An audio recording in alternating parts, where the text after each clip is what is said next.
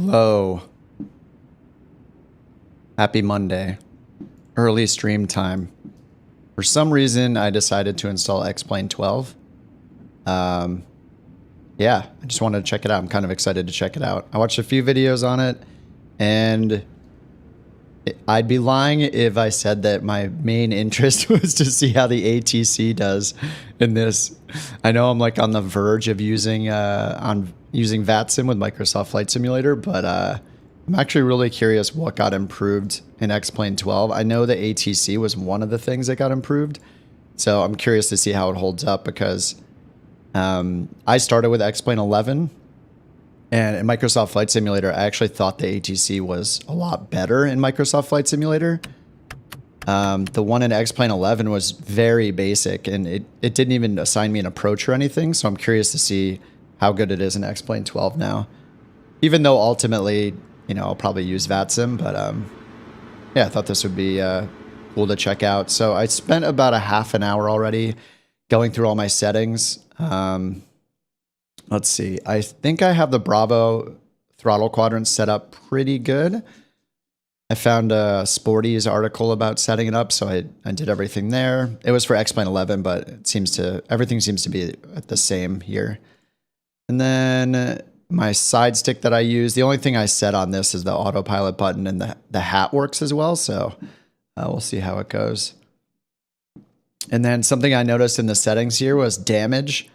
This little option here that says remove flying surfaces when over speed or at G limits. So that sounds awesome. So we'll see how it goes. That could be awesome if, I mean, just the idea of like a door, like a fairing flying off. I don't know how it reacts exactly, but we'll see how it goes. Mick Jagger, what's up, squat? Hey Jake, how's it going? Only played Flight Sim, curious what features X-Plane has. Yeah, me too. I had X-Plane 11 for a couple months. I think I started July 2020 is when I started simming. Not counting like being a kid and, decades ago and playing with a little simulator, like the really old ones. So I started with X-Plane 11. And then, 2 or 3 months after that is when Microsoft Flight Sim came out, so I just jumped on that right away. But this is pretty cool. Hey, Sonic Man. What am I using the drummer strip for? It's just a channel strip for my microphone, so it takes an instrument or a microphone, so yeah, for all my audio stuff, it has like a gate, a de-esser, a compressor, EQ, all that stuff. I pretty much just use the compressor and the gate and the de-esser. But yeah, I'm a fan of hardware, and I have like a music studio kind of desk, so hopefully it sounds good enough. What up, Mike? What up, Jimmy? Now I can finally see if I want to pick up X-Plane 12. Yeah, I just pulled the trigger on the full version. I think mainly because usually there are differences in what's available on Microsoft Flight Sim versus X-Plane versus other sims. So in the past, I've pulled up X-Plane 12 before just to use like G5s or something like that, or find a plane that has a configuration that my girlfriend wants to use when she's learning a new configuration for a plane she's going to fly. So, just because of the plane differences and stuff, the different avionics packages and stuff like that, I've used X-Plane 11 still. Not too much myself, though. I pretty much just use Microsoft Flight Sim. Something I know I need to change right away is, and I pretty much maxed the graphics out. I turned all of these to max. 3D vegetation and parked aircraft were already turned on. And then up here, yeah, texture quality was maxed by default. So I turned anti-aliasing up a notch. This stuff is all the defaults as well. Ambient occlusion. I guess I could turn that to ultra as well and just see how it goes.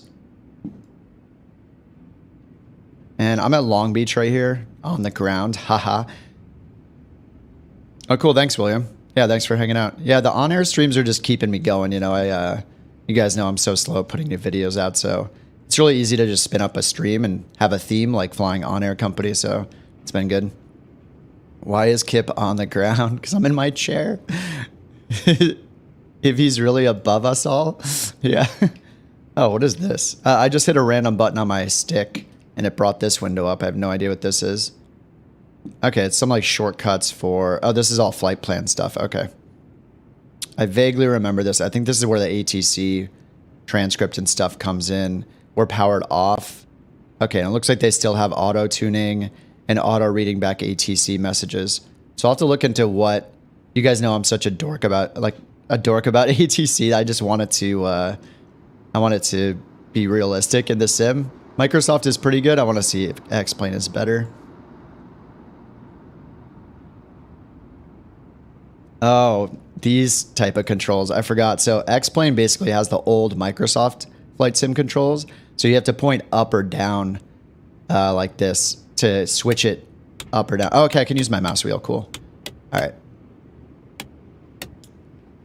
All right, that works. And I'm going to need to set a key to reset my view. By default, the hat on my stick just does this, like this slow pan left or right. So I'll probably change this to like a glance left, a glance right or something. You wanted to fly into Kwanzaa this morning. If fog was so bad, they shut the airport down. Oh man, that would be cool if that was simulated as well, like airports being fully shut down.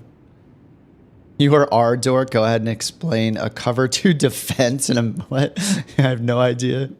You know I don't know anything about football. Okay, and the default field of view is 80. I think I remember usually changing this to quite a bit higher. Just go for 100 for now. That's a little better. I usually like it around here, so maybe a little bit higher. And then I need to set a few more shortcuts here, so sorry you have to watch me go through this. Something I did notice about the shortcut settings that I think is an improvement from X-Plane 11 is, and it's pretty minor, but when you go in here and you're editing a button and you do a search, like say I search for autopilot controls or something, and then I apply it, when I come back to the next button, it keeps the search in. So if you're setting like multiple buttons, it keeps that search going, which is really nice. Like, I feel like in X-Plane 11, it took me forever to set everything up. So here for the hat switch, like I think I'm going to change all of these and then just change them to like a glance left and glance right. Kind of like how it is in Microsoft. But I don't know that they have instrument views and stuff like that, but there we go. So left, glance left. So these are shortcuts, which is nice. The other ones, you have to go into the custom section and find it. Glance right, and then I have a button that I want to reset the view and another button I want to go to. I want to do like an outer camera. Okay, free camera maybe?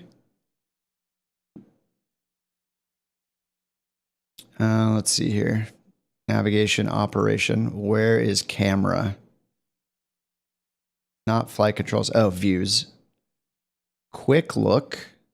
Those are all the ones that I just used. Change view mode, external. Okay, I think I want the chase camera. All right, let's see if that's right. Okay, it is. But it doesn't toggle the chase camera. I can already tell the frame rate.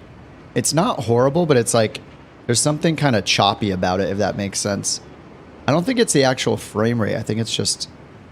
Maybe you guys don't see that either because I have it in window mode. So it might be a little different for me.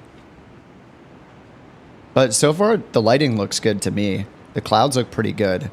I mean, they're not going to beat Microsoft Flight Sim because it's not a whole new graphics engine. But as far as I know, but I think the whole lighting system got redone, so that's pretty cool. All right, so if I hit that button, it doesn't toggle my view. It just goes to the chase camera. So how do I toggle 2D and 3D cockpit? I don't know if there's a toggle. Toggle physics model visual. No. All right, let's just change one of these to reset the view. Or go to the, what is it called? The default view. All right, internal default view. There we go. Okay, great. All right, and if I turn my camera, oh wow, glancing left and right looks outside of the cockpit actually. That's interesting. All right.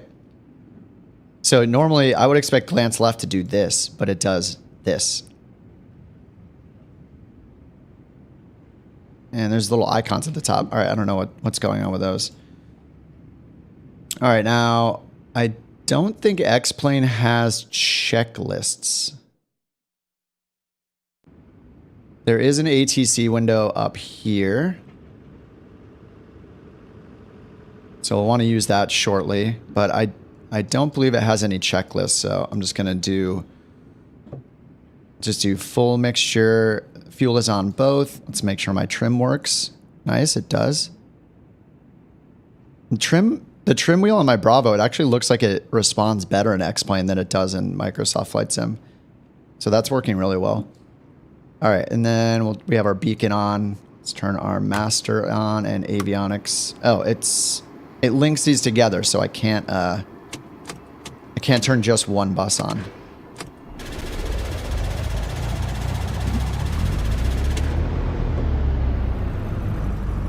All right, and my parking brake seems to be working. All right, cool. Something I saw in some other videos was, and yeah, I'm starting with a G1000 just because, yeah, I want to compare it to what we're doing with the NXI and Microsoft Flight Sim. Hey, Schwartz, yeah. Trying out X-Plane 12. This is just in the Cessna 172 with the G1000, and it's just very basic to start.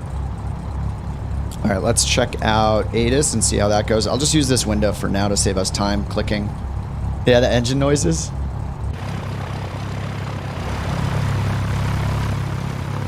And if anything's too loud, let me know. I can turn it down. I don't have this fully dialed in yet, but yeah, if anything is too loud or annoying, let me know. I'll fix it.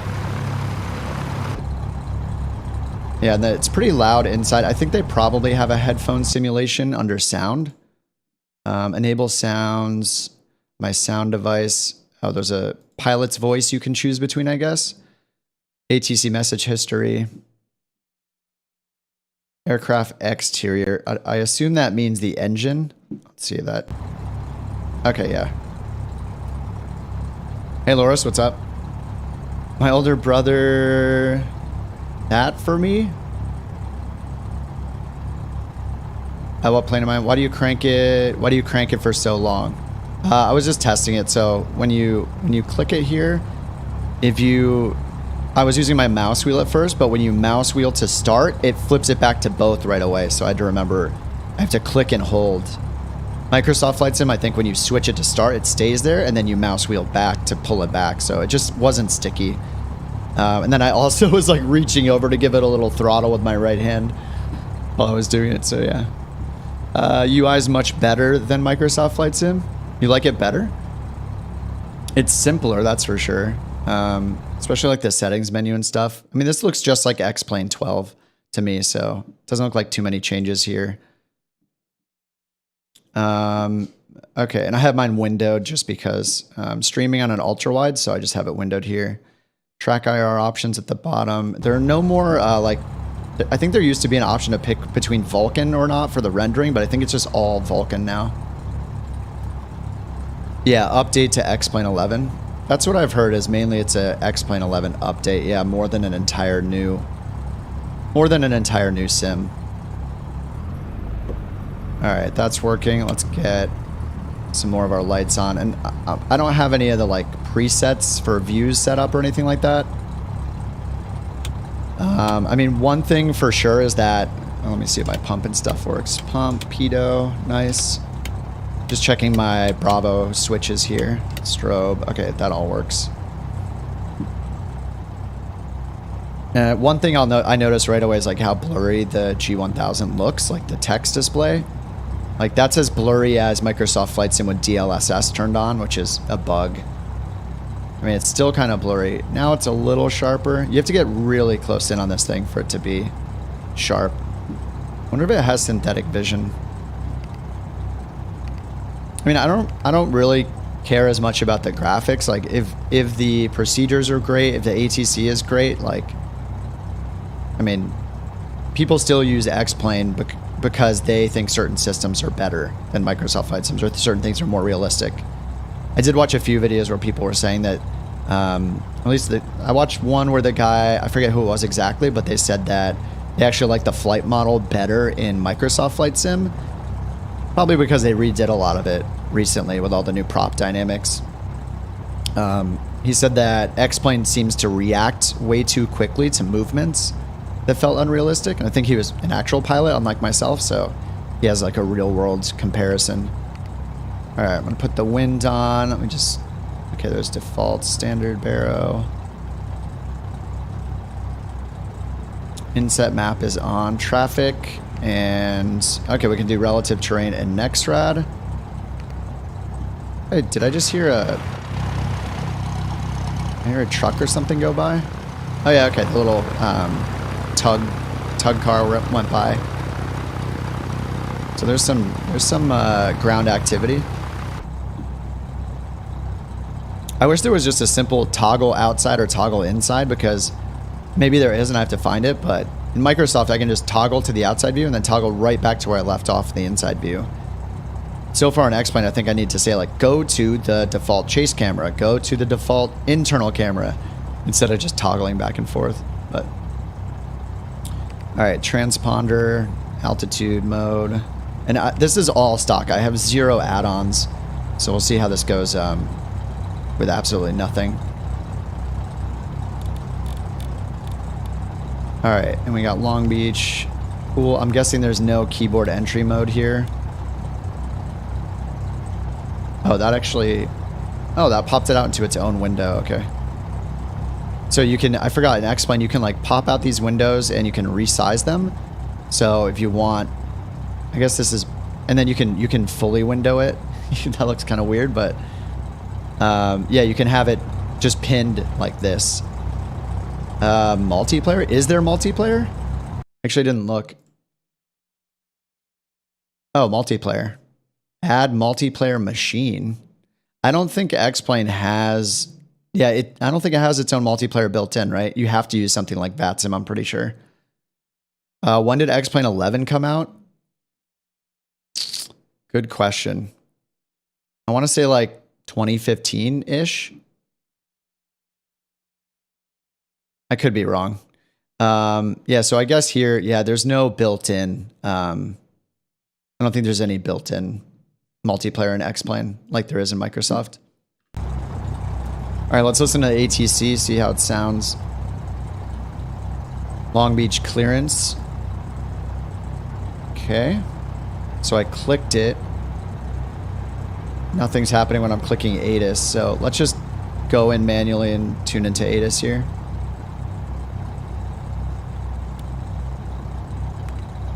I just left and right clicked like Microsoft Flight Sim. Smart. So I remember, so yeah, in X-Plane, I have to find these little curved arrows to use these. I'm so used to the Microsoft way that this is just a little different, but I'll get used to it. So 127.750 for ATIS. I mean, everything's really responsive, so that's nice. Like, it's just really fast. But you have to be very precise with your mouse movements here. 127.750. And let's, oh, COM2 is on. But I don't hear anything. Let's try the volume.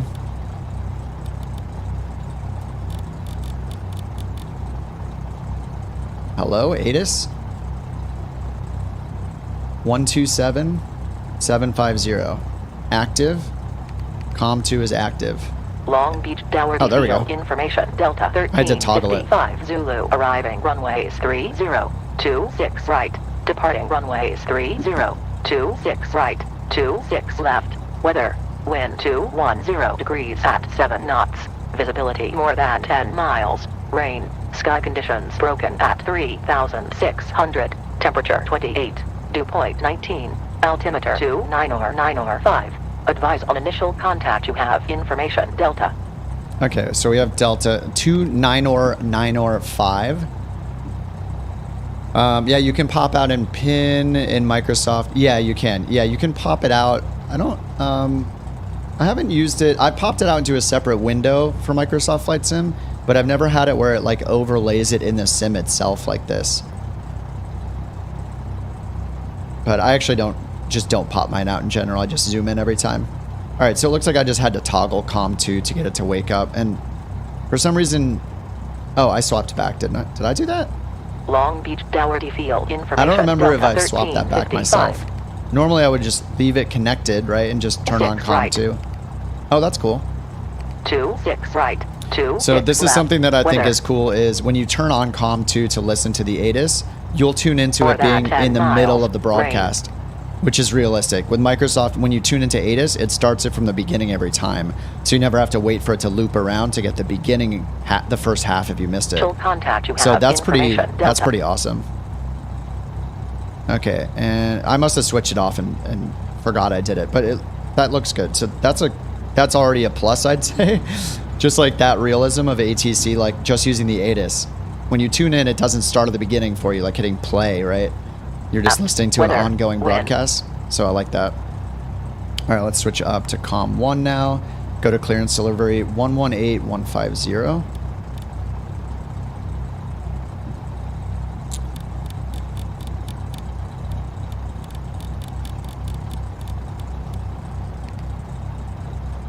Okay, and now I think this is, yeah, so this is where we can do, this is where we can send our commands. This is basically the ATC window, like we know in Microsoft.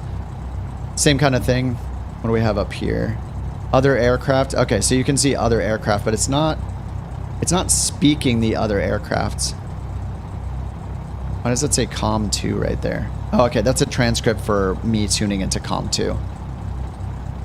I wish I could hear the other aircraft, though. Why can't I? Or maybe they're not calling right now. All right, well, we'll find out if we hear other aircraft. Hey, Loris. All right, take it easy. Thanks for dropping by. 9 or 5. Yeah, you get a choice. 9 or. Okay, so these are nearby frequencies, and then this is the flight planning part. So separately from, so how Microsoft Flight Sim works is you put your flight plan into your Avionics, and then you can file for IFR clearance. I think a shortcoming of that, though, is like we did yesterday. I was flying a plane that didn't have GPS. So the only way for me to get my IFR clearance with ATC was by toggle. And I was able to do this only because of the plane I was flying. I turned my GPS on. Then I put in the flight plan. Then I filed for my IFR clearance. Then I turned the GPS back off. So I think this is actually a plus for X-Plane is you have a separate window to file your flight plan. Because if you're, yeah, obviously in Microsoft, you can't do it if you're not flying something with GPS that can be programmed. So I think this is also a plus for X-Plane. All right, so we'll leave the identification and it pre-populated our manufacturer, our model, and chose no airline. So let's look at it. It's got a gigantic list of airlines you can choose from. And enter your flight number if you're flying, doing a commercial thing. All right, so it's got our departure in already. Let's just fly up to Santa Barbara, because I've done that a bunch. And then we can enter our route. So let's go find a quick route over on SkyVector. So I'm at Long Beach, go to Santa Barbara, pull up a recommended route here after it loads. All right, let's find one with a few options here. All right, LAX, Victor 299 to Ventura VOR, then to Quang. It's got VTU in there twice for some reason.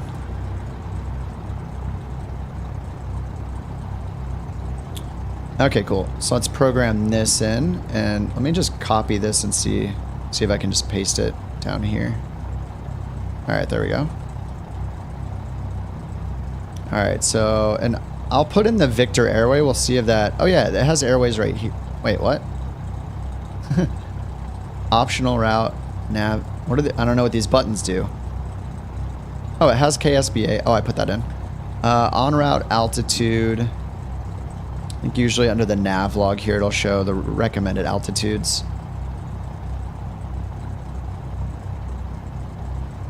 Uh, 8,000. Yeah, just 8,000 the whole way. So we'll do that.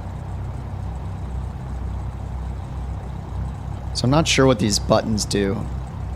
Optional route with NDB's VORs, fixes, and Victor or Jet Airways, ... What else does it say? Can't make the, oh, there we go. No SIDS and stars. Okay, so if there's no SIDS and stars, then we already know that it doesn't have those, I assume it doesn't have those capabilities. It says you can't put in SIDS or stars. So no departures, no arrivals. We'll see if they assign us an approach like Microsoft does. But we can just put in our route here from Sky Vector. So Lax, Victor, VTU to Quang. All right, and let's file it and see what it says. Okay, it looks like it accepted it, so now we can request our clearance. They said landing and departing runways, it's using 30 and 26 right, 26 left. Oh yeah, let me set the altimeter 2995 before we get going. All right, 2995 and 2995 down there. Okay, cool, that's cool. So when you, I can make this quite a bit smaller. When you mouse away from it, it kind of hides the, oh, now it's not doing it. All right. It was hiding kind of the borders and stuff. Okay, request clearance then. Long Beach Dougherty Field delivery. November 172 Sierra Papa. Request IFR clearance to Santa Barbara. Santa Barbara. November 172 Sierra Papa. Los Angeles clears. Clear to Santa Barbara. Routing as filed. Maintain 8,000. That's it? What about my frequency? What? Come on, what? They didn't give me... Okay, so they just said as filed.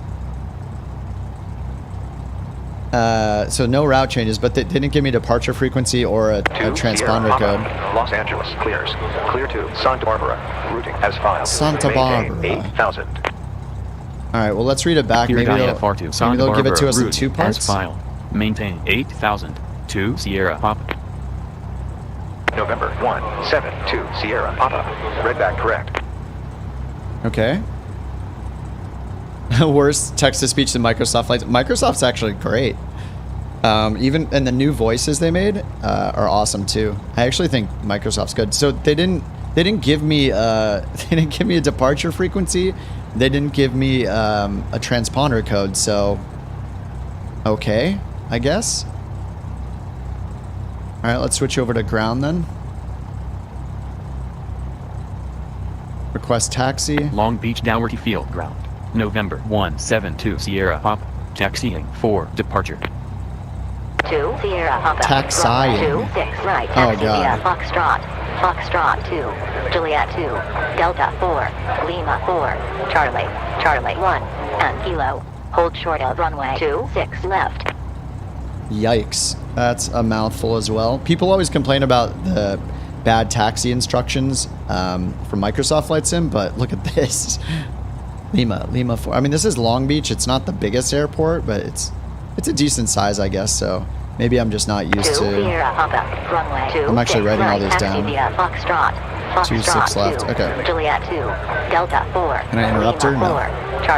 Charlie 1. And Kilo. Hold short of runway 26 left. 2 Sierra Papa. Don't transmit when the channel's busy. She's yelling at me. I hit the button while she was talking, and then she yelled at me afterwards. Wait, I can't reply to her. Okay. Request weather, pushback. I don't need that. Cancel IFR. So I'm on with ground still. All right, yeah, let's see. I'm just curious how well these match up with the actual airport diagram. So I believe I'm down here near Foxtrot. Yeah, so she says take Foxtrot, Foxtrot 2 right here, Juliet 2. But she didn't tell me I can cross 26 left, right? Hold on. I don't even have a takeoff runway.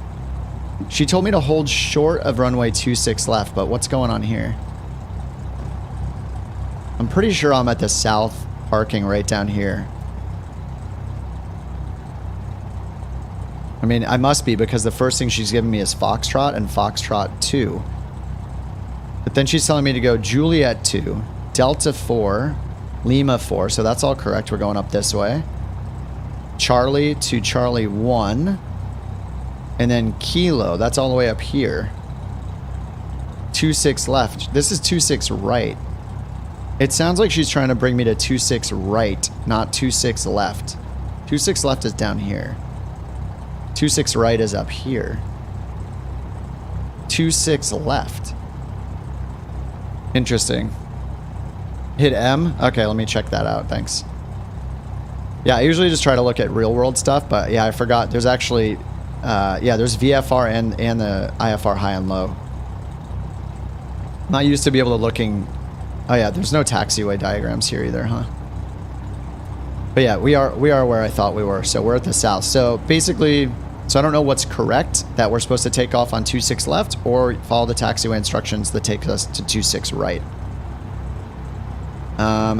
Oh, here it is. All right, so there is a taxiway, like a taxi ribbon drawn, so we'll just follow that for now. We'll see where that takes us. And yeah, we'll just see where the taxi ribbon takes us. It looks like it just meant to say 26 right instead of 26 left. Or it's just going to take us right over here. Put us right at 26 left instead. Oh my god. Dude. Alright, go ahead. Hey, the ground handling like stopped for me and then kept going. It didn't get stuck forever, so that's cool. I know in Microsoft, like sometimes something will just drive up, it'll drive up to you and then it'll stop and it won't continue even though it has room to, and you'll have to like awkwardly get out of its way or be the first one to make a move. These glance views are a little weird. I don't really like that it's looking outside of the plane. I mean, I see a lot more, so that's nice. Maybe it's simulating me putting my face up to the window, all the way up to the window. Hey, there's Delta liveries. I don't have anything third-party installed, so it comes with some liveries, I guess, so that's cool. There's another one in front of us. I wonder how many liveries it comes with, actually. This looks like another one up here. Can't tell what it is yet, but... And I realize I haven't programmed my my route in yet to the GPS, so we'll awkwardly do that at the when we're holding short here. All right, so it looks like it. Yeah, so this is Foxtrot. Okay, taxi signage looks pretty good. That's Fox 2, 26 left. So yeah, it's taking us to 26 left. So it just gave us the wrong taxi instructions.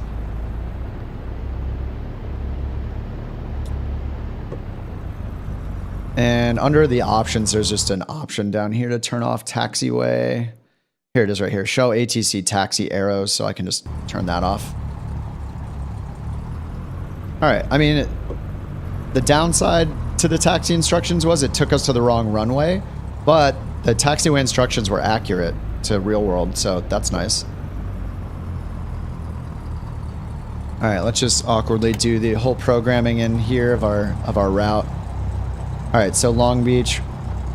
Hey, is that a keyboard entry? No, it's a 0. I was like, oh, they did it from the working title team's idea for keyboard entry. All right, let's go KSBA. Whoops. One thing is the avionics, like this stuff responds so fast in X-Plane, like it just is very responsive. All right, Santa Barbara. And then, where are we going? We're going to LAX VOR Victor 299 to VTU. So, can I just put an airway in? You can't load airways. No. Alright, well, another nick for X-Plane. Can't even load airways. Supposedly, X-Plane is like the best. People always say like, wow, it's like so accurate. Everything's so much better. Like, come on. I know. It's not extremely fair because not everybody uses a G1000, but and the working title team did so much work on the Microsoft Flight Sim one, but now that I have it and I can't do it, makes me sad. I want to put in the airways. All right, we'll just put in LAX then.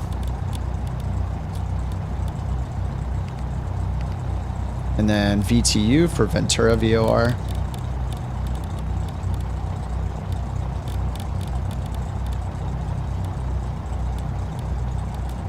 Alright, VT and then Uniform Ventura Oxnard. And then we have Quang as a RNAV waypoint, or our fix here. And Quang is an initial approach fix for one of the RNAV approaches into Santa Barbara. AWA.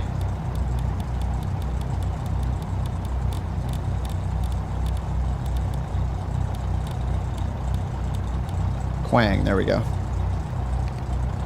Alright, that's good enough. Alright, that's our active one. Great. And autopilot, let's see if any of my See if any of my options. I set up the Bravo throttle quadrant, so we'll see if anything works. Nope, setting the altitude doesn't work. All right, I probably have some incorrect. They also didn't give us any departure instructions or anything like that, right? Let's see if they give it to us from the tower, but all right, Long Beach Tower. I also don't know which tower to tune into. So Microsoft does still is even better there too, because like when you get your departure instructions, they give you climb to and maintain altitude. At least it's better than nothing. X-Plane's giving me nothing. It didn't give me a departure frequency. It didn't give me a squawk code.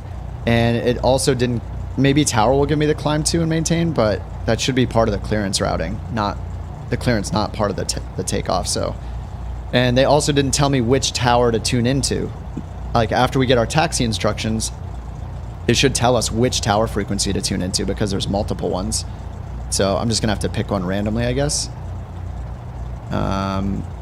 As you click it, it does automatically tune, so that's nice. And it is cool that you have like auto tune frequencies. It's kind of the same in Microsoft Flight Sim as well. I've never heard anyone say X-Plane's better than Microsoft Flight Sim. Well, it could be because most of the people in here are for Microsoft Flight Sim because I use that all the time. But I don't know. Maybe it was mainly when it first came out. It's come a long way in 2 years for sure. So anyway, so mainly like because I'm so interested in all the IFR stuff and seeing and I use in-game ATC all the time. I know I should be using VATSIM. I'm working up to it. Okay, I might actually do it today. But I'm always interested in, like, the reason why I'm so into the in-game ATC and stuff like that is because it's available 24/7 at every airport, right? It's everywhere all the time. VATSIM's not online all the time. It's not 24 hours a day. It's not every airport. So if you want to get, like, if you had a very realistic in-game ATC, then that could be a lot better of an experience between your times on VATSIM, you know? You'd at least get some kind of communication. Anyway, so far, it's kind of weird. Like, one of the things they said about X-Plane 12 was a whole new ATC system. I was watching a video where they're talking just about ATC and all the improvements that they made. They don't even have the clearance, the departure frequency and the squawk code. So it's a little annoying that that's not in there right off the bat. All right, so let's go to tower and see what options we have. Well, we're holding short. We have no options on that tower frequency. Let's try the other one. No options on that one either. So, are we at 2.6 left? This is 8 right, 2.6 left. So this is the right runway. It's right in front of us. Here's 2.6 left. Are we at Fox 2 or Fox 1? We followed there. We're at Fox 2. Maybe we'll go over to Fox 1 and see if it wakes up then. All right, let's just move over there. Wait, read back transmission? What transmission? Wait, I'm so confused. Repeat? Long Beach Dougherty Field Tower 2 Sierra Pop. It didn't say anything. Again. There's nothing up here in the transcript. Okay. I guess you can just say that whenever you want. ATC debunked. I mean, I'm not trying this to trash it. Like, I literally just paid for X-Plane. They got my money. I had a decent time with X-Plane 12, and Microsoft Flight Sim had its pains when it first came out. So, you know, I'm not trying to just trash talk it. I'm trying to objectively compare, like, because I know quite a bit about the Microsoft Flight Sim ATC because I use it all the time. So I want to see what the difference is, you know. X-Plane 12 is a good choice for X-Plane 11 that want to upgrade. Yeah, I mean, for me, like, if X-Plane 12 had an insanely good ATC where it's giving me, like, it's vectoring me onto final properly, and maybe it does. It's vectoring me onto final, and it's giving me SIDS and stars. First of all, in this flight plan window where you file your flight plan, you cannot put SIDS and stars in here. It says in the tooltip, no SIDS, no stars. So already we can assume that it doesn't support SIDS and stars on ATC. So that puts it on par with Microsoft still. Microsoft isn't touting their ATC as something that's an incredible improvement. I think they are going to make improvements to it, but I mean, I would expect SIDS and stars in an entire overhaul for ATC on a sim that's been out for like, has it been a decade? I mean, you could say the same about Microsoft, right? Say that it's been out for 40 years, I guess. So it does vector you, cool. Yeah, because like Microsoft, a shortcoming is it'll give you one vector when you're on an approach, when they say they're going to vector you to final, and they'll just give you one vector and that's it. All right, so we're at the tower now. Or sorry, we're holding short of 2-6. I think it's confused. I think it thinks that we need to go to 2-6 right, even though it said 2-6 left, and the taxi ribbon that I had turned off, the taxi ribbon shows us going to 2-6 left as well. It had us stop right here. So it seems to be confused about where we are, where we're taking off from. And it's weird, I can hit so I'm back on the ground controller. Long Beach Downward Field Wait, Tower. what? 119.40. Oh, they supposedly said this? All right, 119.4. So they did, well, they didn't give us the tower frequency. Okay, so we can see the transcript right here, right? So here's our departure in blue. Departure clearance came back, or IFR clearance. No squawk code and no departure frequency. We read that back. They said read back correct. We got our taxi instructions right here. And then when I did a read back just now, like 10 minutes later, what we are reading back is something they never said to us, which is to contact the tower frequency on 119.4. So that's a little weird.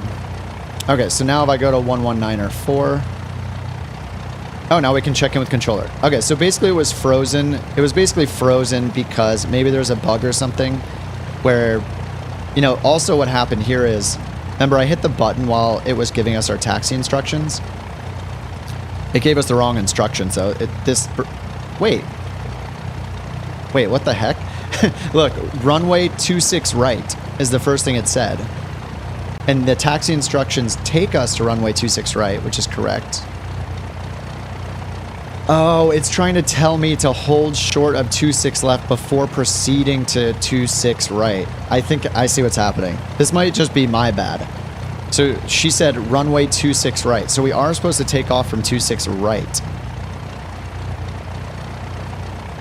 I think that's what's happening. She's saying taxi to 26 right via this route. Actually, I don't know why the taxi... oh, this is... Moving the mouse is weird. The taxi ribbon went away. So we are supposed to go to 26 right. So we're supposed to cross runway 26 left. So we're checking in with her now because she's going to give us permission to cross. Tower, November 172 We'll Sierra see. Pop. Holding short on runway 26 left on Foxtrot 2. 2 Sierra Papa. Cross runway. 26. Okay, okay. Hold This is short better. of Runway 30. Okay. This is great, actually. Sierra Papa. Contact Long Beach What? Downward Field Tower. 119.40. Wait, what? No, that's the thing they forgot to tell us 2 before. Sierra No. Papa. Return to designated no. taxi route Foxtrot 1. Runway I'm on 26 Foxtrot right. 1. Taxi via Foxtrot 1. Foxtrot 2. Delta 4. Lima 4. Charlie. No. Charlie 1. And Kilo. We're Hold on short of Foxtrot runway 1. 26 left. 2 Charlie, Sierra Charlie, 1 Papa. Kilo. Don't Yeah. transmit when the channel's busy. Taxi back. I should just hit request taxi back to gate and then just shut the plane off and end the stream. Okay, so, all right, it's trying to give us... 2 Sierra Papa. Cross runway 26 left. Okay. Hold short of runway Okay. 30. I think I might have 2 confused it. Sierra Papa. Cross runway 26 Mick, left. you want your money Hold back, short of Mick? Runway 30. Hey, Steve, what's up? This is horrible text-to-speech. Yeah, me personally, I don't care if the text-to-speech quality is crappy. I care that it's accurate. And so far, it's been a little confusing. Okay, now it... Sierra Oh Papa. my god, I Cross literally runway went to click 26 it and it's left. talking again. Hold short of runway 30. Yes, I know. 2 Sierra Papa. What? Don't Oh transmit my when the god. channel's busy. It's yelling at me because I clicked it while it was talking by accident because it started talking to me at the same time. I'm just going to cross. He told me to cross. Oh, this is frustrating. Hey, Sean. Thanks a lot, Sean. Glad it's helpful for you. I like you love it for the Microsoft Flight Sim content. Ironically, we're using X-Plane right now, so I don't know what you're trying to say there. I like to know where the flight model is more realistic than in Flight Sim. That's where X-Plane's always... They always say it's better, yeah. I think a lot has probably changed since Sim Update 9 in Microsoft Flight Simulator because they did a lot of work on the new flight dynamics and the new propeller model that they showed off earlier this year. So I think that's raised the bar for the flight models. I did watch some other YouTubers, just some videos comparing them, and the one I was watching was saying that he actually preferred Microsoft Flight Sim's flight model now. He said X-Plane 12 felt very mechanical, like it reacted too quickly to everything. I don't have as big as an opinion as other people that have simmed a lot longer than me and people that have real world flying experience. But yeah, that's what one of the simmers I watched said, that they liked Flight Sim better. I'm on Sim Update 10 beta. Awesome. Yeah, me too. Yeah, I've been running the beta since it came out. And if you're on Microsoft Flight Sim, it might be a little too late for you to switch to the beta now. But just because it's going to come out this week. So if you're on Microsoft Flight Sim, you might want to wait. Which one's better for flight school? I'm not a real pilot, so I can't really answer that question. I know people like... Microsoft Flight Sim has come a long way with IFR flying too, but if you're doing VFR stuff, I think Microsoft is the better call because of the scenery. All right, cross runway. Cross runway 30. Okay, I got the 2 Sierra Papa. Cool. All right, landing lights on. So I wish there was multiplayer in X-Plane by default too. I know that would be a huge undertaking for them, but I love seeing all the live traffic and the multiplayer traffic. Pilotage Microsoft Flight Sim is better, yeah. NVIDIA or AMD? NVIDIA for graphics, AMD for processors. Am I on Sim Update 10? Yeah, I'm on the Sim Update 10 beta when I play Microsoft Flight Sim, but obviously right now we're trying X-Plane 12. Whoa. Well, that's nice. The braking, when I brake too hard, that looks good. Whoops, we have to go to the hold short here. Or we have to go past these bars.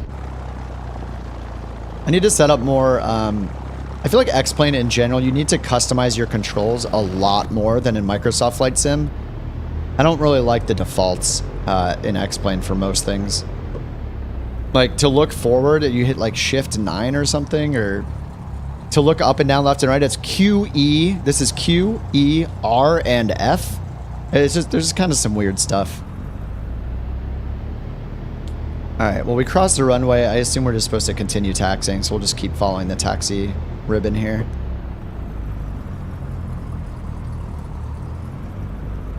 There are a lot of liveries. There's an is that American Eagle or something?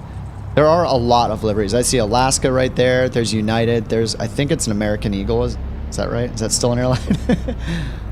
So it looks like there are a ton of liveries, at least for airliners, installed by default in X-Plane 12. Did I say American Eagle? Sorry, that's just American. American Eagle's like a small express one or something, right? Yeah, there's an Alaska. There's a United. So there's a bunch of liveries, which is pretty nice.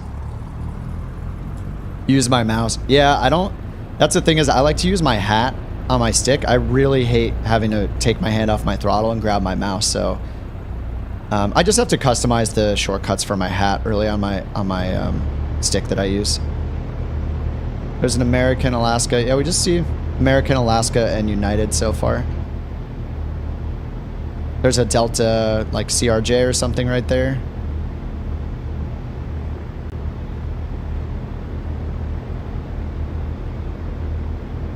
All right, taxi ribbon's helpful right now because I'm not using any third-party anything. Like I'm not using Navigraph or anything or ForeFlight right now. I just barely installed it, so we're running just fully stock right now. American Eagle, a clothing store. They'll fly you to buy clothes. Whoa. All right, brakes are pretty sensitive. Again, I just need to calibrate some things, which is totally normal. Maybe I do like that the glance views go outside of the cockpit. I mean, because in general, like it's hard to look around and get your situational awareness. So it's kind of nice that when you look to the right like this, it just puts it outside the plane. I'm getting to like it.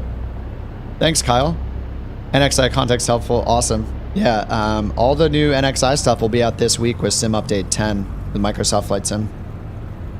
X-Plane, you're supposed to create your own quick views and assign them. Yeah, I mean, see, that's something where I like Microsoft is because every plane that I buy, even a new one, I know that I just hit Control 1 through 9, and those are all instrument presets for that specific plane. So I can just, no matter which plane I get, it's going to have those instrument presets set up uniquely for that aircraft. So I don't have to relearn anything. I don't have to change my views per plane, or, you know, it's just, they do a lot of the work. So, but so far I just set up my hat left to glance left, hat right to glance right, and then a button near my finger to go back to the default view. Hit W, click W to look. Default cockpit, I just, I set it on my stick because I don't want to have to touch, you know, if I can, I don't want to touch my keyboard, you know. As often as possible, I want to keep my hands on my stick and my throttle. But yeah, of course, we're going to have to grab the mouse and keyboard here and there.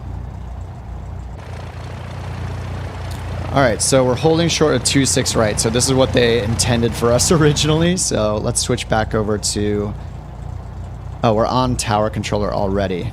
And we cannot, all right, let me switch.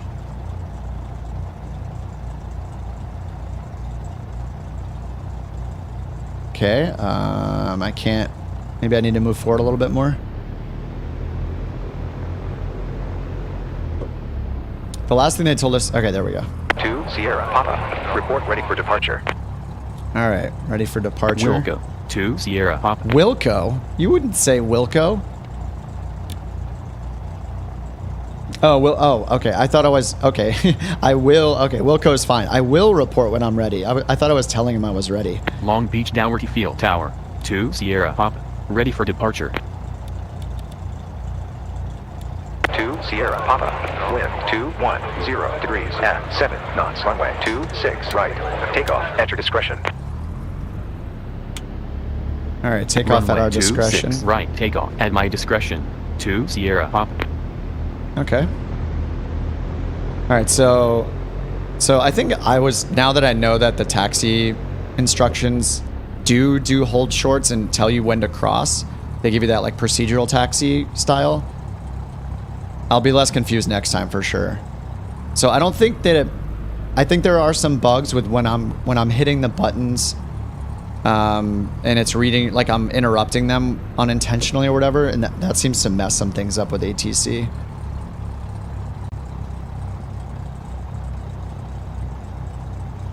All right, cool. Let me just center up our heading bug here. Can I click it? There we go. All right, cool. And we're gonna turn on heading mode. Flight level change. Can't click and hold it, so I had to click it for every knot. Let's go 80. Selected altitude's at 8,000 already. And we have 29905, which was from before. We're squawking 1200 because they didn't give us a squawk code. Okay.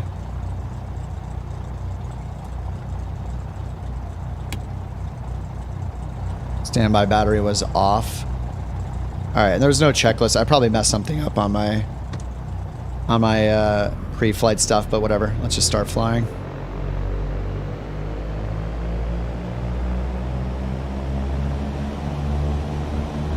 All right, lots of right rudder. Airspeed's alive. I don't know why it just pitched up there. That was weird. 40 knots. 50 knots. I see the little rotate bug is on there on the little airstrip, so that's good.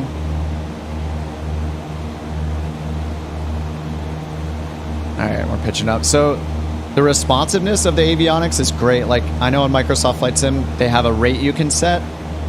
This stuff is updating very quickly, so that's nice.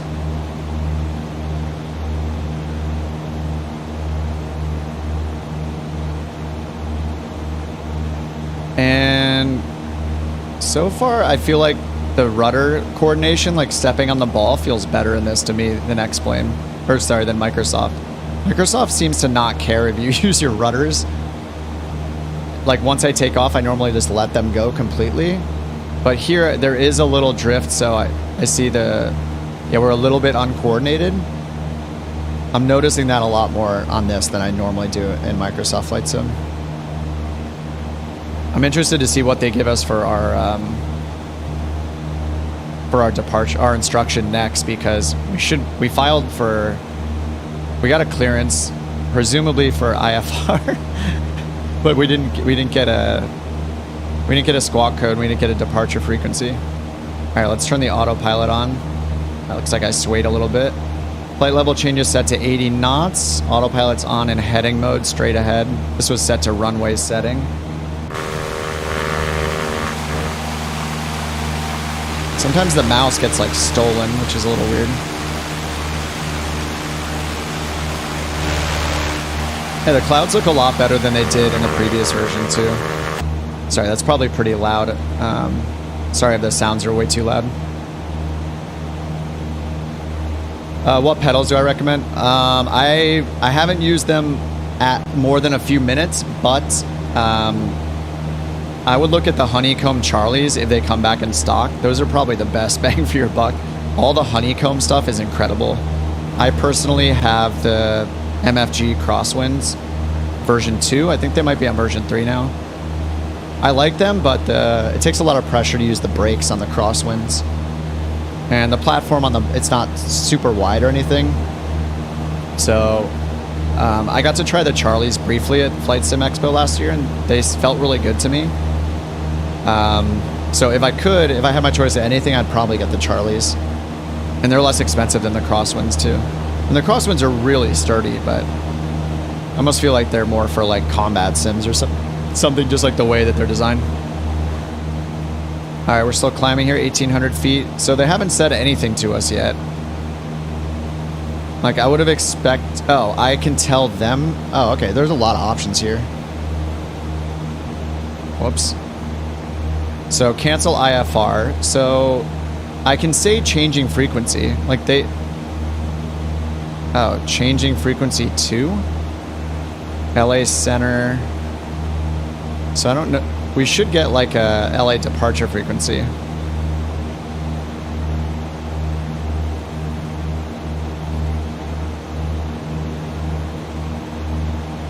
Let me just, I guess I'm going to tell them. Like they should be telling me to change frequency to departures, but I guess I have to tell them I'm changing frequency. Tower, 2 Sierra Papa.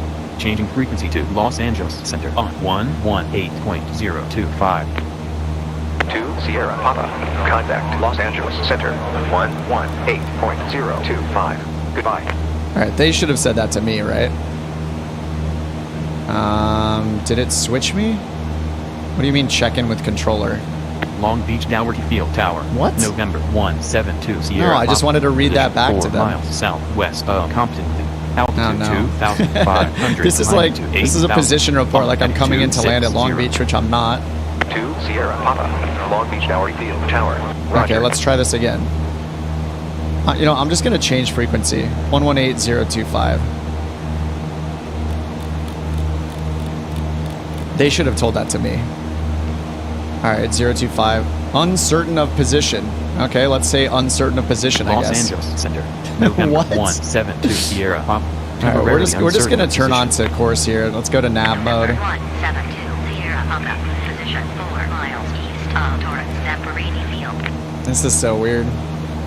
Yeah, the voices are bad, but I mean, I care more about that it's a realistic conversation. 4 miles east of Torrance. And why am I Zamperini giving them a Field. position November report? I'm on 172 IFR. I Sierra just tuned Papa. over to the departure frequency, and I can't even just check in with them. This is very confusing.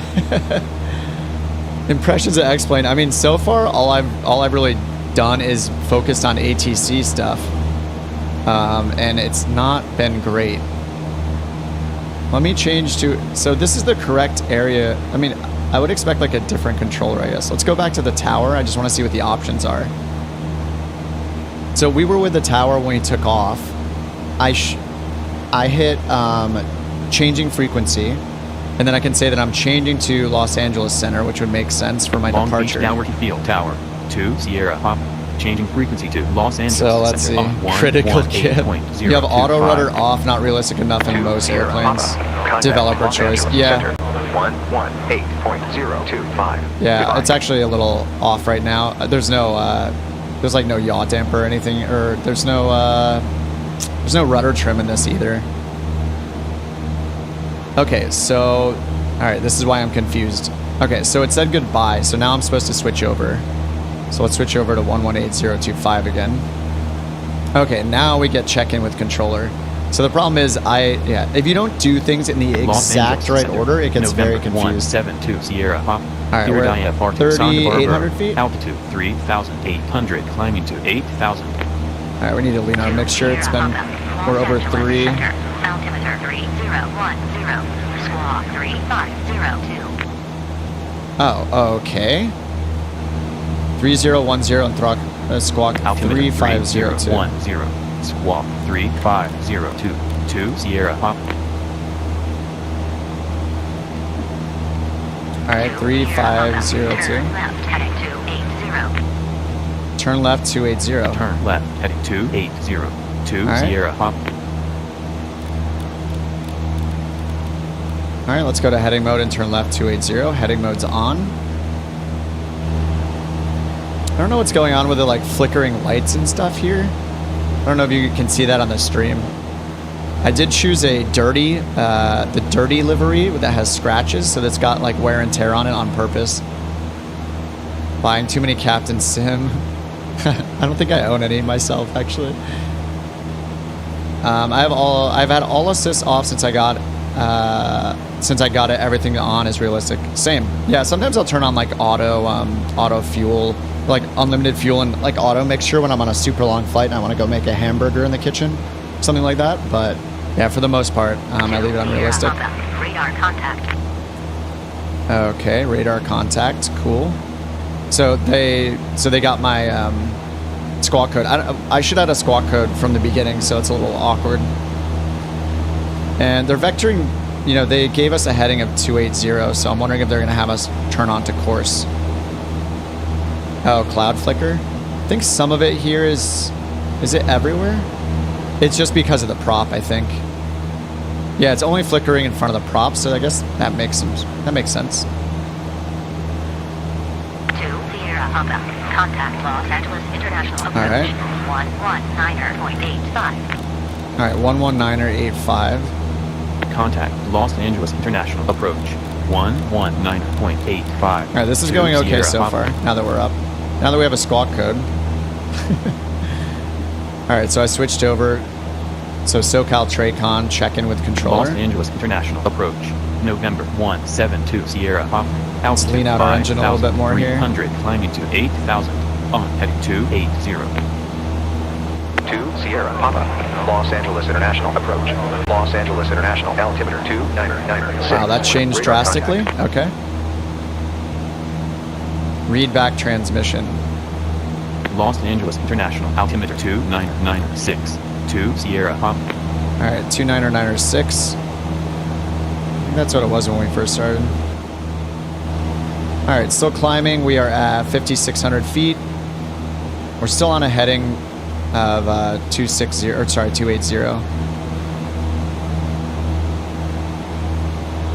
Just want to try and like this, but it is just going backwards with the immersion I'm used to. I mean, I don't really have a problem with the graphics in X-Plane. I know that Microsoft Flight Sim is kind of insane.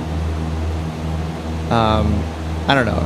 If I had to pick graphics or performance, generally I lean towards performance.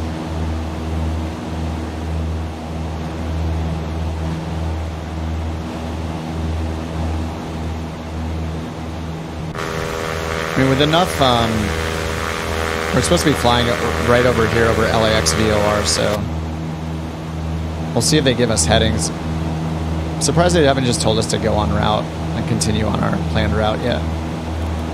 So we're going LAX, then Ventura VOR, then Quang to SBA.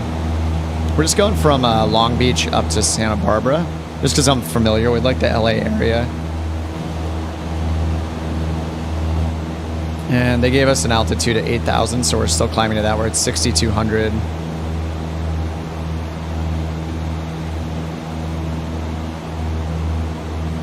So we can request altimeter, request a heading, request a diversion. I mean, I do like that there are a lot more options here than Flight Sim gives you. Request vectors, request altitude change. You can do that in Flight Sim. Cancel IFR. Cool. Yeah, I think you can do that in Flight Sim too. Request weather and then uncertain of position. I tend to agree. I don't think that for a Microsoft Flight Sim player, X-Plane will be lots of steps back, but I'm sure it has its audience.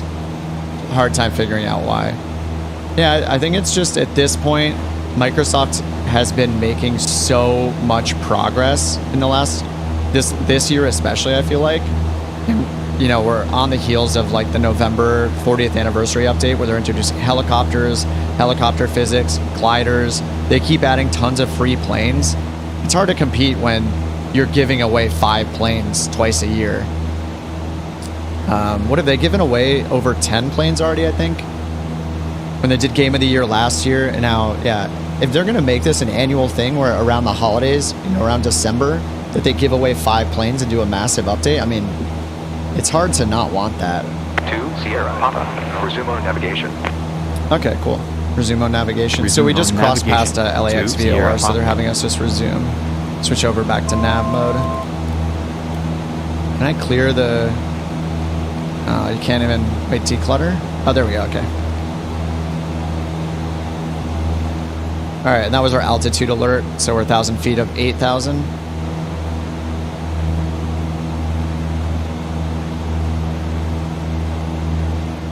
Realistic A310 coming for free. Yeah, that's pretty awesome too. Yeah, I mean, you get the Airbus A320 since its release, and then you're going to be getting the A310 as well this, November when it comes out. So yeah, they're giving away, 2 gliders, the A310, a couple single engines, like a couple like classic planes, like the Wright brothers plane, first flight, giving that away too. That'll be fun to fly around.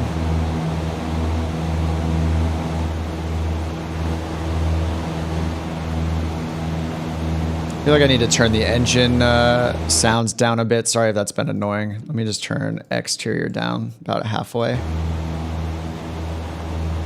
Did not turn down too much. All right, let me just see if that's... Okay, yeah, that is. I didn't know if that meant when I'm in... I wish this said like engine sounds or something. Because it makes it sound like the sound when I'm in an exterior camera or something. All right, hopefully that's better. Sorry if that was too loud. Each sim has its merits. I don't know, Ian. I don't know if I agree with that anymore. Just because of, I mean, okay, I don't fly airliners. Like, I just fly GA stuff, so my opinion's probably different than somebody that flies airliners. But the improvements that are in Microsoft Flight Sim with the G1000 now are insane.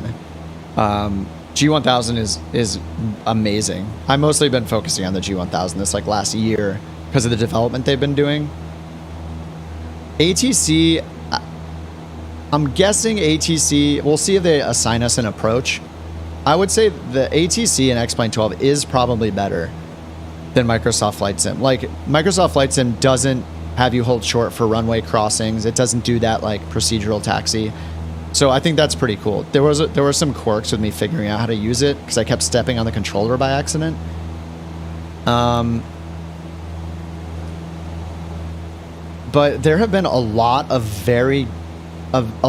high quality planes released on Microsoft Flight Simulator. Like for GA side, like the Kodiak and the new like analog Caravan, I've been flying those two a bit, and they're incredible. Like they track the wear and tear on the plane, you know, like over time. It's like you have your own plane long term, and it's persistent. That kind of stuff is really cool. I think that the end of this year when they do helicopters and gliders, like that's just, people have been wanting helicopters for 2 years, so they're delivering on that, which is nuts. Microsoft Flight Sim has live traffic and multiplayer built in. There are no options for that here, right? I don't even think I can get live traffic without a third-party add-on, right? You can't get live traffic like real-world traffic simulated here, right? And there's multiplayer machine. I don't think there's anything built in for multiplayer or live traffic. I'm pretty sure you need to get third-party add-ons for that stuff in X-Plane. No multiplayer built in. I mean, when that came, I remember I was using X-Plane 11 when Microsoft Flight Sim came out, and I couldn't believe that multiplayer was built in to Microsoft Flight Sim. Like, that alone was just a game changer. You just see everybody flying around. And you can turn it off, of course, like if it annoys you or you're getting buzzed by too many Super Hornets when you're flying on, you know, your transatlantic route or whatever. Like, the clouds are definitely improved in X-Plane though. Like, the clouds and the lighting system are improved for sure. Oh, it looks like I can see. I don't know. Did they have okay, I'm not leaving like an actual like trail, but you can see like the exhaust right here very faintly.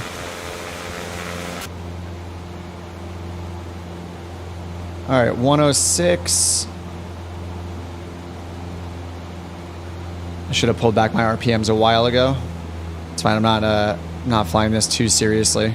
Mainly want to see what we get for ATC. So where are we at now? We are headed towards VTU, so that's the Ventura VOR. So let's see what options we have down here. System. We have fuel reset. We don't have a lean page like we do in Microsoft Flight Sim. Okay, we can turn airways on. That's cool. We can't do that in Microsoft Flight Sim. No airways yet. So I could keep airway low on. We were supposed to be on an airway, but the G1000 NXI doesn't let you add an airway. You have to add all the waypoints. I didn't take the time to do that. And okay, we have NextRad. I don't know what those outlines are. That's kind of weird. Are those supposed to be filled in? Huh. Are there any thermals, up and downdraft effects in X-Plane 12? I'm not sure yet. What I could do is we could just fly near the mountains near Santa Barbara when we get there and see. It's pretty flat near the airport. So I'll have to check that out. I'm mainly personally interested in like the systems, because that's the stuff that I love in flight sims, is the avionics, ATC, just 69 viewers. So I'm not like analyzing this as in detail with the flight model. I'm just really looking at it, at least for now, I'm looking at the systems and the ATC, just because that's where my interests are. But I mean, there are a lot more options here. Like, there are a lot more options you have with chatting with ATC right now. I'm curious to see if they assign us an approach or not when we get towards the airport. That's something that Microsoft ATC does do. This is funny too. I literally just bought X-Plane and it says the nav data is out of date. So Microsoft Flight Sim updates theirs. It seems like every update basically they put in the new AirAct data. Actually, is there SVT on this? Inset, DME, timer references, OBS. Okay, OBS looks like it works.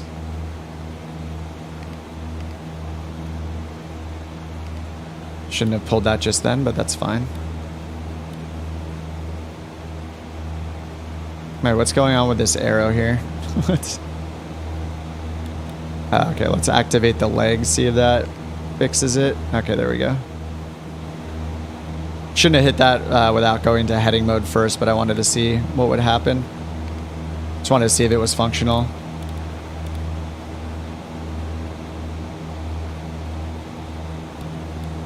All right, so we're on our way to VTU. That's the Ventura VOR, and then we'll go to Quang, a waypoint right there, and then to Santa Barbara. We'll just see what they assign us.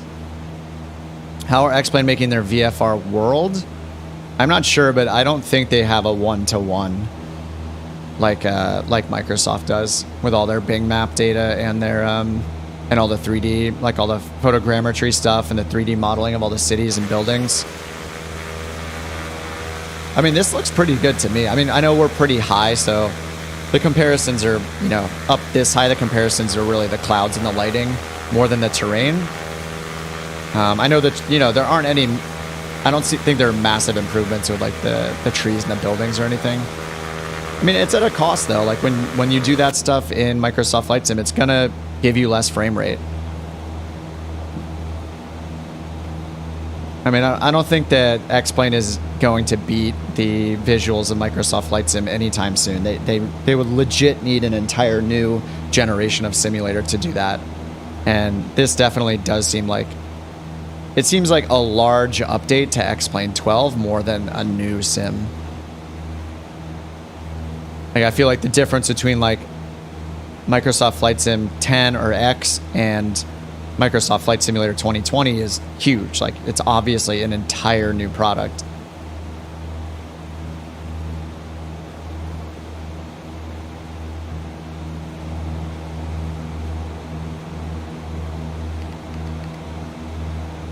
All right, so I just want to see if we're going to get an approach assigned to us when we get close to compare it.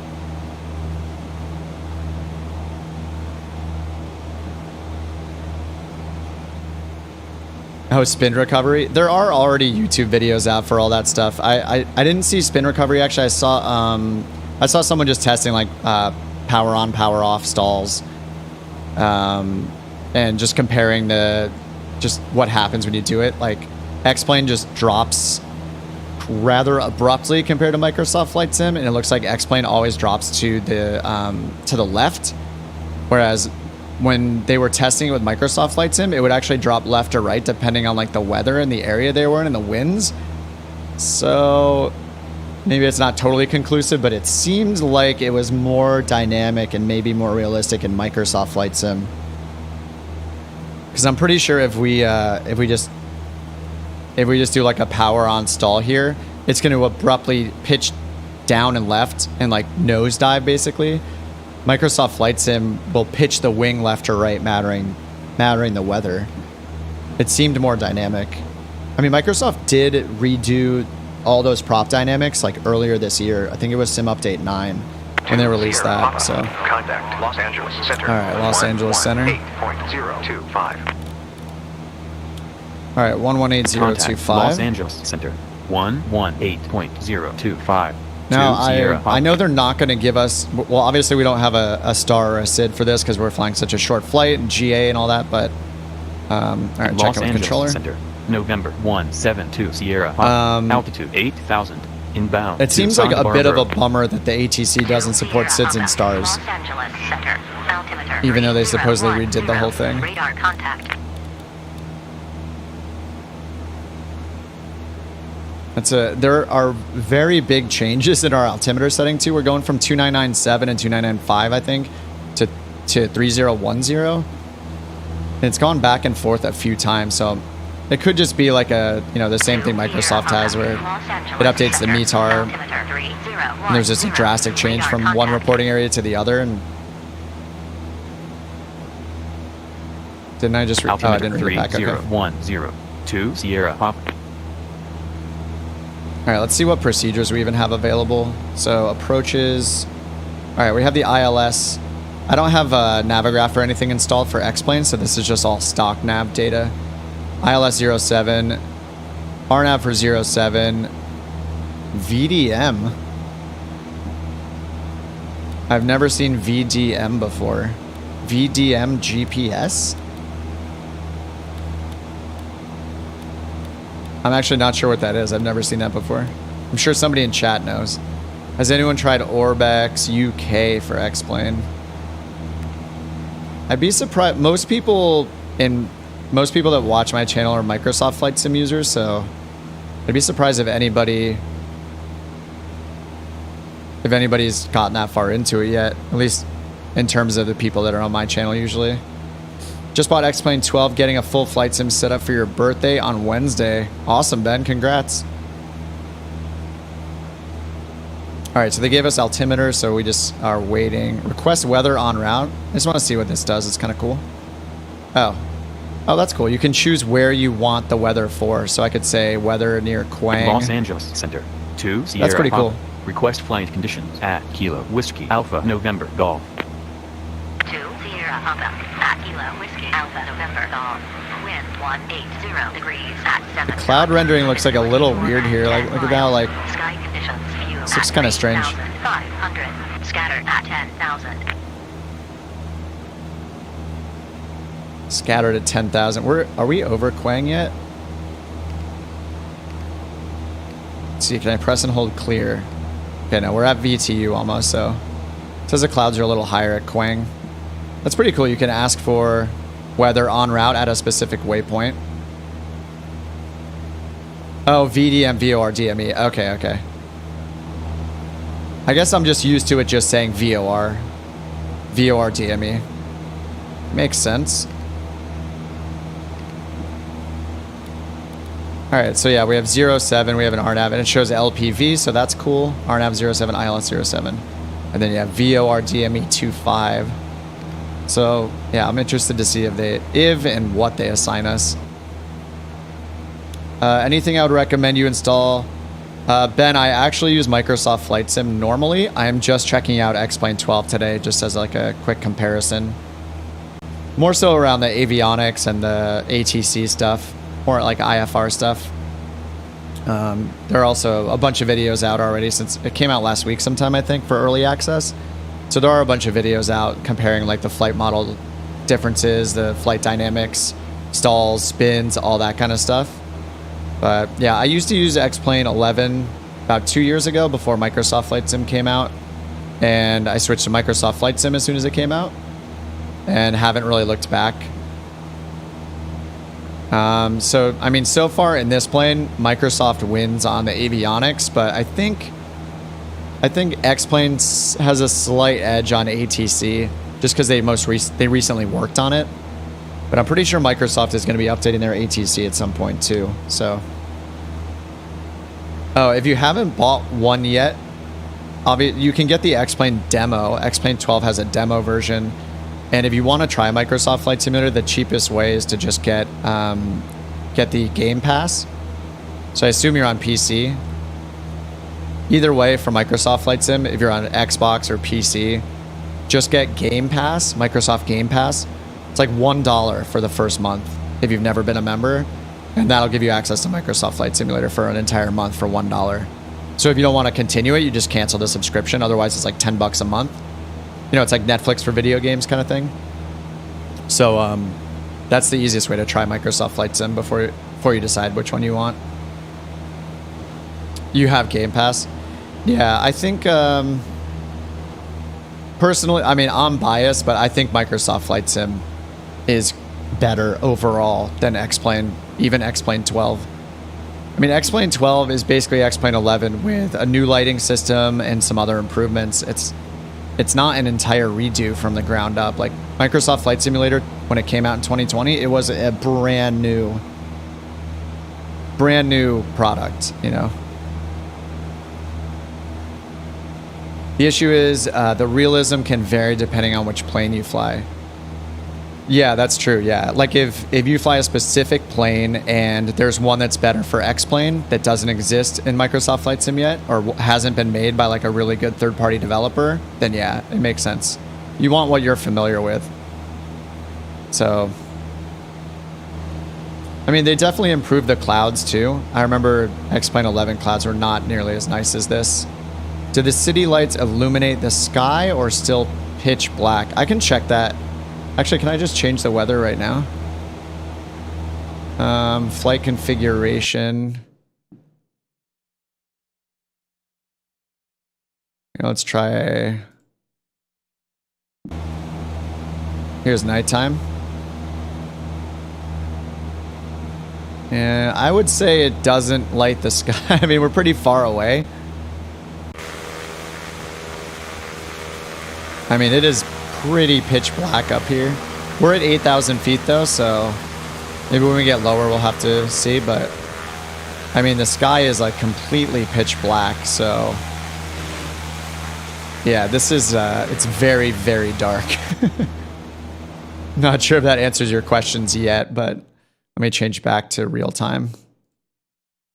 So I have real weather and real time turned on here.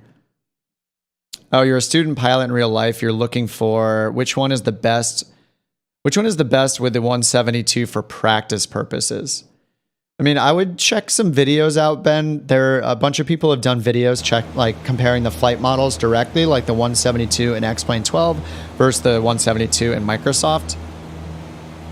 I'm pretty biased for Microsoft Flight Sim. But I would just watch those videos and decide. Oh, thanks, Ian. Thanks for the 5 pounds there. Funding my next coffee. Appreciate that. So much for the new lighting system. I do think there is a new lighting system, but maybe it's, maybe the night lighting wasn't part of the system. I don't know. I mean, I know the way there are reflections and stuff, like you can see like the reflections of pools of water on the ground and stuff. All of that is new as far as I know. So I think they definitely put work into it. I don't think they did nothing.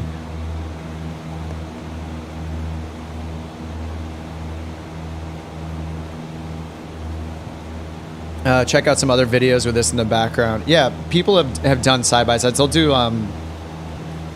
like the one I was talking about like 5 minutes ago. Somebody was doing one where they're testing, what the stall characteristics are of the same plane in both sims. They said that one of the people on YouTube I watched said that, yeah, they felt like X-Plane unrealistically like reacted to movements on the flight controls like too quickly, and it didn't feel realistic to them. All right, we're still at 8,000 feet. We're about to... Oh no, we're just passing VTU now, so we're over... we just passed the Ventura VOR, so we're going to Quang next. And I'm wondering when they're going to give us... our approach, if any.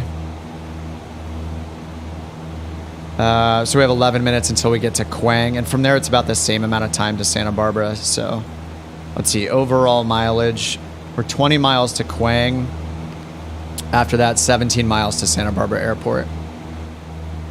So mainly I'm waiting to see if we get a approach assigned to us by air traffic control or not. Just as a direct comparison with Microsoft Flight Sim. When you fly with, I know in-game ATC is not for everyone. Like, I know everybody's a huge fan of VATSIM, IVAO, those kind of services, Pilot Edge.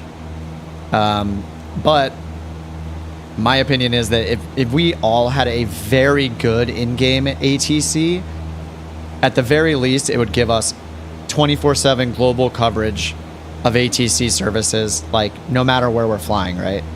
VATSIM can't realistically be up at every airport in the world 24/7. So, that's why I'm interested in improvements to the in-game ATC systems. And I'm pretty sure that Microsoft Flight Sim, I'm pretty sure they're going to be redoing ATC and making a lot of improvements to it. I could be wrong, but I'm pretty sure the working title team that they hired that did the new NXI work, and they're doing new work on the Garmin, the GNS 530, the GNS 430, the G3000. Like, they're showing a ton of progress in their Discord channel too. So it's just an exciting time in Microsoft Flight Simulator. Like the amount of updates Microsoft puts out in Microsoft Flight Simulator is insane. Like, we're literally getting, like, every couple months, Microsoft Flight Sim gets a world update where they redo scenery and buildings and landmarks in a particular area of the world. Like, we're going up on world update 11 soon, I think. They're doing Canada next, I think. So, like, when you could just compare that to X-Plane, it's pretty hard to compete, I think. Like, what major updates has X-Plane had until just now with X-Plane 12, since X-Plane 11? Are we getting free aircraft? Are we getting free scenery? Are we getting all new avionics built in that we're launching this week in Microsoft Flight Sim? With Sim Update 10, all the new NXI stuff is now stock. Like, it's insane how much work they put into it on the Microsoft side. So I think it really does come down to if it has the plane you want. I think that's like the only reason you would pick X-Plane. I'm very biased. I'm very into Microsoft Flight Simulator. I've been watching it grow the last 2 years, and I agree, Ian. Yeah, ATC needs to be improved in both sims. But supposedly this is the improved X-Plane 12 ATC. So, but if it doesn't support SIDS and stars, then what kind of overhaul was it? Like, I know that's a massive amount of work, sure, but if I was gonna say, like, there's a brand new ATC system, like, my expectation as a customer is, it's going to support major things like departures, arrivals. And I don't think it does. You can't put them in your flight plan. It says no SIDS or stars allowed.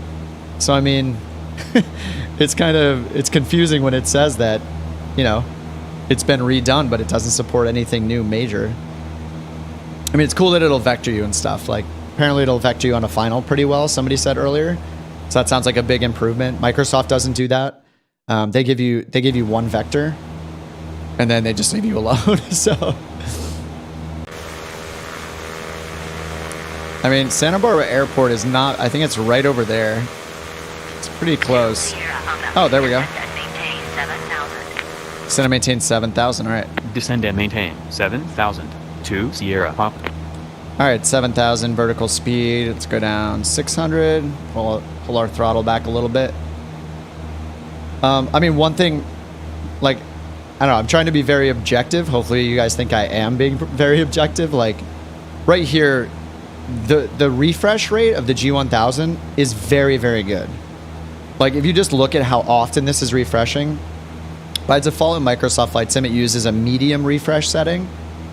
You have to go and put it to the high setting to get this, and it does hurt your frames quite a bit in Microsoft Flight Sim, which is why it defaults to medium refresh. But in X-Plane, you know, this is one of the trade-offs, right? Like, maybe you don't have the best scenery in the world for VFR, but the avionics refresh at a really good rate. Turn right, heading 300. Vectors for the visual runway 15 left. Descend and maintain 5,000. All right, descend and maintain 5,000, and they're having us switch to heading mode. Turn right, heading 300. Turn right, heading 300. All right, heading bug sync, heading mode. 15 left. Descend and maintain 5,000 to 300, Sierra Papa. 5,000 up here in selected altitude. All right, and visual runway 15 left. All right, so 15 left is a south-facing runway. I've actually landed on that runway in real life. Same runway. All right, just watch our speed here. So far, these instructions right now are way better than Microsoft Flight Sim ATC, 100%. And I'm expecting, because someone in chat said this is, it does vector you well onto final. So yeah, so far this is great.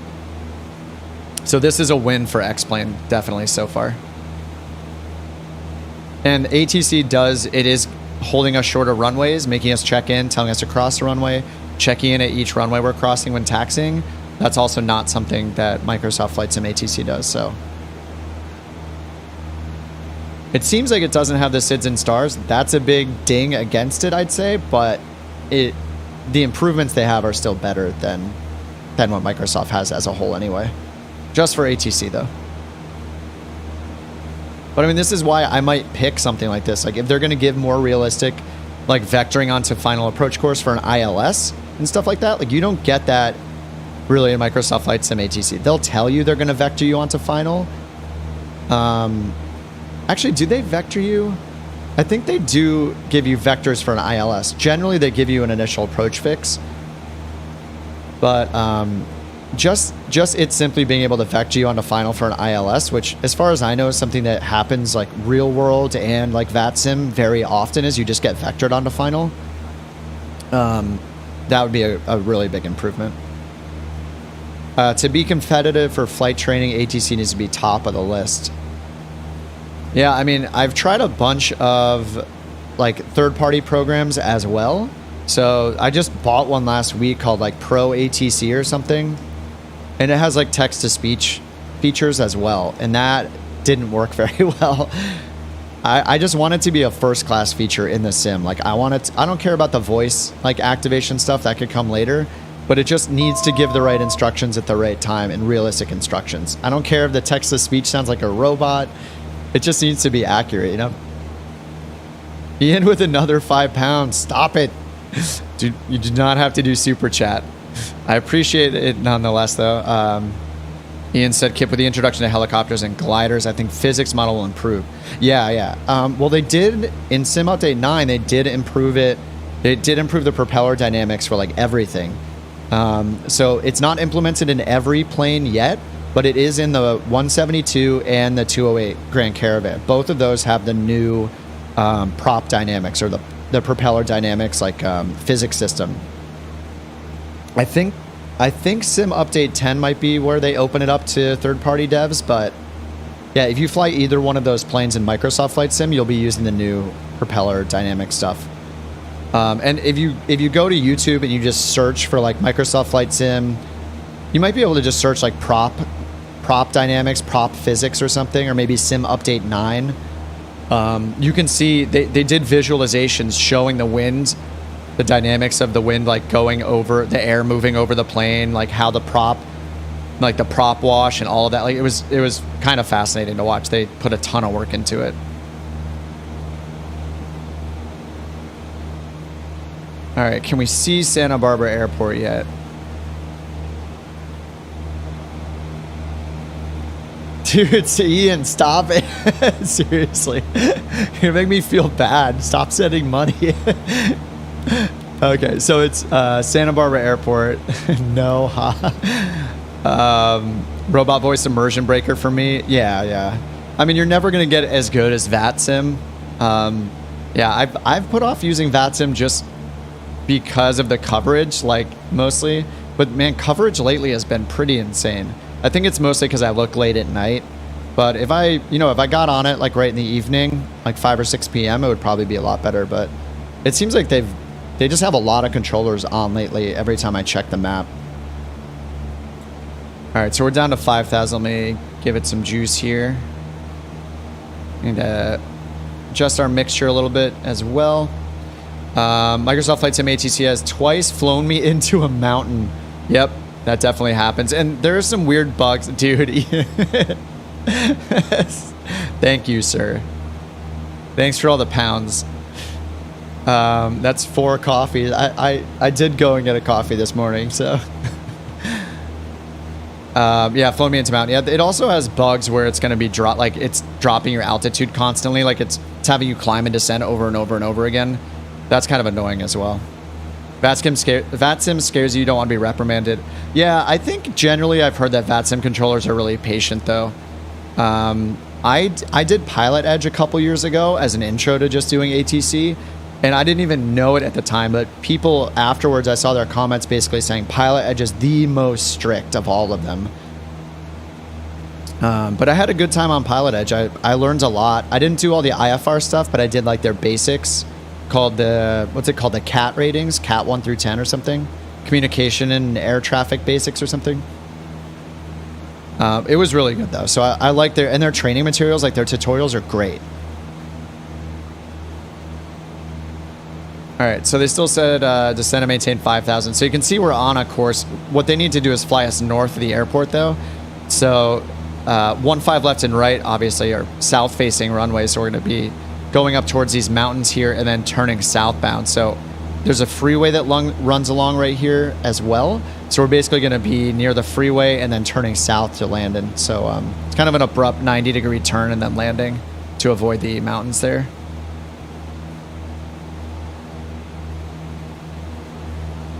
So I think the airport's right there. So yeah, we're going to fly this direction and kind of turn to the left and then flying down this way. Airport's right down here somewhere. It's a little hazy. VATSIM, I think it's all volunteers. Yeah, I think at the high end that I don't know where do they take donations or something, but they do need OA to run their servers and, all of that stuff. VATSIM coverage is good in Europe. Yeah, it's pretty cool. I haven't used VATSIM yet, so I don't know. At some point, I'm going to use VATSIM on stream, and I can show you how scary it is. I know that there's a lot of people that stream, especially on Twitch, stream Flight Sim and X-Plane and use VATSIM exclusively. They just use it every time. They're just really comfortable with it. Turn down Microsoft Flight Sim graphics to match X-Plane. Yeah, then turn up the refresh. Yeah, for sure. Yeah, I mean, you can, in my opinion, Microsoft Flight Sim, the most important graphics settings to have up are really the clouds. Thanks again, Ian. Ian, you're crazy.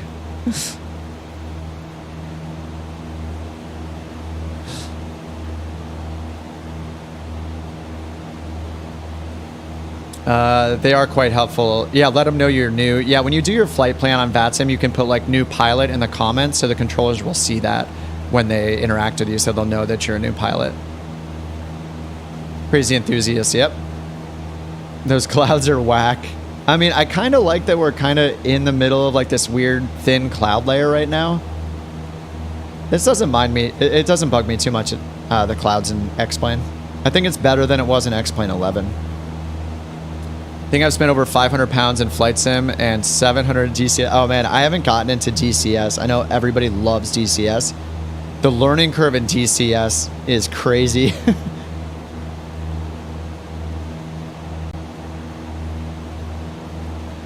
Did I put love into the filters for spammers? I did have... Oh, did something get deleted? We were getting hit with all these like 18 plus bots, let's call them, that were spamming links in the channel. So I had to put a night bot in here to... It's if you use like a lot of emotes or something, it'll delete the message. And then YouTube has its own strict thing. I was just getting hit with a ton of spam for several streams, so it was getting really annoying.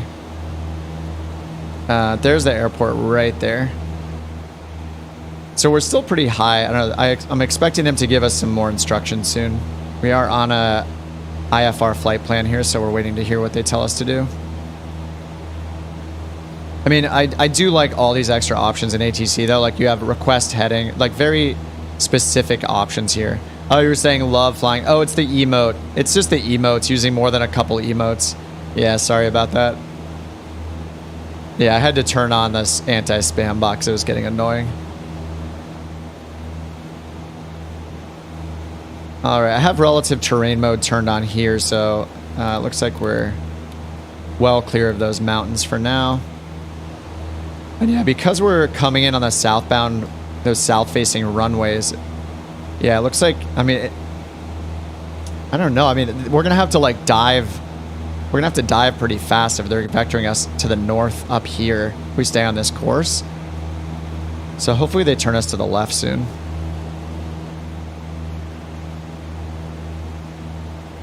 Vectors for visual runway 15 left. So that's the last we had here. We can request altitude change. Yeah, I like the request weather en route. That's pretty cool. Some of these things seem like they'd be really nice if you're using VR as well. You know, if you don't want to deal with looking up ATIS. Actually, you can't even do it in the...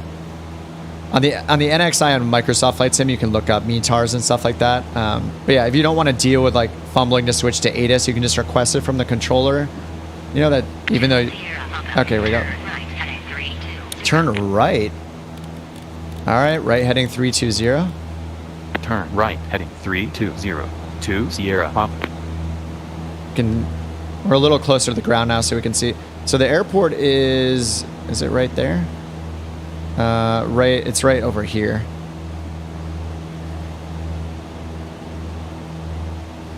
See where they're taking us here. They're like taking us over the mountains for this south-facing runway. This is going to be interesting. I mean, they're giving us vectors, so this is, yeah, again, this is just better than what Microsoft Flight Sim does. You can keep requesting vectors. Like the way to do it in Microsoft Flight Sim, you have to keep hitting a button that says request vectors to next waypoint, but you're the one that has to initiate it every time. These the drastic tree line change here is pretty funny, but yeah, they didn't. I don't think they did much with like the scenery and stuff.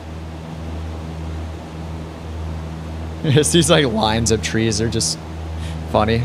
With the different tree add-ons on Microsoft Flight Simulator 2, it's not really competition. Put all the hearts there just to tell what I wrote. Feelings are overrated. I want you guys to write the messages that you want to be able to write. The other option I have is like I could kill the moderation bot and then turn on I could turn on subscriber only mode, but I don't like that either. I don't want to force people to subscribe to the channel to chat. It just feels wrong. But that's one of the better ways to combat bot spam when it happens. Trying to fly an X-plane with a mouse yoke. Yeah, Ben. Flying with a mouse and keyboard only is challenging no matter what sim you're playing. If you have a console controller, you feel sorry about X-plane. How can it compete with Microsoft? I mean, X-plane is still going to have a dedicated group of fans and customers, right? Like, I mean, people, you know, there are a lot of mods out for Microsoft Flight Sim now, and there are also infinitely more mods for X-plane because it's been out so much longer.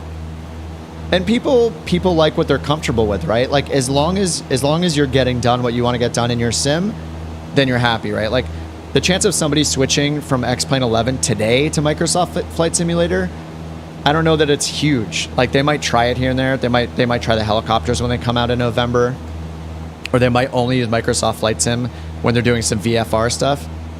But yeah, I think basically up until like this year, the comparison was always, if you want to do IFR, do it in X-Plane. If you want to do VFR, do it in Microsoft Flight Sim.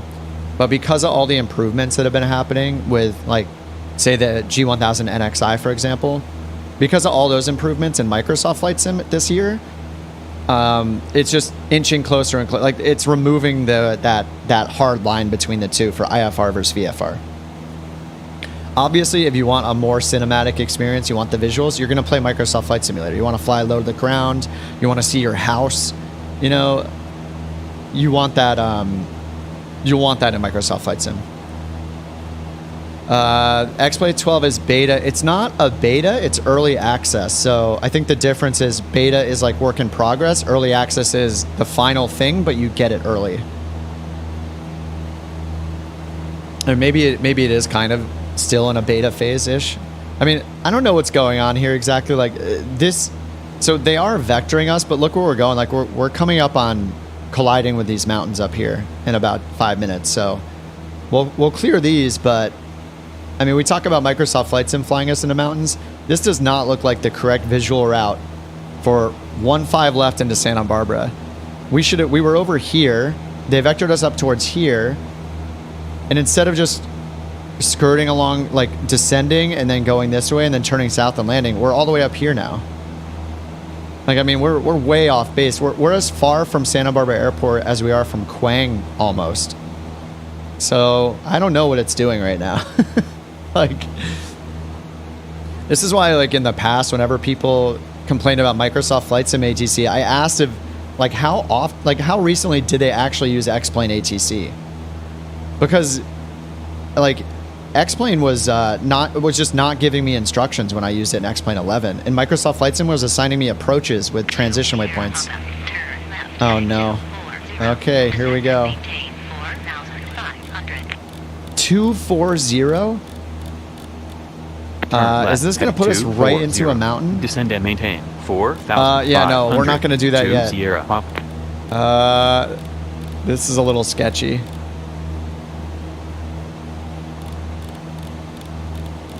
$240. I mean, we have relative terrain mode on. We're not going to hit this. We're between 500 and 1,000 feet over it. But okay.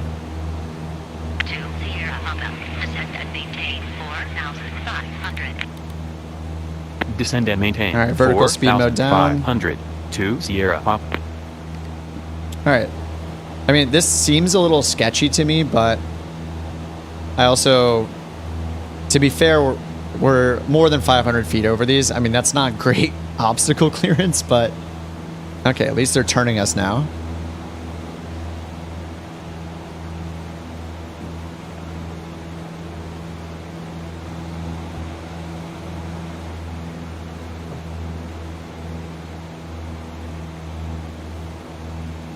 All right, we're out of that little thin cloud layer.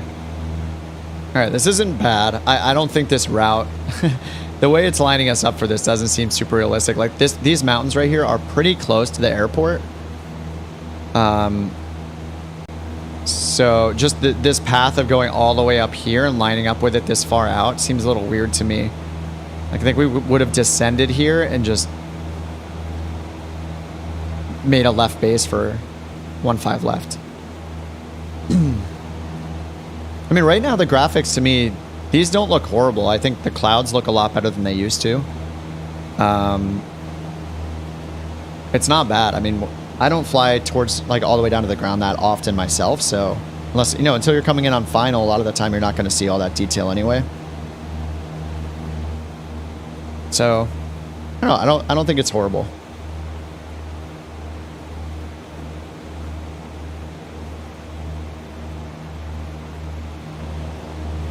More realistic if we were in an airliner. Oh, for the flight path we're taking? For this route we're taking? I'm thinking airliner. I'm trying to remember it. Santa Barbara. So they have 15 left and right. And then they have 25 and 07, I guess, is the one that's east to west. I think 25 and 07 are much longer runways. Should be able to look that up, right? Let's see, can we get to the waypoint information by hitting enter? Nope, we can't. This G1000 is just so outdated at this point. I should be able to hit enter right now and get to the waypoint screen as a shortcut, but that's not happening. Waypoint. Okay, it's got it in here at least. Yeah, 7 and 25 are is a 6,000 foot runway. 15 or 15 left and right are 4,100 feet. So I think they mostly use 7 and 25, but yeah, only 4,000 feet. So on the runways we're going to. 2 Sierra Papa, turn left heading 180, descend and maintain 3,500. 180, 3,500. Turn left heading 180. Descend and maintain 3,500. 2 Sierra Papa. All right. Let's get Los a new Angeles altimeter Center. setting here. 2 Sierra Papa. Request It altimeter. hasn't been updated for a bit, so I'm a little skeptical. All right, we're good. Altimeter 3010. All right, this is looking a little better.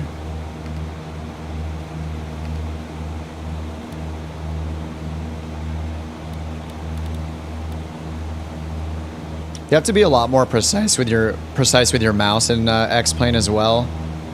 In Microsoft, I'm used to just being able to point at this.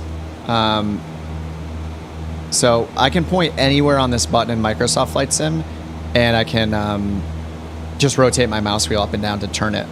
And if I want to press it, I don't have to find this little tiny space in the middle that's the push button. I just left and then right click at the same time. Hold left and right click and it pushes it. So you don't have to be as precise with the, and that wasn't always the way in Microsoft Flight Sim. The original controls worked this way with Microsoft, where you had to find the right little icon before you clicked to interact with the knobs and everything. But and that flickering right there is a little distracting. Yeah, look at that. Is that happening external too? Yeah, that is some weird graphic flickering stuff happening there. Yeah, Microsoft, I think it was last year they introduced their new like control schema before it went out on Xbox. Obviously they needed a way for Xbox controllers to work with all the avionics, so they came up with a new method for using the dials and everything. And I actually prefer it. Like, it took a little getting used to, but it makes it a lot easier to interact with things.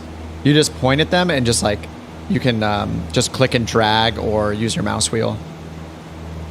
So in the case of the range knob, you would just like click and then you would move your mouse up, down, left, or right to push the range knob if you're panning or something like that.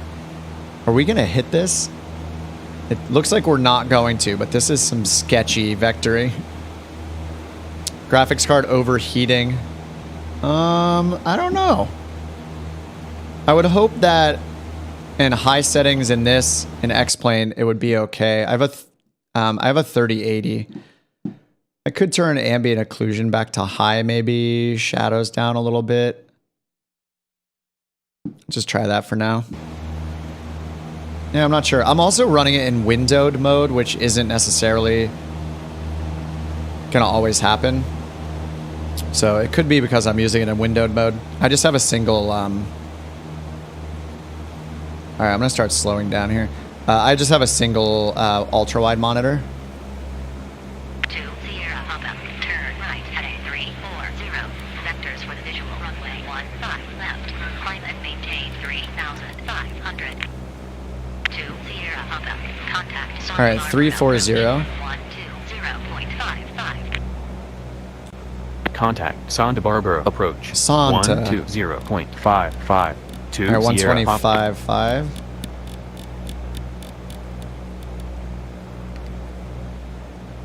Santa Barbara approach. Santa November Barbara. 172 Sierra Papa. Altitude 3,400. Climbing to 3,500. On heading 250. We are at 3,500, so altimeter probably changed. Yep, 2995. See that instant change? 9 or 5. Change this slowly. Turn right heading 080. Vectors for the visual runway 15. 080. 5,000. Sierra What? Papa. Contact Los Angeles Center. Oh, no. 118.025. Dude, come on. Climb and maintain 5,000. It's turning us around. And now it's switching us back to Los Angeles Center because we went back. Because it's having us go back. 2 Sierra Papa. Oh, no. Come on. See, X-Plane, this is why you shouldn't have said that you have a crazy new ATC system, because look at what it's doing. All right, we got to go back to LA Center. 118025. Click there, check in with Los controller. Angeles Center. November 172 Sierra Papa. Altitude 3,700. Climbing to 5,000. On This is heading just 070. 2 Sierra Papa. And here goes the altimeter again. Altimeter 301. This is Radar contact. this is why I generally don't believe people when they say that ATC is only horrible in Microsoft Flight Sim. It's the worst. Declare an emergency. All right, climb and maintain 5,000. Climb and maintain 5,000. 2 Sierra Papa. All right, we're doing that. Let's go to flight level change mode.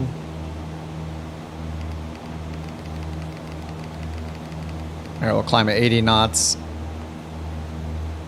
Yeah, this is the stuff that, you know.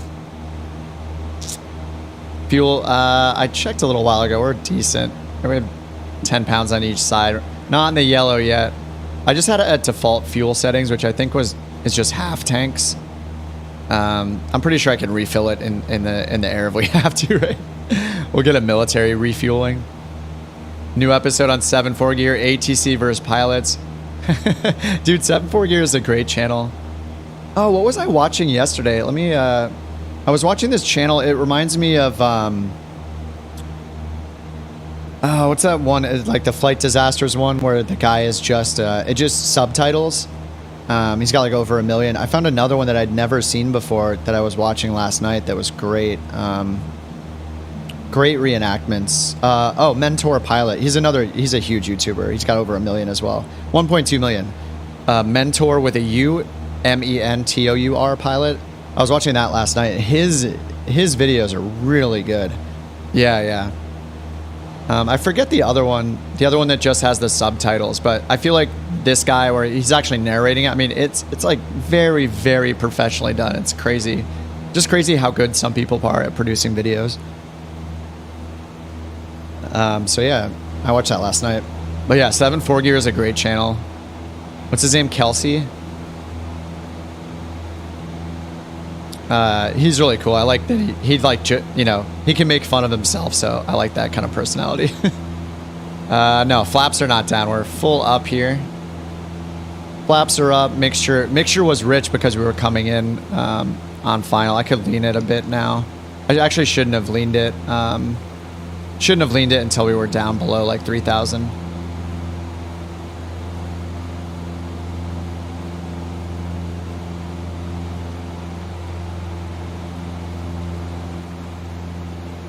Raise my landing gear. I would if I could, dude. What's up, Trip? Yeah, Kelsey. Oh, he has a second. Oh, Mentor has a second channel. Very cool. They had collabs too. Awesome.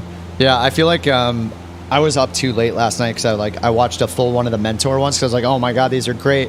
Then of course you have to watch another one, so I was like, yeah, I started another one and then I went to bed way too late. All right, well, I mean, they have us going nowhere now, so I mean, I don't know. So far for me, because of this, it's almost a wash with ATC now. I feel like neither one is great. I mean, they did give me the visual approach, so I don't know. I don't know what Microsoft Flight Sim would have done. It tends to give you an instrument approach instead of vectoring you most of the time, but at least I get to the airport without doing like circling the airport basically.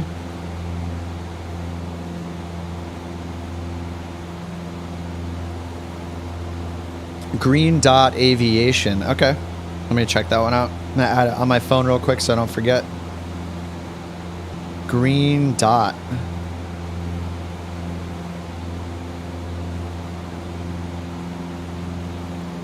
All right, sweet. I'll check that one out later too. Thanks, Big Mac. All right, here we go again. Let's go. You know, I'll give it like 10 more minutes to get us on the right track and stuff, but after that, I'm just gonna land the thing. Turn left, heading 330. Wait, why are we turning left? All right, left heading 330. So, once again, it's taking us into the mountains. This is where the airport is. Airport's here. They're having us land on 15 left, so it's going to be facing this direction-ish. Or sorry, more like this direction. Actually, I'm not sure how that magnetic variation lines up here, but anyway. Probably be more like straight up and down, but... And there's mountains here, so we really need to come in this way and then just turn south. Make a left base and then land. But they've just been vectoring us around in the mountains north of the airport this entire time. Yeah, maybe we'll be on the Mentor channel after this, on Mentor's channel.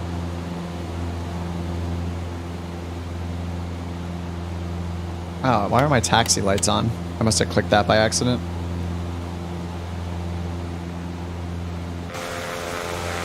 I mean, thankfully with no live traffic and no multiplayer traffic, we just have this to ourselves. Just have the whole world to ourselves, so... Yeah, I don't know what's going on here. Yeah, ATC does know because I put in a flight plan here. So they did get us. We went from Long Beach to Santa Barbara, so and I put in my on-route altitude. So they had us climb to 8,000.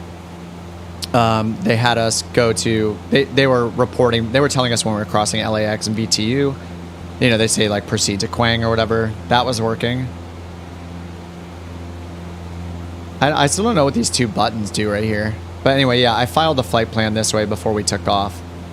And to summarize the experience with the ATC so far, the clearance delivery did not give us a departure frequency, nor did they give us a squawk code, which is awkward. But on the plus side, they did give us real-world accurate taxiway instructions, and the taxiway signs were all correct. And the intersections for the taxiways were all correct. They told us to go to a different runway than the one they taxied us to, though. It was a little confusing, but it did get us there. And it also had us hold short at each runway, and then it gave us explicit, like, you know, step-by-step permission to cross the runway. So that was a bonus. When we took off, though, we got to the approach controller eventually. Tower did not pass us off to our center controller. So that was a little weird. We had to do it ourselves. And then, yeah, we'll probably just go direct in a second here. Yeah, and then here it got us towards the airport. It told us to descend. It told us it gave us vectors a few times. It looked like it was going to line us up with going to the airport and then making us turn to the south to land at the runway. But now it's just been putting us in the mountains north of the airport. So this is the second time it's vectoring us way north of the airport. So it's a little weird. Okay, so second attempt. We'll see how this goes. If this fails, we're just gonna do it ourselves. All right, so 240. Turn left. Descend and maintain 4,500, so 500-foot drop. 4,000. Vertical speed down. 2 Sierra Pop. 2 Sierra. Did it say 2 Sierra Pop? If it did, that's pretty awesome.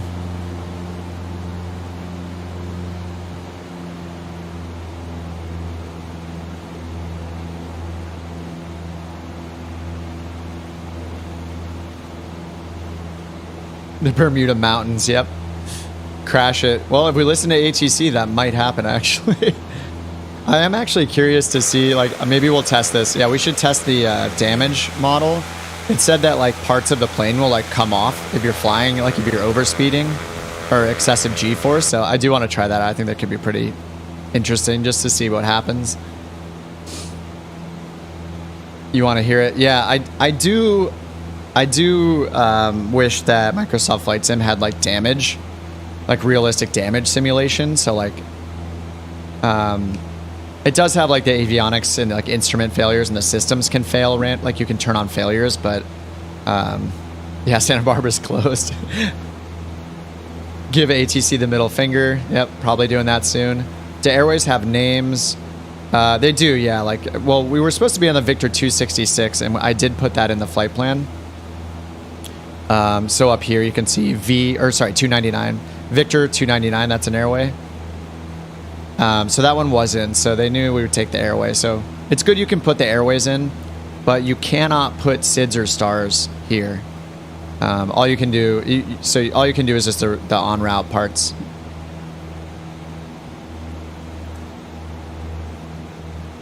Alex, have a little too much caffeine, dude? You okay? Do it now. For some reason, when you say that, I hear it in like Arnold Schwarzenegger voice. Do it now. Turn around and go home for a beer. That's another great option. X-Plane ground scenery looks like it's from 2004. Yep, probably because it is.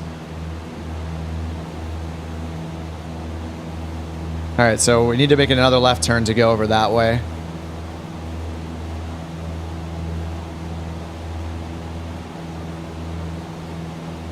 Good impression. It does seem like an Arnold thing. It was weird to me they gave us the transponder, like the squawk code, once we checked in with a center controller instead of before then. That weirded me out a little bit, but... I mean, the taxiway instructions were impressive. There were like 8 of them, and they were all accurate, so...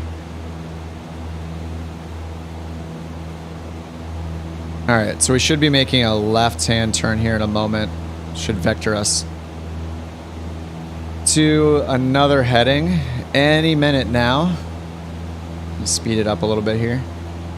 What kind of FPS with the low res ground textures? Actually, is there? I don't know if there's an FPS counter. I don't. VRAM profiler.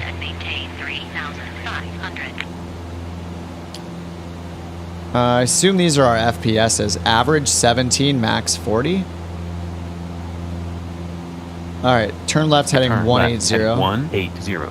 Descend and maintain 3,500 to Sierra Pop. All right, that's the same they gave last time, so vertical speed down. All right, within 1,000, of course. All right, turning left heading 180. Yes, we are doing that. I need to see if we can set hotkeys to read back transmission or something. How's that 4-hour flight? Yeah, we've been... I mean, I started the stream 2 hours ago. I probably spent the first hour taxiing, just chatting about nothing, and then taxiing. So, yeah, 2 hours. That's not too bad. I mean, we should have landed twice already for sure. I would say that the scenery is pretty, but I mean, you know, it is pretty dated still. Like, this stuff looks kind of funny. I mean, Microsoft isn't perfect either, but I think it... Obviously, in general, the visuals in Microsoft Flight Sim are in a different league.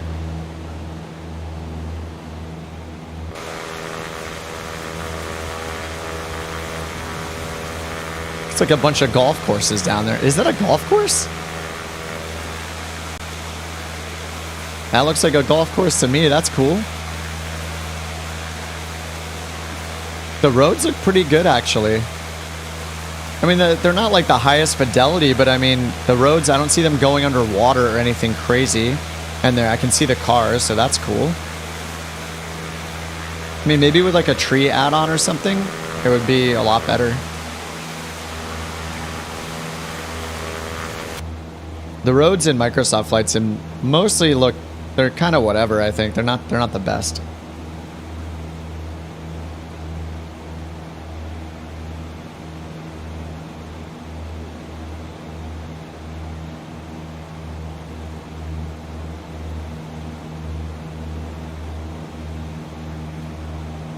All right, so Santa Barbara's right directly to our left here. It looks like, I think last time we were a little more to the east. Turn left, heading 010. Vectors for the visual runway. Why? Left, climb and maintain 3,500. Why are we going to 010? Turn left, heading 360. Oh no. For the visual runway 15 left, climb and maintain What, 360? 3,500. No, we're just not doing this. Nope. Nope. Turn left heading 360. Vectors for the visual runway 15 left. Climb and maintain 3,500. No, we're just not. We're not going to do Sierra it. Papa. To Sierra Papa. Contact Santa Barbara approach 120.55. Contact Santa Barbara approach. Santa Barbara. 120.55 to Sierra Papa. Like, this is not the way we would come in. Santa Barbara approach. No, we would contact the tower at this point. Santa Barbara approach. November 172 Sierra Papa. Altitude 2,900. There's 15 left right climbing there. to 3,500. On heading 140. 2 Sierra Papa. Santa Barbara approach. Santa Barbara altimeter 29095. Radar contact. 2 Oh, Sierra man. Papa. Turn right heading 3. Why would I turn right? Vectors for the visual runway 15 left. Vectors for Climb and visual- maintain 3,500. Why would I turn to 330 for 15 left when it's right in front of me? Vectors for the This is visual runway crazy. 15 left. Climb and maintain 5,000. These vectors are really bad. 2 Sierra Papa. Santa Barbara approach. Santa Barbara altimeter 29095. Radar contact. This is improved. Unfortunately, yes. Same 2 text-to-speech Sierra being Papa. used for Climb and pull-up. maintain 5,000. Why would I climb and maintain 5,000 when I'm on final? Like, all they had to do was just vector me to this runway. This is 15 left. Santa Barbara altimeter 29095. Radar contact. I know slipping isn't a super useful thing in a Cessna compared to a low wing, or a 172 compared to a low wing, but we're gonna do it anyway, just to get down. I have a number for you to call. And we're just have to drop like a rock. Like, we wouldn't approach this way. We would be way lower. We would go towards the mountains and we would just make a left base for 15 left. This is just not a... 2 Sierra And we're Papa. landing Climb and really maintain fast too, so 5,000. I'm just gonna bring it down so we can end this this insanity with ATC. I'm just slipping all the way down. 2 Sierra Papa. Santa Barbara approach. Santa Barbara altimeter 29095. Radar contact. 2 Sierra Papa. Climb now to 500 to clear terrain. Climb now to clear terrain. I don't want to brake too hard. We're gonna hit our prop on the runway here. Oh man, that was just horrible. That was really bad. This ATC is not good. It's not good. How'd the landing feel? I don't feel like there was, at least on this, I think I didn't even get the winds actually. They didn't tell me the winds or anything because they didn't know we were coming to land, but just on final right there, like coming down and flaring and that stuff, I didn't feel like I was getting pushed around much. I feel like there wasn't much happening with the wind or anything or ground effect, or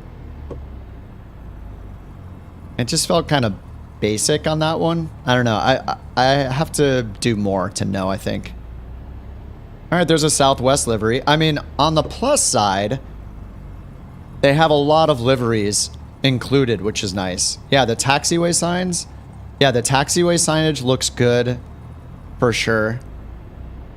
Having all the liveries included is great. I have it completely stock. I've violated ATC's instructions. Having liveries in by default is pretty amazing. So it's cool they have, like, I didn't install anything. This is just a fresh install, no mods, no anything. The painted lines are clean. Yeah, the taxiway signs look good. Yeah, these look great. This is something you have to pay like $50 for right now for Microsoft Flight Sim.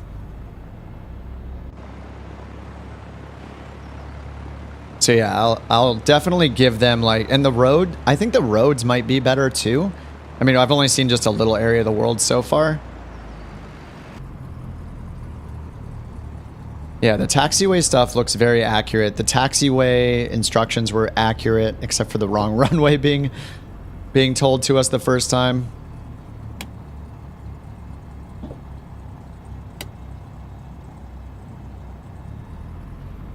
We're like, you see our nose like bumping up and down a little here and there while we're on the taxiways. It's like as we go from section to section on the taxiway, the ground, we're like, it's like pitching us up and down slightly. I mean, it's not going to be perfectly flat, I guess. I mean, I don't know. Shouldn't it be perfectly flat?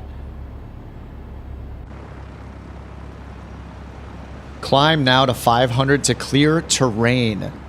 Clear what terrain? It's flat. We're landing on the runway.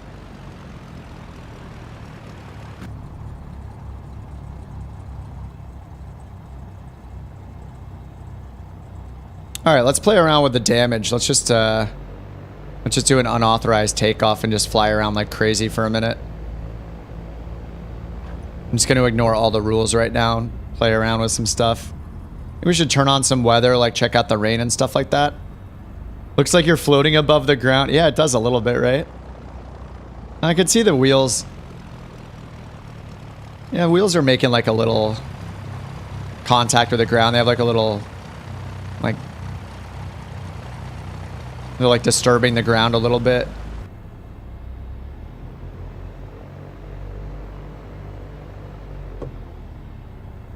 All right, we're gonna have more runway this direction. Just take off and fly around the clouds. I want to mess with the weather and check out the weather presets and stuff like that. Just because this is too nice of an area, or maybe maybe we'll go somewhere else. Try to go somewhere with a bit more scenery to look at. All right, our flaps are all the way up.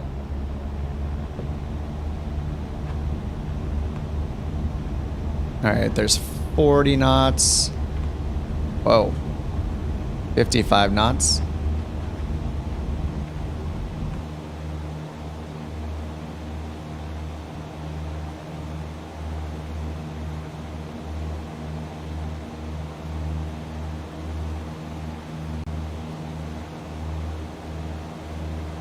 All right, we can fly. I think I just want to fly low to the ground for a bit too, and we can check out some of like the, just see some of the scenery more close up. I mean, to me, the cars look good. Like the way these cars are and their trucks, those two cars just ran into each other, but that's fine.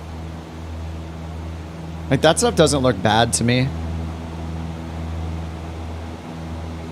The houses and stuff aren't too bad either. I mean, as long as, like, some of the Microsoft photogrammetry stuff looks really weird. Look, we got power lines by default, which is cool. There are add-ons for power lines in Microsoft Flight Sim that I installed recently. But there's power lines. This is just completely stock.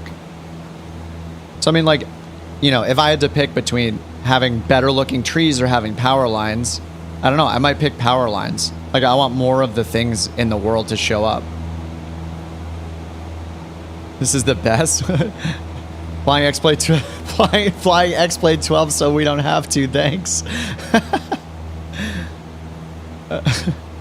In Flight Sim, the car drivers are all drunk. In X-Plane, ATC is. Seems pretty accurate, yeah. Oh, I didn't realize what this was at the top. It's showing my current camera view is out the left side of the plane. Whoa, there's a police car right there with the sirens on. That's cool. That's pretty awesome, actually. See, stuff like that, like, I like stuff like that more than I like graphic improvements. Like, there's just a cop car with its sirens on going down the freeway. Like, that's pretty cool.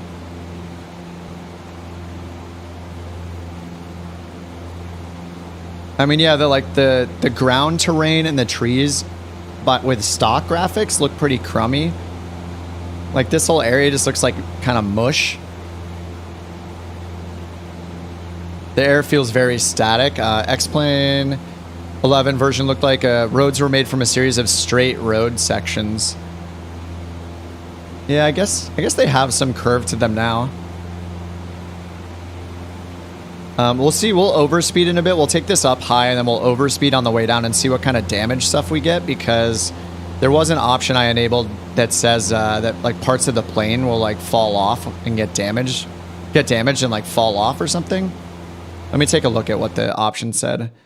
Yeah, right here. Remove flying surfaces when overspeed. So I don't know if that means like we'll lose a wing or something. Thanks, Chris. Partial refund.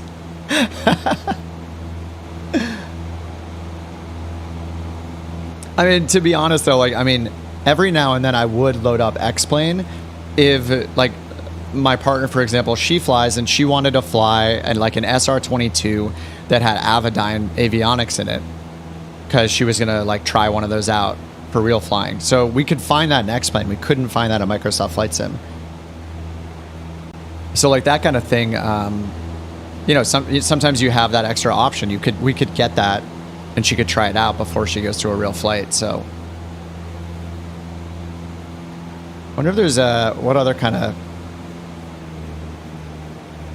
of unique vehicles do we get on the road?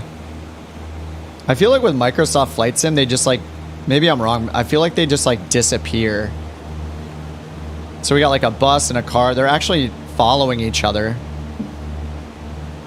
X-Plane still creating bridges. Yeah, it looked like there was one right there. I don't think there are any bridges along this area.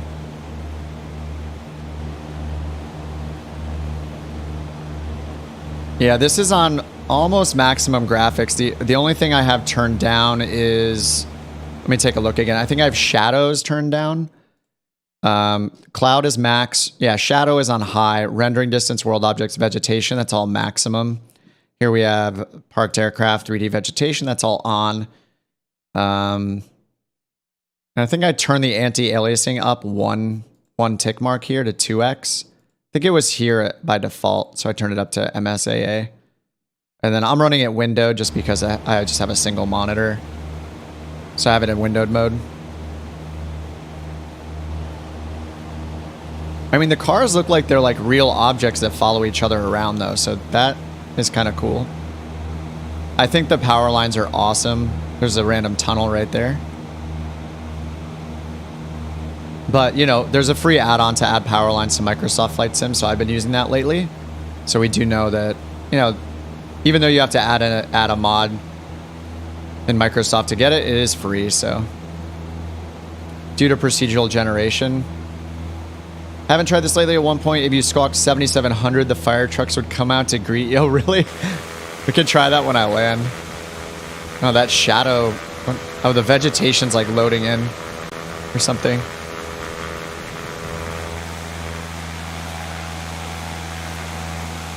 It's weird how it's loading in so close to the plane, though. I was gonna fly out to see this, like, I think this oil, whatever you call these. Like this oil rig out here. Just want to see what other kind of what other kind of, like, VFR scenery there is. I got use Leslie Nielsen ATC option. Does that actually exist? That would be so cool if that actually existed. Now, the water looks like glass here. I mean, maybe the winds are that I don't know. It looks a little too flat to me. Shirley, you can't. Don't call me Shirley. I have a drinking problem. And I haven't seen that movie in so long. Just want to go see the detail over here real quick. And then let's take this thing really high up and let's see what it does when we... I know other people on YouTube have done stall tests and all that stuff, so I'm not sure how interested you guys are in that, but we could at least try to see the damage.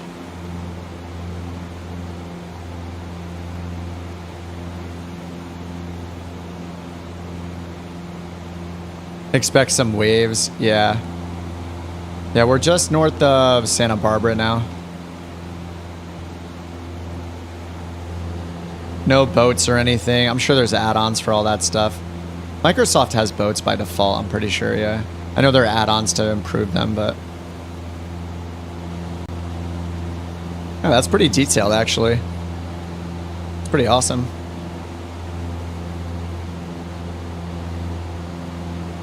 Man, that's more detailed than most things in the sim. Shadow's kind of funny right there, though. I guess that's on the ocean floor. Doesn't seem very deep out there.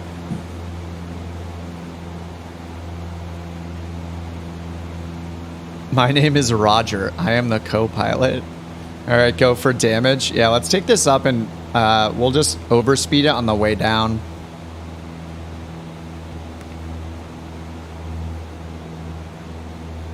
All right, I'll turn autopilot on. Let's just climb up to like 7,000 feet or something. Flight level change mode. Yo, it's like trying to stall me. Flight level change mode 85 right now. All right, there we go. I had to like push the stick forward to stop it.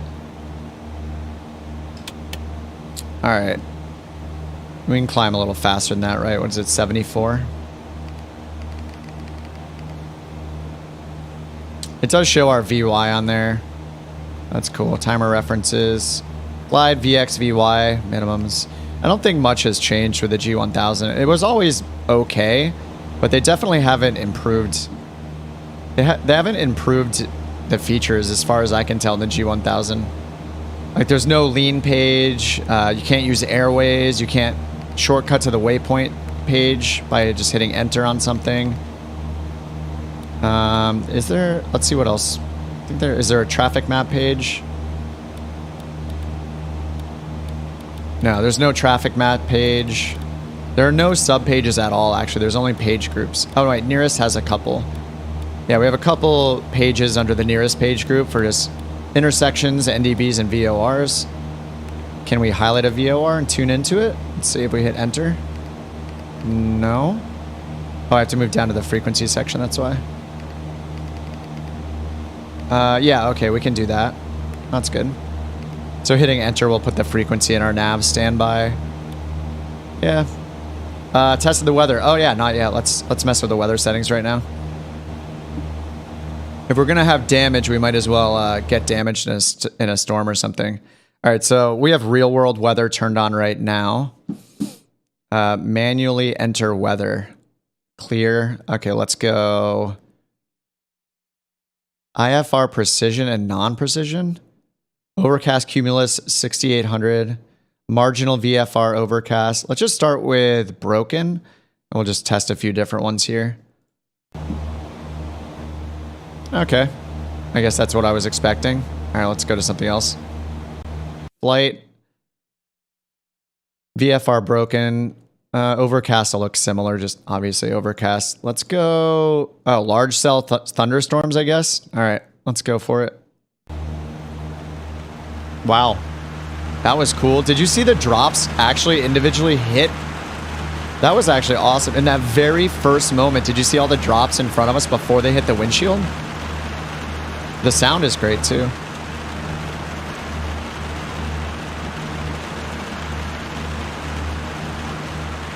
I know that the like rain effect and the weather system was part of the big stuff they updated, so.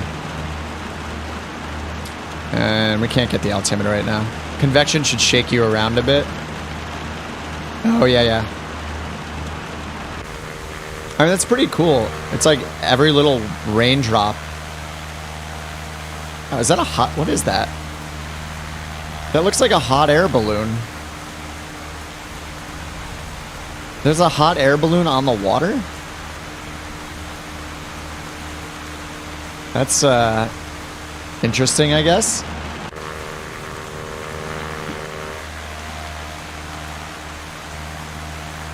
I'm just chilling down there. Oh, the lightning effect looks pretty cool. Nice. Yeah, the lightning looks cool.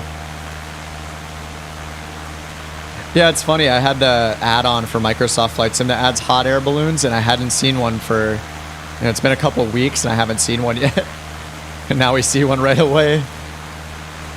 And he's just skimming the water in thunderstorms. I did pick the I picked the dirty Skyhawk, so it was already kind of dirty. I mean, the rain effect is cool. It looks good.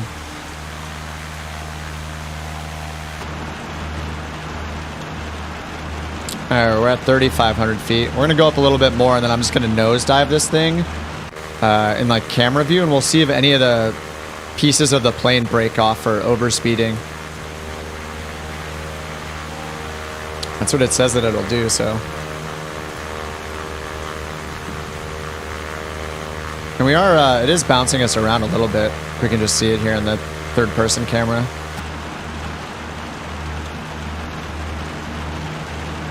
And there's the Nextrat. Nextrat looks better in this than it does in Microsoft Flight Sim. Microsoft Flight Sim, it's all like blocky and pixelated instead of like smooth like this, so that's nice. I'd say this is better.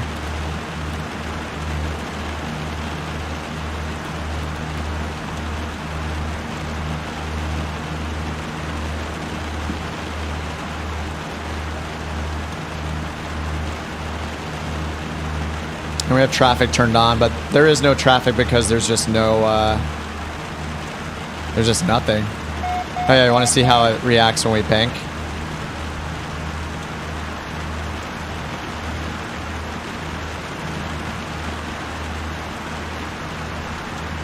It doesn't seem like it's affecting it really.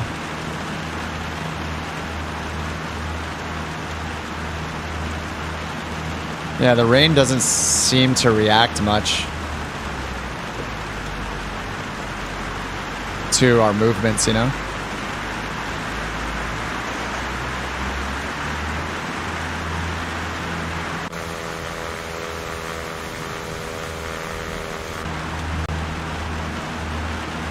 Looks pretty cool though. I mean, I think the weather looks pretty good. Like the lightning looks cool.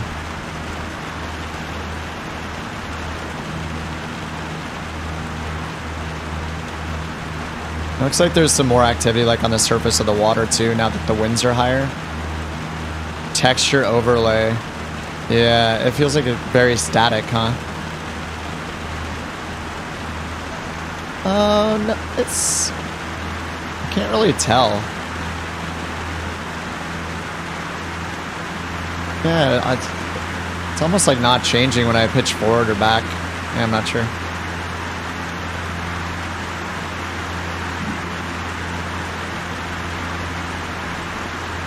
All right, let's just continue this climb here.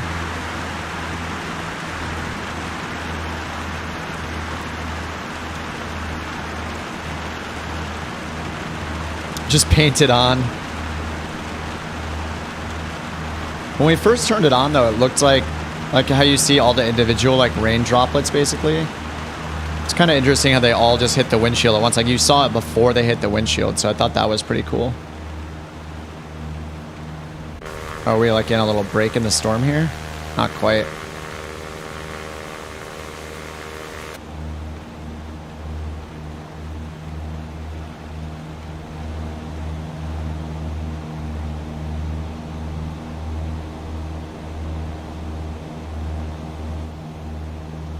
That's cool, we just got out of the rain.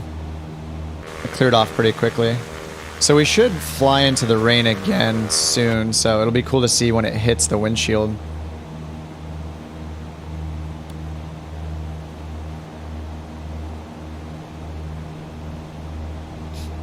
Streaks on the side look like they go solid.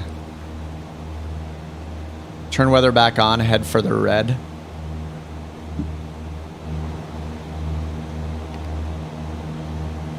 Some of this is terrain though. Yeah, we have red down here.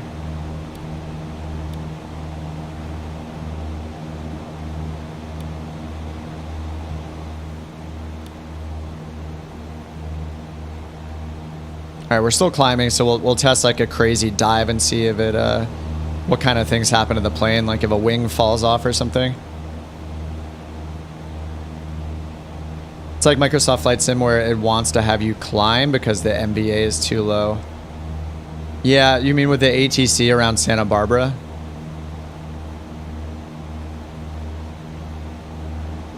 Yeah, that's probably it. But yeah, what's weird there is the just the mountains are right there, so they need, I don't know. They should have just given us told us like a traffic pattern. I mean, I guess they can't. We're IFR, right? They gave us a visual approach. The mountains are just so close right there that yeah, it must have got confused. Once we got to 3,500, it basically wouldn't descend us any further. Lighting effects at night. Okay, yeah, let's change to nighttime while we fly over towards this. Let's go for like dusk for, whoa. Oh my God. Dude, there's just nothing. Oh, that's kind of cool though. I mean, whoa, what is going on? There's just like a big black square in front of us. What is that? Okay, weird. That was cool. Oh, it's really cool when lightning is over the terrain over here though. I don't know what that big black like square is. When the lightning strikes on the ground over there, it lights up the whole area around it, which looks pretty awesome. If you could see it without that black square in the way. Yeah, that is pretty cool looking. The black square is horrible, but I think the lightning lighting up the terrain is kind of cool. Yeah, like that's pretty awesome. Oh, shadow errors? I guess, yeah, it's kind of weird. Yeah, it's happening all over the place, it looks like. I thought I chose dusk too. Maybe let's go back a little bit in time. Get the golden hour. This is always what everybody looks at Microsoft Flight Sim, right? Is like golden hour lighting. And the reflection on the water is nice. Still looks fake. Doesn't illuminate the clouds. Yeah, I don't think it does. Yeah, it looks like it just... Yeah, it's just like going right towards right to the water.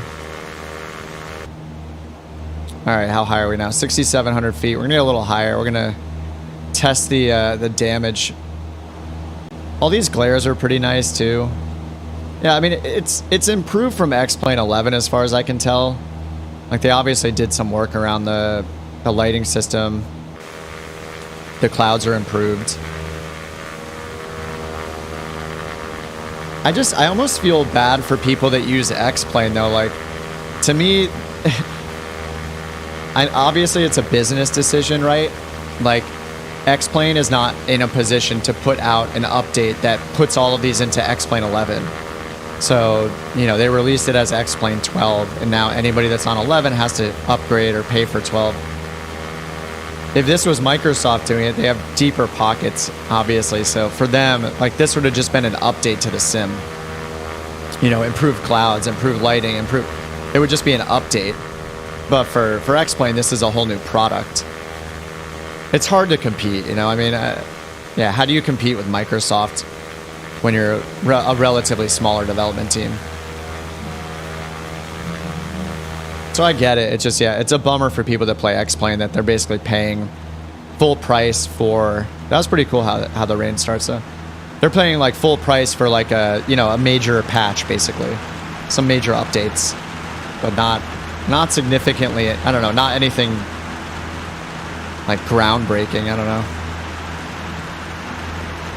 That's pretty cool. I mean, I think the rain effect is pretty cool.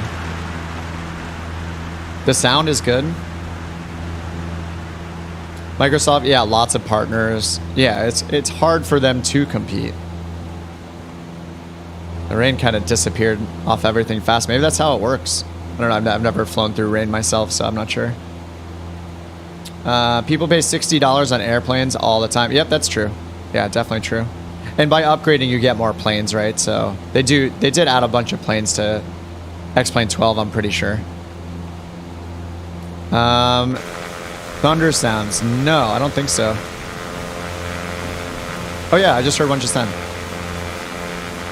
It's a little quiet probably because... Let me check my sound settings. I have exterior turned down, so I don't know if this includes environmental... Oh no, environmental's down here. So this should be covering the thunder. Let me turn the airplane exterior down even more. Maybe we can hear the rain better and the thunder. Yeah, there you go. There's thunder.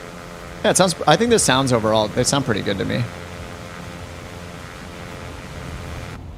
All right, I think it's time to destroy this plane. All right, so supposedly there's an overspeed. Let's just pitch it up and let it stall with the autopilot. And then we're just going to nosedive with this thing and see what kind of damage happens. Supposedly what it does is, like, I don't know, we'll see. Supposedly, like, parts of the plane can fall off or something.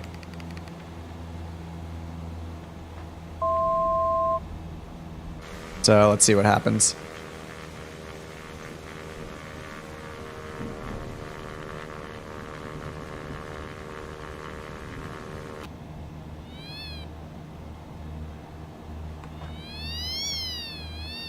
That stall horn is funny sounding.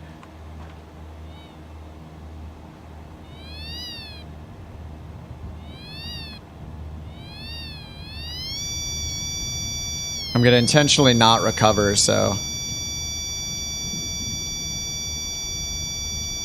Wow, it's kind of really hard to stall it. Okay, there we go. Alright, so let's see what happens to this plane.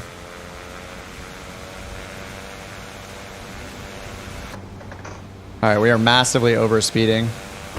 Oh, man. Oh, my God. Dude. All right, well, I guess the parts of the plane do fall off when you overspeed. Wow. Okay, that's pretty violent. Curious if it actually splashes down too. Is it just holding? Are we actually falling?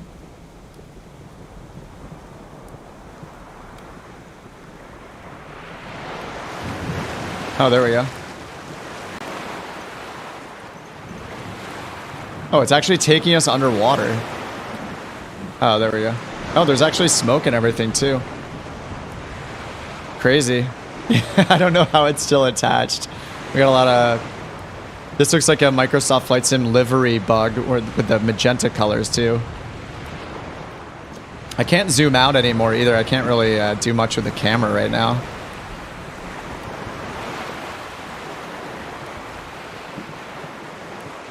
Yeah, it's like not letting me move the camera the way I want to.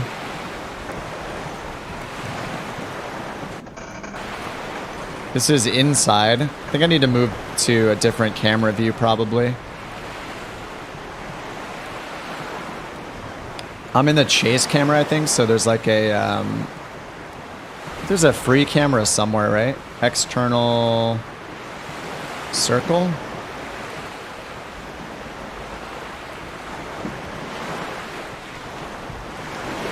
Oh, there's no drone camera? Oh, here we go. Wow, actually the water looks pretty awesome right now, honestly. Dude, the water looks great. It's a little weird in the distance over here, but up close it's not bad.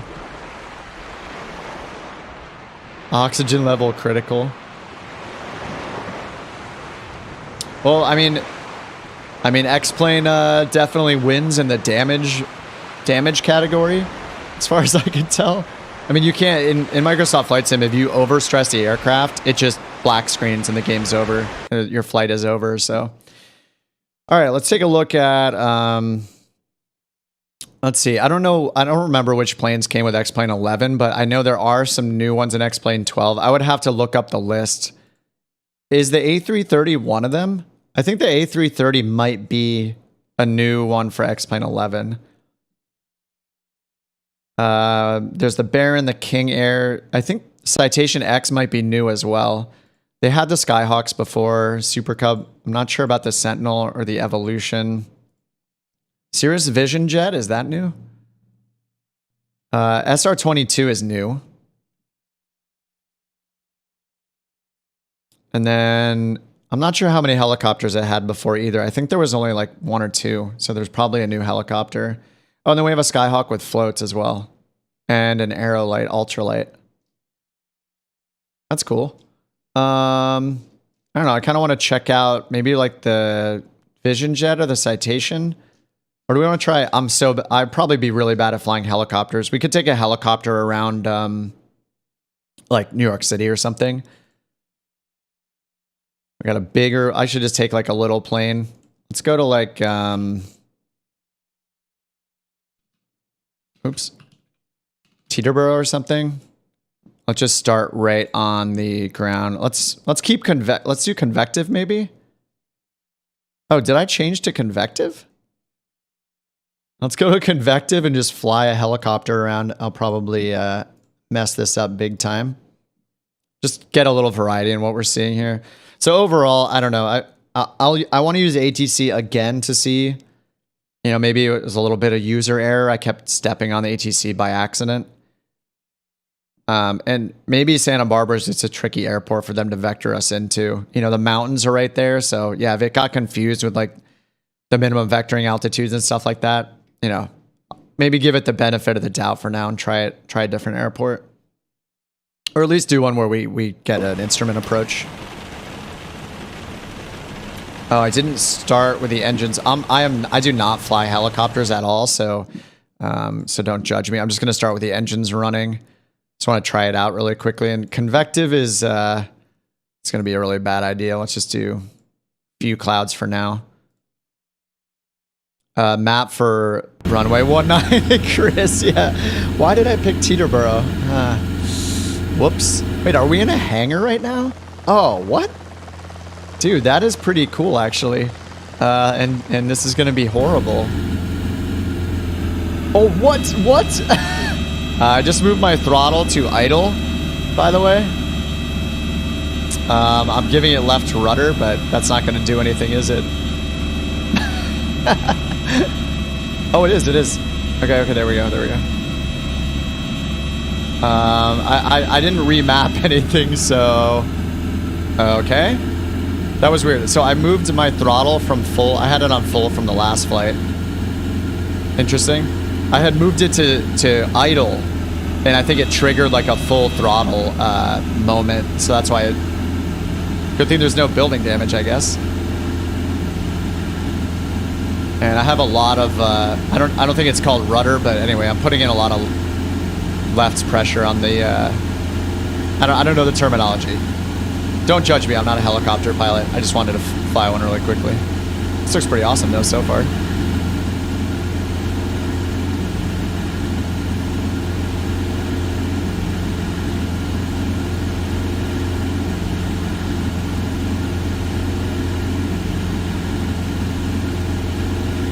I'm actually surprised it's working at all because I would assume that I need to rebind a lot of things.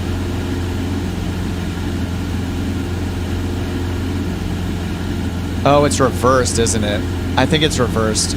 So I have reverse axis for the plane, but it looks like for this, the power is reversed. So pulling it down is giving me more power by lowering my throttle axis here.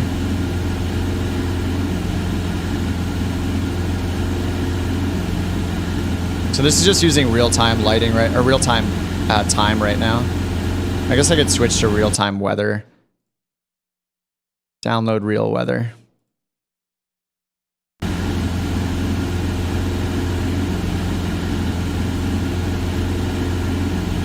Get to the chopper. Alright, let's see if I can pick up some speed here. I haven't flown a helicopter for a while in any sim, so it's gonna give me a wrist and a foot workout. I'm holding pretty hard left on my left rudder. You have to do a lot of inputs.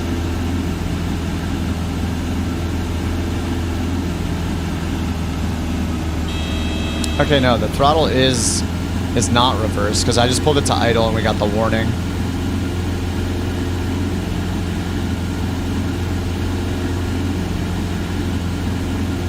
But as I push my throttle up, we start losing altitude.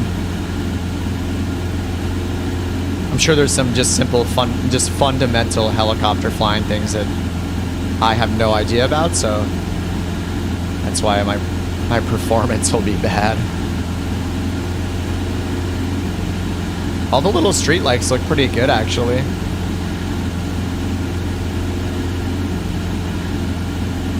For some reason, I'm getting flashbacks to like Beetlejuice right now.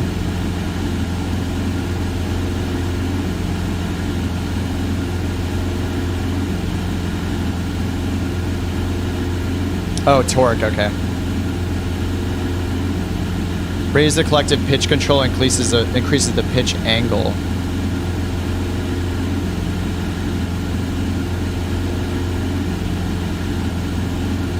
Yeah, I'm not sure that anything is actually functional right now except for my throttle for the 3 axes I have set up. You fly the choppers. Yeah, I just have my throttle, mixture, and prop axes, like on my Bravo throttle quadrant. So I'm not sure if they're mapped correctly for like helicopter use.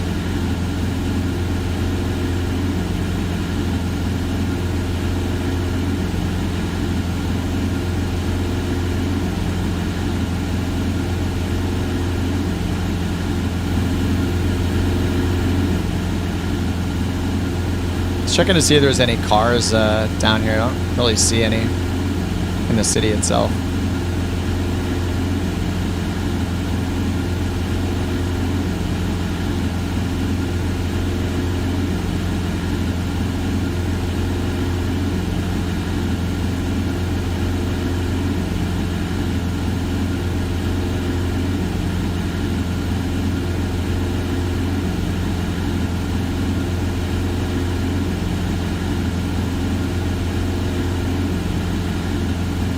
Oh, the torque's the pedals. Cyclic is joystick.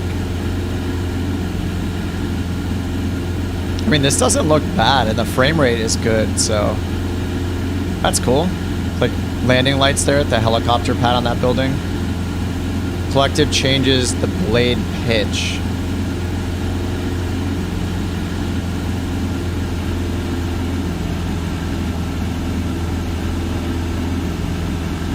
There's a clock right there. It's the wrong time though. It's 7:37 East Coast time. That's at 6:37.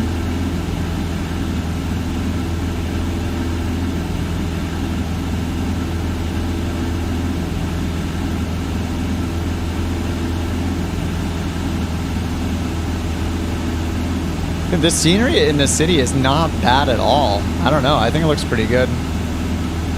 Let's check daytime again.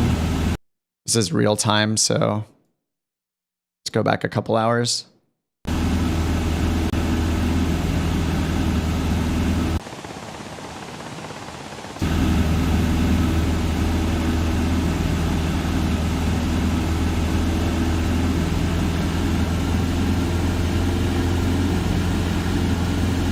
I mean, obviously the buildings look plain. I mean, this more looks like what you'd see in Microsoft Flight Sim if you turn photogrammetry off, which I have done that in the past, actually. Just to get like some frame increases and stuff, and it doesn't look that bad. I mean, yeah, 4 models for buildings. Yeah, they definitely don't have like the variety that they do in Microsoft Flight Sim, but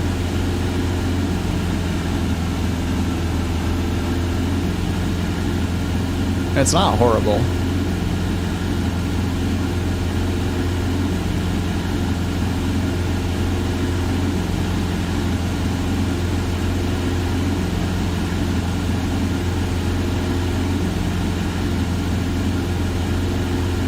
Are the towers still there? The scenery's not that old, thankfully.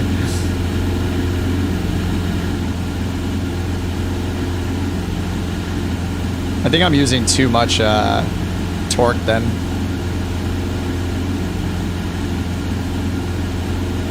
I don't know, maybe it's me. I don't think this looks that bad. I mean, it's not Microsoft Flight Simulator, but it looks pretty good. I'm not upset when the graphics are like more plain. Like the buildings look pretty plain, but at the same time, like the variety here is decent. Yeah, I don't think this looks bad. I mean, if you've flown around in Microsoft Flight Simulator, any like popular areas, some of the buildings look straight up like somebody threw a bucket of dirt on them because of like the weird photogrammetry data or whatever.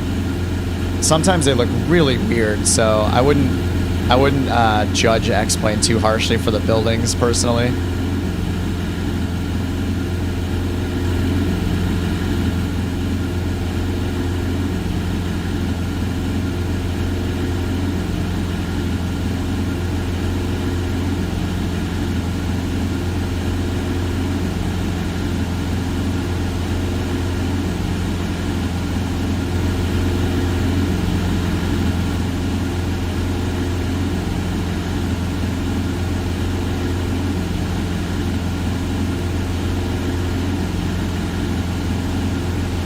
Obligatory Statue of Liberty flyby here.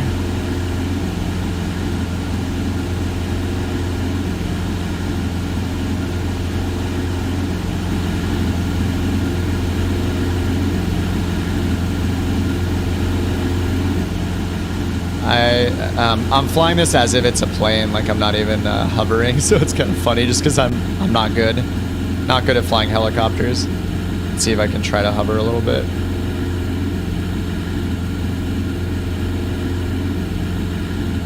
Oh no! Mistakes were made. Mistakes were made.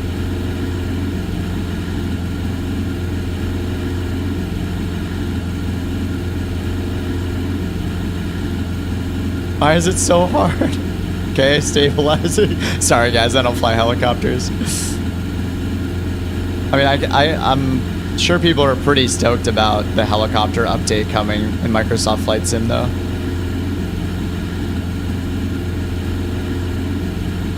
I'm sure there's instruments that are supposed to help me do all this stuff, and I'm just not. I'm not savvy.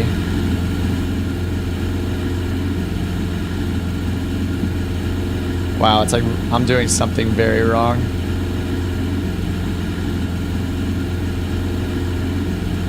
Alright, I mean, overall, I think the scenery looks fine.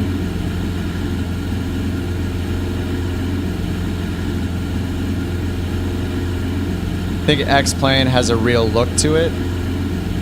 Oh, not oversaturated. Yeah, it's definitely a lot more colorful in Microsoft Flight Sim, that's for sure.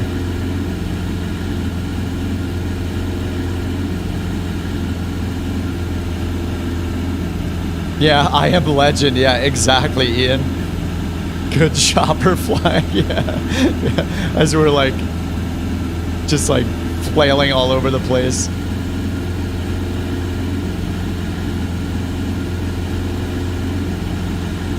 Yeah, I don't know where to have any of the positions for anything, so I'm just trying to figure everything out still. It's pretty complicated. Trying to fly based on ground landmarks, you can't do it with X-Plane.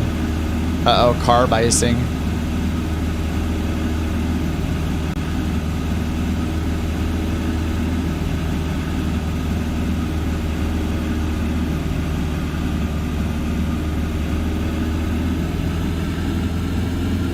Alright, I will attempt a landing and fail at one. We can find a field, or there's a field right here. Let's fail at landing and then switch back to another plane so I can actually fly a little bit better than this thing. I don't know how to not stall the rotors, unfortunately, so...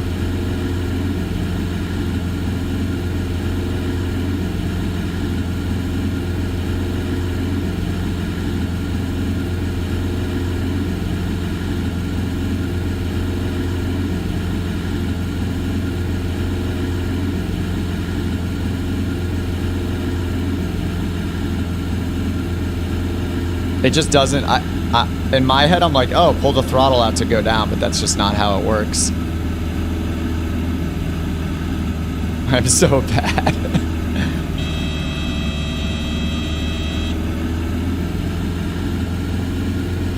Yeah, I actually don't, I have no idea how to get it to actually go up.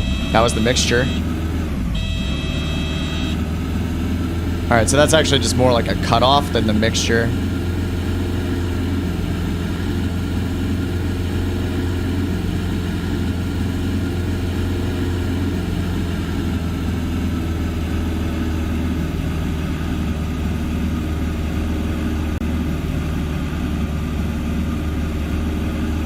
What's weird is, yeah, I don't know how to tell it to go down. You don't simply pull the throttle out, so. Back in the 80s, driving a simulator called Hard Driving looked like crap. Made you feel like you were driving in a real car. Oh, we're coming in hard. Oh God, no.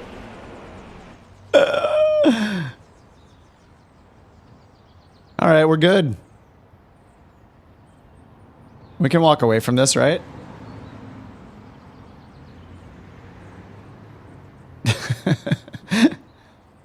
I hope at some, I mean, it's not a high priority, obviously, for their team, but having the damage just, it makes me feel like more scared in a way, like I feel bad about it instead of it just going to a great landing. I don't know, something about the realism of having some kind of damage that's visible is, it. I don't know, I kind of like it. Fire. All right, let's try, let's see. Like, I also don't fly anything really like faster than like a Grand Caravan, so I could try a jet or something. I'm not going to be great at it. The Citation probably is doable. Maybe we can do, where should we fly to?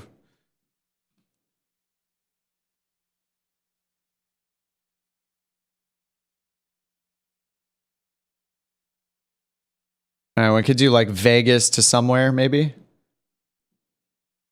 Like Vegas to San Diego or something like that. I know I fly around like the West Coast a lot just because that's where I live.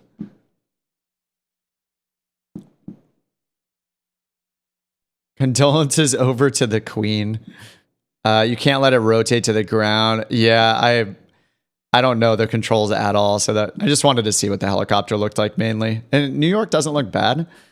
Okay, McCarran. I forget you have to like go in here and choose.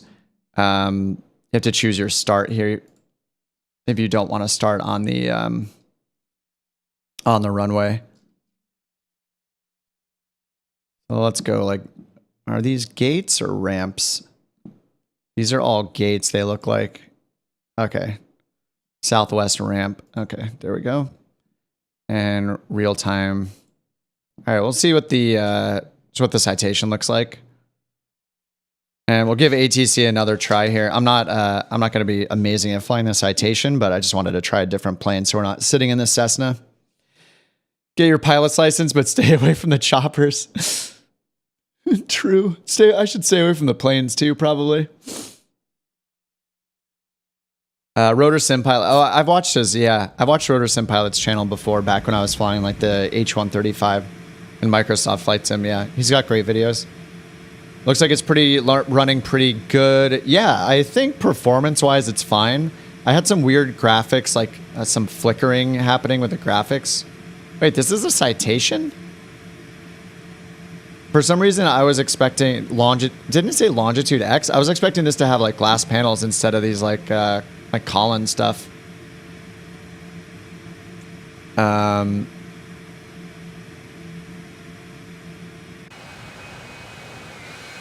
Yeah, it is a citation X. I guess this is like a between like the CJ4 and the longitude, I guess. Something like that.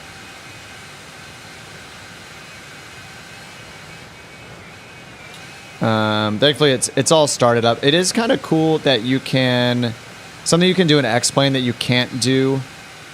Oh, that's pretty cool. Scenery looks decent. Something you can do in X-Plane that you can't do in Microsoft Flight Sim is you can start on the runway, of course, with the engine on. You can start at parking with the engine on or with the engine off. So if you want to do the taxiing, but you don't want to do the whole startup procedure, you can actually do that. Whereas with Microsoft, if you start at parking, then you're always starting cold and dark. So you have to start it up yourself every time. Does wind affect the trees? I believe it does. Not sure if it affects the palm trees.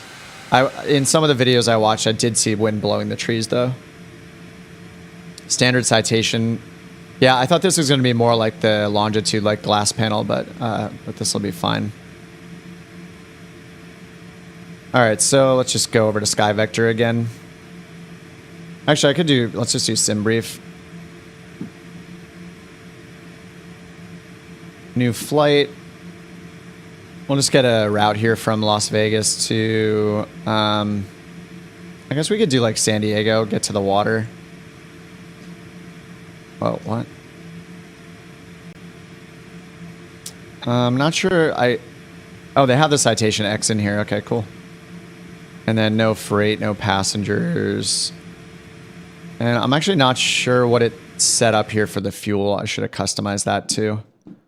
Weight balance and fuel.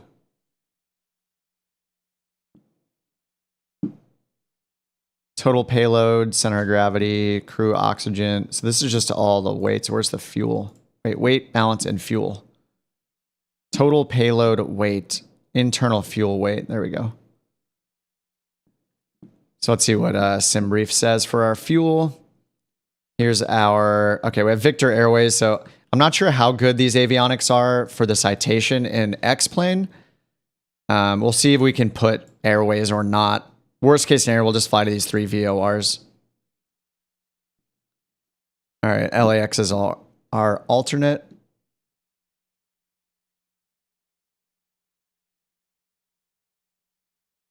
Mm-mm. 4154. All right, so we can fly pretty light.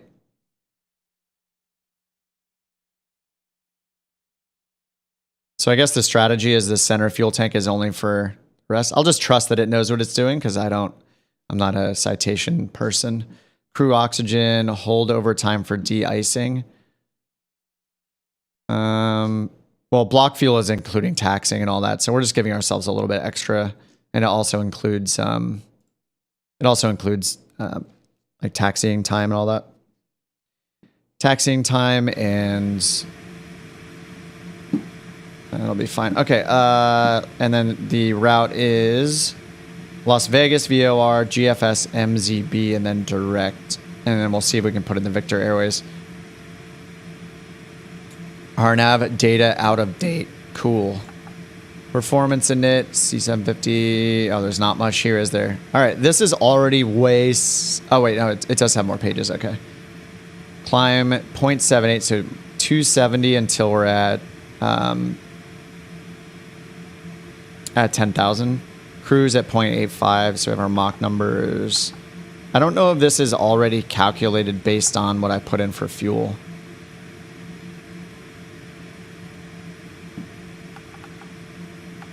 I can't type anything in here.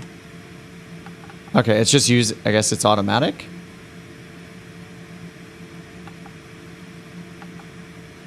Flight plan list, departure. Okay. Why can't I type anything? What is going on? Oh, I have to clear all that out first. Okay, got it.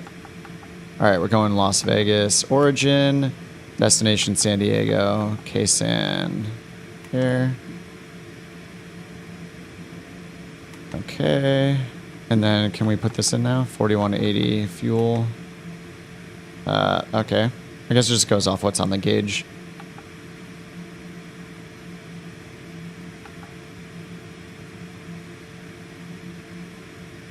Where are the legs on this?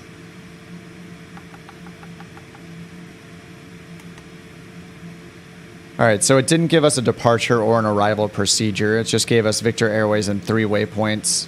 Lost GFS. So we don't need this.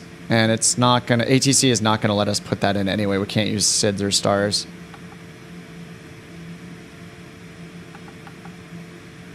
Do I have to do VIA? Where's the... I'm used to having a legs page here too. Yeah, it's not an Airbus, but... In the CJ4, at least the computer in the Microsoft Flight Sim CJ4, you have legs here where you can program them in. I'm just not sure where to do it here. Takeoff, performance data, climb. Okay.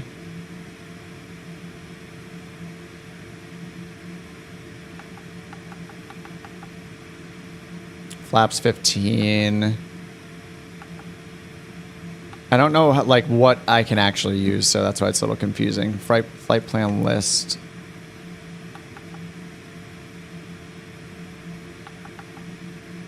I'm expecting to like go to a second page here to put in my waypoints. Like maybe I have to do them via 2. Is this where it starts it off?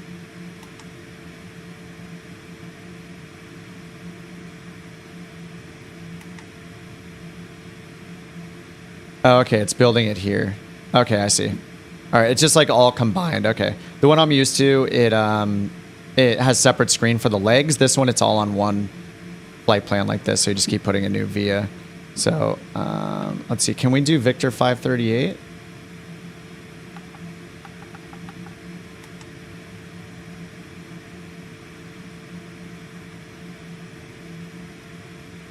No, I'm gonna mess this up. All right, we'll just do the waypoints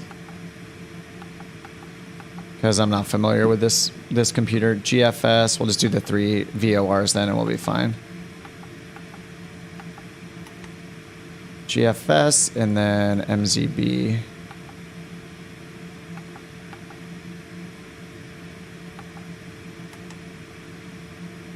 Okay, and there's no... I guess there's no execute button.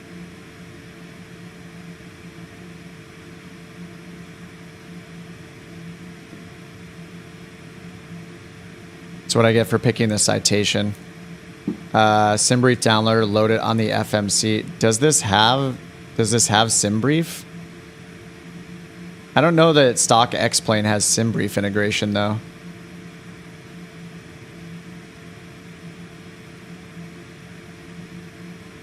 All right, average wind, we have minus 13. Cruise 40,000 feet.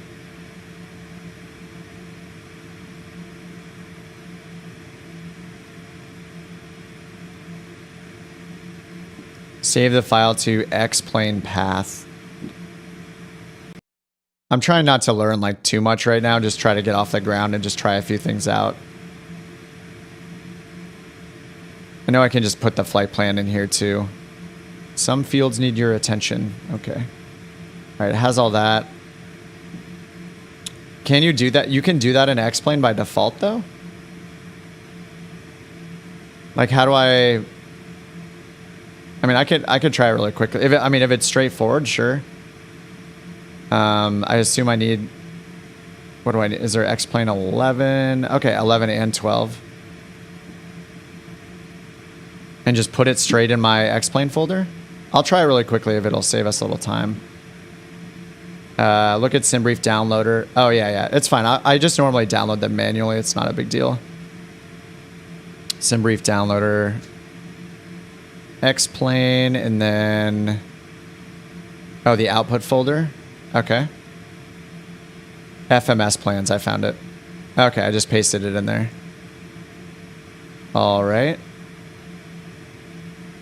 Got it. All right, the file's in there. Can I then add it up here somewhere? Start doing that since you have both Flight Sim and X-plane 12. Yeah, I'm used to just putting everything in manually. I know some of them let you import. But I usually just put it all in manually. Or I'll do it like in Microsoft Flight Sim, you can load them in through the world map. On the FMS, okay. Oh, you're saying it'll be in the flight plan list on here. Oh, right there. Oh, nice. Oh, rad. That's awesome. Oh, different AirX cycle than what's loaded in X-plane. Ah, bummer. Okay. So, I mean, we can see if that messed it up or not. Oh, no, it looks okay. Okay, it's got all the climb stuff, too, and activate. Okay, nice. That's actually pretty easy. Nice. All right, thank you. Thanks, Super 6. Okay, cool. So it's got it just put in all the waypoints along those Victor Airways, too. Nice. We have all of our restrictions. All right, cool. Nice. I really shouldn't be flying the Citation since I generally fly like simple GA stuff and like, you know, fly the Cessnas and the Grand Caravan. Yeah, I do have a Navigraph. I do have Navigraph, but I didn't set it up. I just have this running totally stock right now. On Air can import them directly. Oh, that's awesome. Yeah, I don't think that works in Microsoft Flight Sim yet. I think I tried it once, but wasn't able to automatically load the flight plan into On Air Company.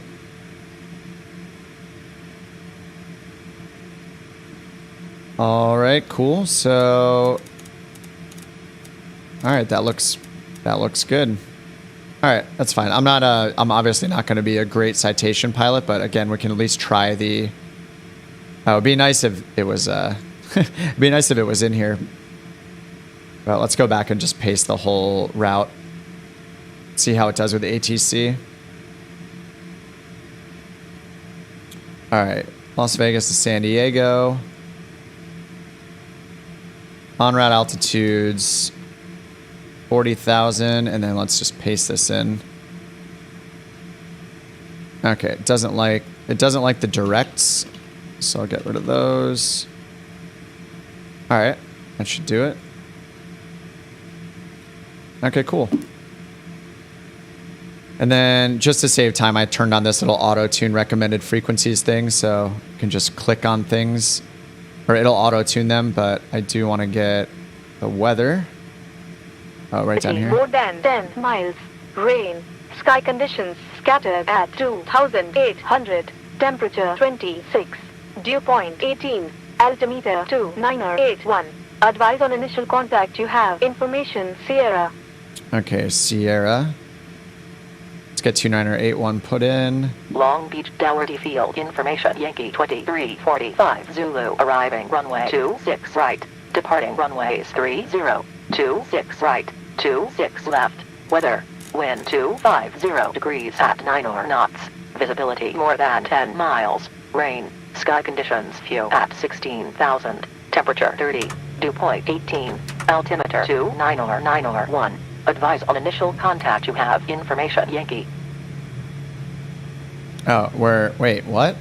We just had Sierra, now we have January Yankee? information Sierra 0000 Zulu arriving what just runway happened? 26. One has Departing Yankee, one runway has Sierra. 26. Weather, wind, light, and variable. Visibility more than 10 Alright, miles. we're good. Rain. Stop, please stop.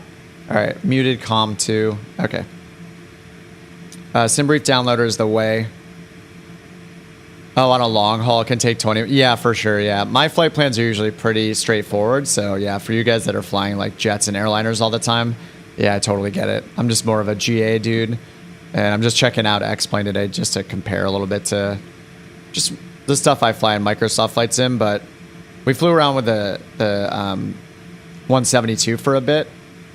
I don't think there's a turboprop, though, right? Mostly see jets in the flight selection. Anyway, it'll be cool to try out. Just mess around with the citation really quickly. I'm sure I'll butcher it, but mainly I want to see the ATC again and try it out. Okay, so we're on clearance now, so let's do that. Let's see if they give us a departure frequency this time. They probably won't. Request IFR clearance to San Diego International. November 750 X-ray Papa. Clear to San Diego International. Routing as filed. Maintain flight level 400. Squawk 4204. Hey, they gave us a squawk code. No frequency, though. All right, that's an improvement that they gave us a squawk to code. San Diego International. Routing as filed. Maintain flight level 400. Squawk 4204. November 750 X-ray Papa. ATC 1 altitude. Uh-oh, this is also a new computer here. 4204. Okay, that's good.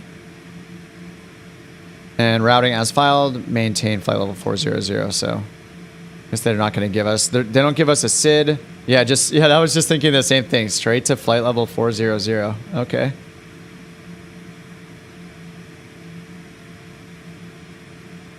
And I had set, let's see, common nav, okay. And where's our selected altitude in this thing? We have an AOA indicator, sweet. AP trim, nose up and down, flight level change, VNAV, approach, back course, and heading mode, yes. And then where's our selected altitude at? It's got to be in the middle somewhere.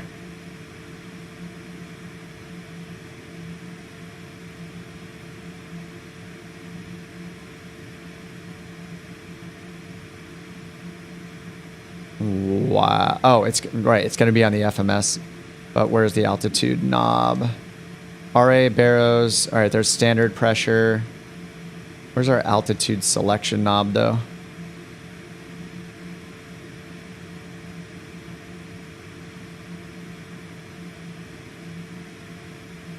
Oh, it's way down here. There we go. That's an awkward camera movement. All right, I guess I have to do this. Wow, okay. All right, we'll just set it to 40,000, I guess. We're going straight up to flight level 400. All right, there's got to be isn't there another altitude selection knob somewhere? It can't be right there, right? This is our range. I mean, that might be it. And then we can set up, see if I can set flight level change first. And then we're just hunting for knobs now. This is what I get for picking a plane I haven't flown. Course and heading is down there. Altitude select is down there. Yeah, all the autopilot controls are down here. So we should just use nose up and nose down probably, right? Dude, I'm not even pointing at you. Please stop. Oh, yeah, there we go. Okay. So we'll keep it at 240 to start, right? I'm just learning as I go. This is always a good idea on a stream.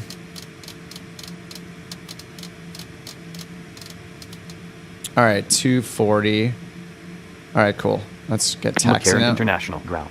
November 750 X-ray Papa. Request taxi for departure. 0 X-ray Papa. Runway 08 left. Taxi via hotel. Hold short of runway 08 left. Runway 08 left. Taxi via hotel. Hold short of runway 08 left. 0 X-ray Papa. All right, 08 left via hotel.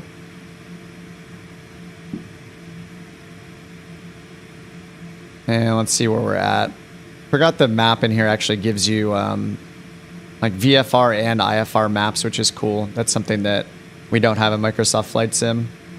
And then NextRad. All right, so we're on the west side. So we're over here, somewhere at these hangars. They gave us hotel to hold short. Take hotel, hold short 08 left, which is down here. So we just make a right-hand turn, follow hotel all the way down. And then I forgot we have the taxi ribbon already in, so I actually didn't even need to look at that. But at least it looks, again, the taxiways are accurate. So far, X-Plane, the taxiing, like signage and everything seems good. All right, landing on, strobe is on.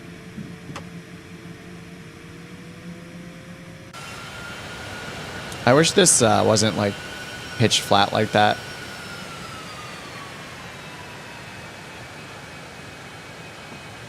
All right, and speed brakes work already. Cool.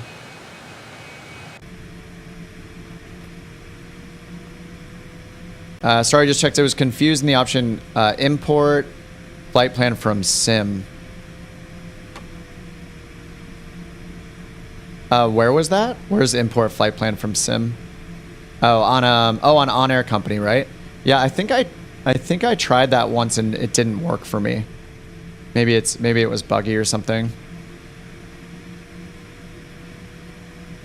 All right, taxi lights. At least my taxi light switch is on. I don't know if it's actually working in this plane or not. And like sometimes you need to just spend time changing your settings and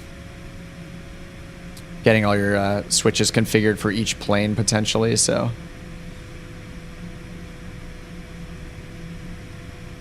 All right, so we have the right altimeter setting in. We have flaps set to 15. I'm not sure if it calculates our rotation speed or not.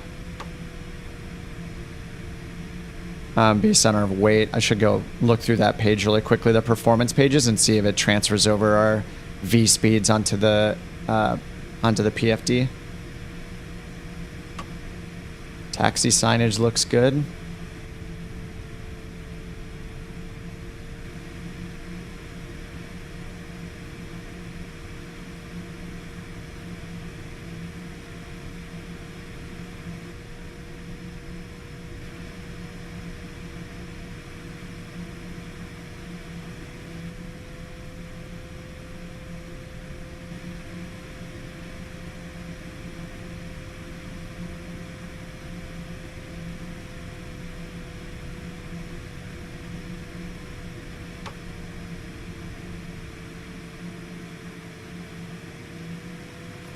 X-ray Papa. Contact McCarran International Tower 118.75. All right, it's gonna auto switch for us. Contact McCarran International Tower 118. So I don't know what the performance stuff was here, so if it'll actually put our V speeds in or anything like that. Full performance mode.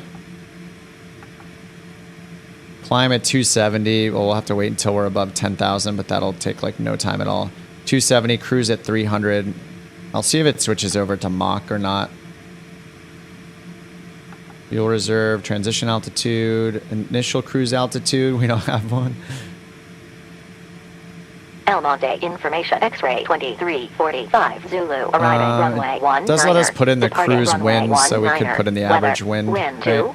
241,016. Visibility more than 10 miles. Rain. Sky conditions scattered at 4,500. Scattered at 7,600. Temperature 29er. Dew point 18. Altimeter 29991. Advise on initial contact you have information X-ray. Whoa. What?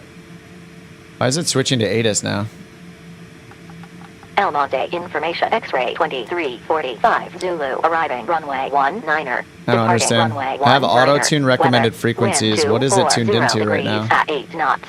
Visibility more than 10 miles. Rain. Sky conditions scattered at 4,500. All right, I'm going to turn off auto-tune. This is confusing. Temperature 20. Why is the tower giving an ATIS report? Altimeter 29991. Advise Oh, no, on no, initial okay, this contact isn't- you have information X-ray. Wait, what?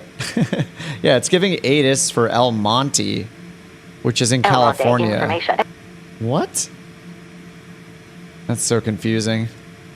19er. Let's just hit check in with controller and see what it does. Tower, November 75, That's really zero, weird. X-ray, What is Holding going short on? runway, Sky 08 conditions left, scattered on at hotel. 4,500. Why is it Scattered giving me at ATIS? 7,600. Temperature 29er. Dew point Please 18. stop. Altimeter 29991.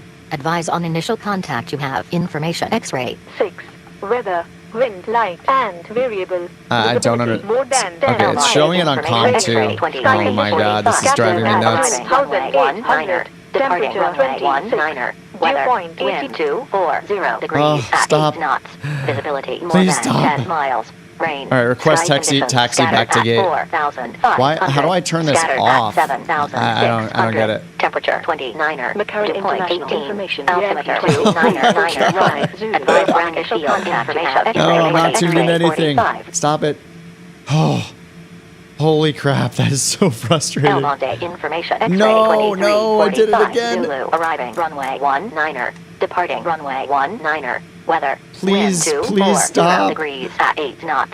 Visibility more Oh than my 10 God, miles. I hate Rain. this. Sky conditions scattered What- at why- how would I be getting El 4,500. Monte Scattered at ATIS 7,600. Temperature 29er. I'm getting El Monte Dew point ATIS 18. from the ground Altimeter in Las 29er, Vegas. 9er1.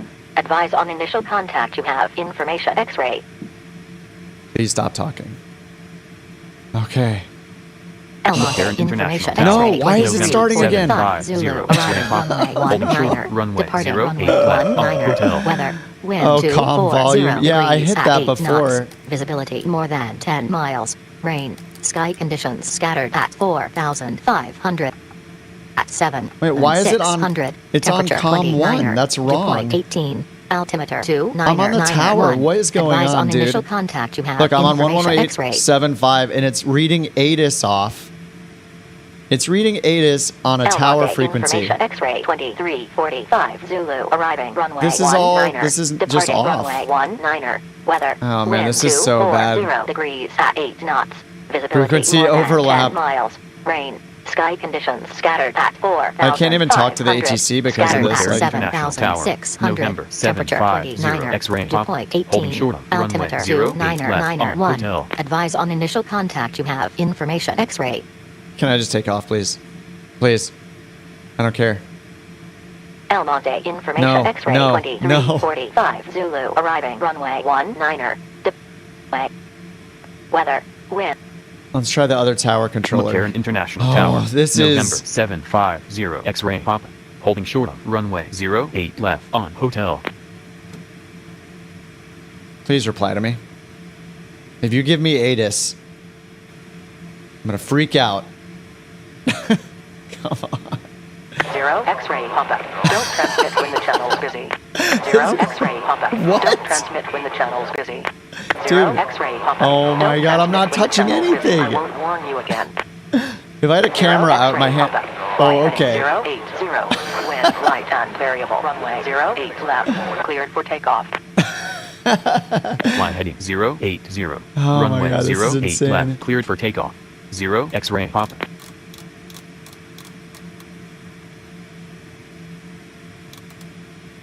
Oh man, this is crazy. All right, 080 on the heading. Taxi lights off. Landing lights on. Oh man, what a nightmare. Come on, X-Plane. I was trying so hard to show how cool the ATC is that you've supposedly redone, and it's just a disaster. It's so bad. I'd prefer no ATC than what's happening with this thing so far. Wait, where is this the runway? Okay, yeah, we got like an extended takeoff area here. Wait, runway 08 right. Okay, yeah, 08. I guess this is the start of the runway. I hope I'm right. Yeah, it looks right. They figure you're going to use VATSIM. Then why did they spend any time? Like, why did they spend time making videos about all the new ATC improvements? I don't know.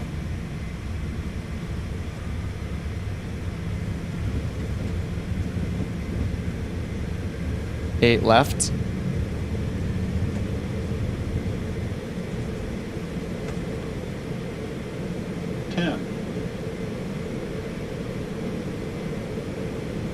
All right, gear up. Can't really see the displays too well. 0 X-ray pop-up. Contact McCarran International Approach 118.40. All right, 118.4. Read Contact that back. McCarran International Approach 118.40. 0 Start X-ray getting our pop. flaps up. All right, 118.4. Let me manually do this, just using the lists. There we go. I don't trust it to auto change anymore. McCarran International Approach November 750 X-ray pop. Altitude 3,900 climbing to flight level 400. 0 X-ray pop-up. McCarran International Approach. McCarran International Altimeter 29098. Radar contact.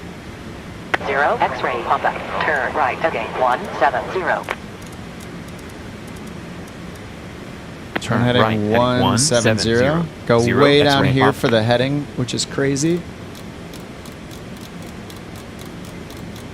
Northrop Field Hawthorne Municipal Information Uniform 2345 Zulu. Why? Why are we getting ATIS? It's not even on COM 2. This is Hawthorne. This is Hawthorne's also in the LA area. What's going on here, dude? I don't understand this. At 10,000. Scattered at 15,000. Temperature 28. I don't get it. Alright, this is starting to make me go crazy. I might have to be done with this flight soon. 0 X-ray pop-up. Turn right again 170. Oh, I'm not in heading 0 mode. X-ray Rip. pop-up. Contact Los Angeles Center 118. Alright, right heading 170. And over to LA 118025. Alright, that's a quick change. Oh my god. Bank angle. Really? Alright, we'll turn on bank.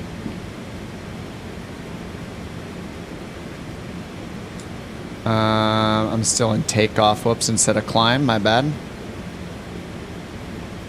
Into climb now. This is right. 118025.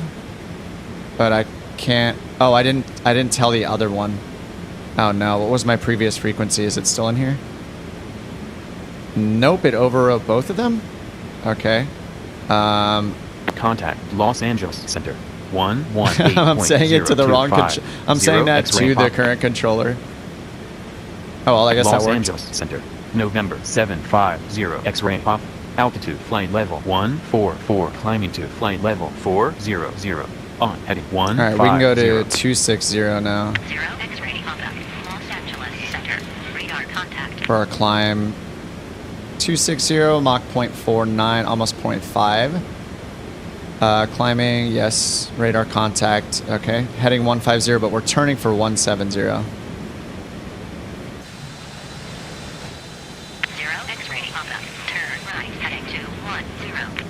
Is this really the only heading is down here? This is pretty crazy. All right, turn right heading 210. Turn right heading 210. 0 X-ray pop. All right, 210 on the heading selection. Still in flight level change mode. Climb detent, 260 knots. 0 X-ray pop-up. Turn right heading 210. Oh, yaw damper is automatic. Okay. Resume own nav. Turn right All right. heading 210. Resume on navigation. 0 X-ray pop.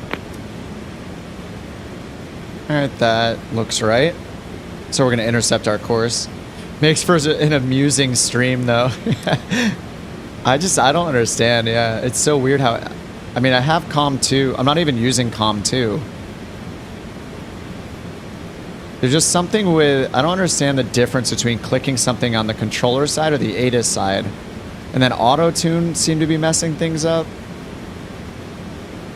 I guess I would assume... I would hope that the ADIS would be tuned in on the second... on COM 2 for us instead of 1, but...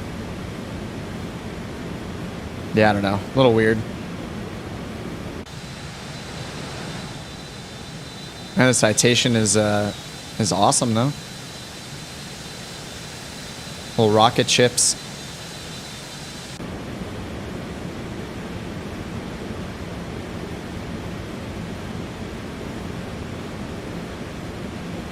Just turn the bank mode on, shallow bank, just so it doesn't give us that bank warning again. So we have heading on, we're heading towards the course with nav mode on standby, so I assume once we get closer it'll intercept. I might have to activate this next leg after Cresso? Might have to activate this leg here. What just happened? Did I just delete a waypoint by clicking it? Oh no. No, what did I do? How do I go direct to? Oh no. Yeah, I just got rid of a waypoint, I'm pretty sure. Altimeter Oh no, there it is right there. Oh, I inserted that. Whoops. Alright, there we go. Alright, we're good. I just had that in the text entry already. Attention all aircraft, altimeter 3005. That's cool. We're at standard Vero now though, so let's switch that over. Alright, standard, and don't we have a backup one right here? Alright, cool. I mean, I do like how fast everything updates in X-Plane though. Like, everything is just, all the instruments update really quickly. So that is something that's nice. It's cool that they said attention all aircraft, altimeter 3005. That's also something you don't get at Microsoft. There's no like non-direct communication. It's always about, directly to one person or one plane or another.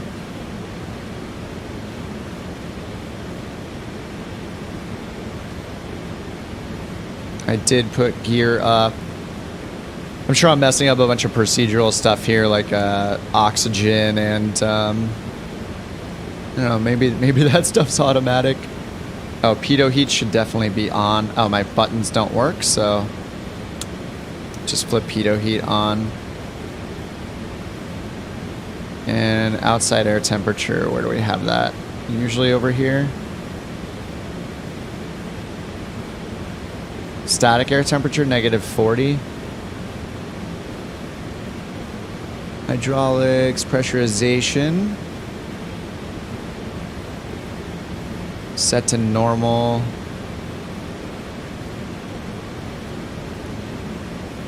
Oh, this is where I set our altitude over here, huh? 3006. 3006. Alright, this is where we set our altitude, so I should set this to 40, I guess. Cool.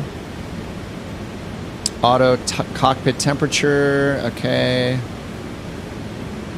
Cool. If I'm not mistaken, you can put direct to in the flight plan page.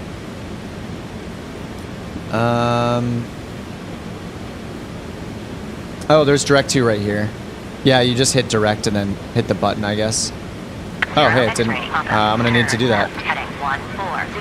Oh, yeah, they realized that we're off course. All right, left heading 140 and 3006. We don't need the altimeter though. I hate how the heading bug is down here though.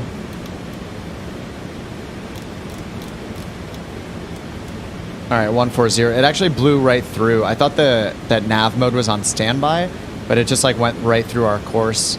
Or it might not have, just because of because I went through the inactive segment. I went through the segment afterwards, so maybe it didn't intercept it because of that.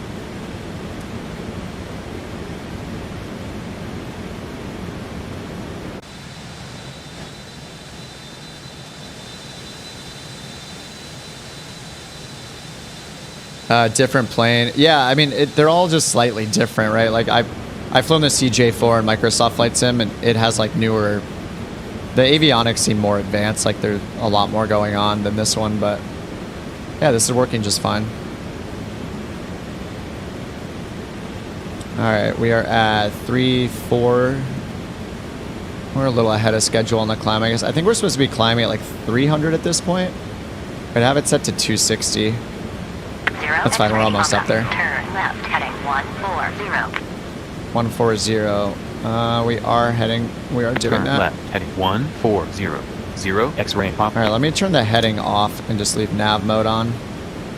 0 X-ray pop-up. Turn left, heading 140. All right, yeah, resume on nav. Turn left, heading 140. Resume on navigation. 0 X-ray pop. Oh, I guess we could have turned V. Oh no, VNav's not. Maybe not. Not functional. So, oh, nav is on VOR1, right? That's probably why. Where's my nav source button? Right up here. Oh, that's why. I didn't change it to... Wait, how do we change this to G... Oh, FMS. Whoops. Whoops, there we go. Smart. Alright, now it's turning us on. My bad.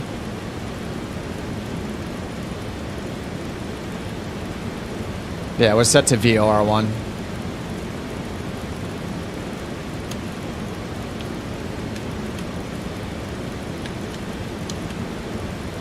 Alright, cool. And we should be able to use heading mode now to bring us over there. I wish there's got to be a heading knob somewhere up front, right? Like just the having to go like this to set my heading and go all the way down here. Now kind of like peer in really close to my... I have to like lean way into my monitor to see this little tiny heading number up here. I mean, I can see how ergonomically for the pilots it's great, but for simmers, not so great.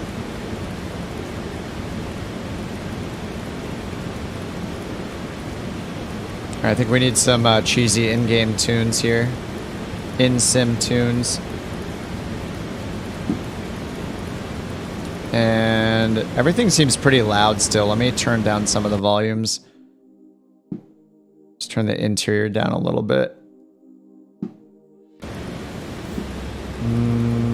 Maybe more? Let me just see if this is the right one. Okay, yeah, that's the one. Alright, that's a little better. Sorry if that was blasting your ears. You always have... I always have you second and third monitor on split screen. How can I get them separated? Are you talking about Microsoft Flight Sim or X-Plane? I don't really know much about X-Plane, but Microsoft Flight Sim, the Sim Update 10 beta has multi-monitor support. So you need the beta or Sim Update 10 for Microsoft Flight Sim will be out this week. But if you're on the beta, there is a way to go into graphics. Oh, you always have second and third monitor split onto one screen? I just know there's a way to add more monitors, more displays in the beta for Sim Update 10. Oh, the screen's in the cockpit? Oh, you're like popping them out? I think I thought in Microsoft Flight Sim, like in X-Plane, when you pop them out, they're still within the sim like window like this. So I can resize it on the side. I thought in Microsoft, when you pop things out, they're always popped down into another window. Because this is not like its own Microsoft Windows window. It's still within the game, within the sim itself. Wait, are we not on course again? Whoa, what is going on with the FMS? It blew through the course again. And nav mode is off again. I'm so confused. All right, let's just turn nav mode on. Turn right. Sorry, I'm not paying attention to my my route here, even though I have it right here in front of us. I'm not as familiar with doing the window management in Microsoft Flight Sim. I just tend to zoom in on everything myself. It is cool that you can like pull these out. Oh, I wish it didn't. I wish it didn't just resize it like that. Oh, there we go. It's weird that you can oh, God. That's so annoying. Why does it change the size when I click the top Oh my god. I'm clicking the top to drag it and it just changes, it resizes it. No, I want to move it.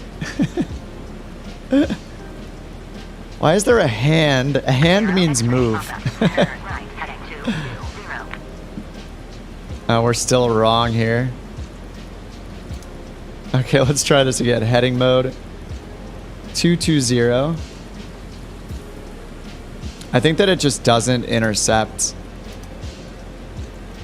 I have to like get closer and then activate it myself. We're like totally off course.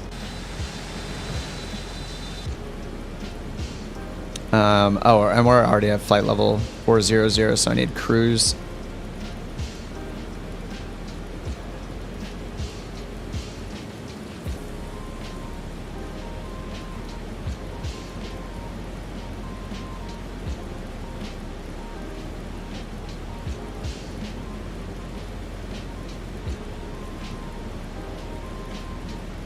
All right, are we not in heading mode? We are in heading mode. All right, it's just because the bank is on. I'm gonna turn that off again. Can bank harder. What you mean is that you have the nav and the engine screen both on one display in the plane. I was assuming you could change which display shows what. It's yelling at me for bank angle. Turn right, heading 250. Turn right, heading 250. 0 X-ray pop. 250 is a little too much. I just want to intercept our course right here. Attention all aircraft. Altimeter 3005.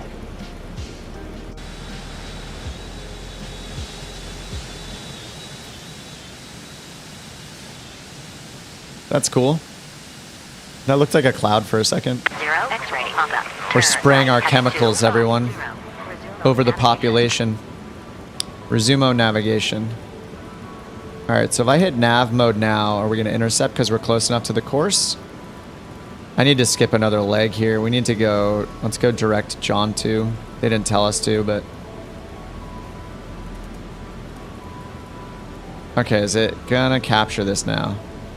Nav mode, FMS. Okay, there we go. I think it's doing it.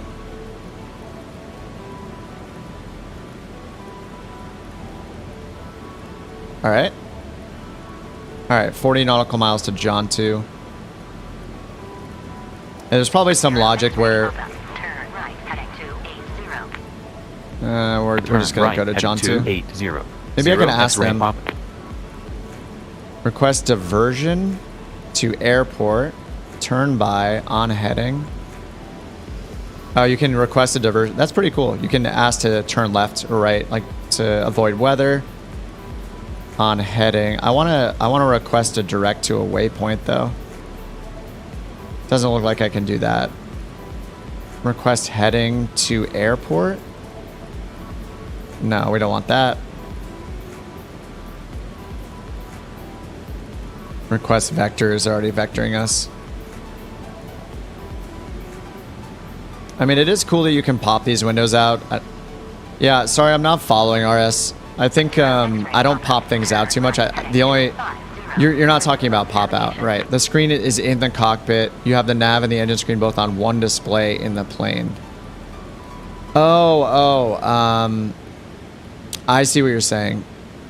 So it matters what avionics you're using. So if you're using the G1000, it has what's called reversionary mode. And what that'll do is it'll put the engine info and the map on one screen. When you turn on the second G1000, assuming you have a second one, then it moves the engine information to the second G1000 screen. So that's just how the G1000 works. But mattering what you're flying and what avionics you're using, that might not even be an option. But if you are using the G1000, if you have them both on, then it should be splitting it. It should put the engine information over on the right screen instead of the left. So is it possible that you just don't have your second avionics turned on? Probably not. I assume they're both on.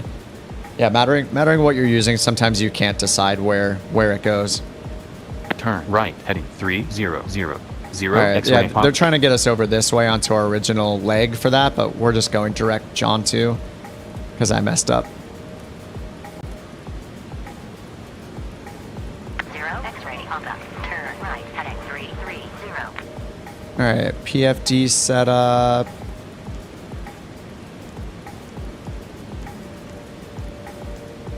Fuel V speeds. Oh, we have our takeoff speeds here. Select manual or auto. It looks like it's on auto. So I didn't get these like calculated by the FMS with the performance tab or anything. Maybe that's, I'm not sure if it's doable or how to do it. Turn right, heading 330. X-ray Yeah, under pop. here, under performance, yeah, takeoff. Attention all aircraft. Altimeter 30. It is funny that it's, I mean, I guess it, I don't know, would they be giving altimeter updates on the same frequency? I guess they would. Would I be on the same controller as somebody that's not at 1.8, not above the flight level, in the flight levels? Probably. So I guess that makes sense. X-ray pop up. Turn right, heading 310. Turn right, heading 310. X-ray pop. Yeah, and it had flaps 15 set as a default probably. Oh, when you confirm the init, I wonder if this sets the V speeds up here. No, it did not.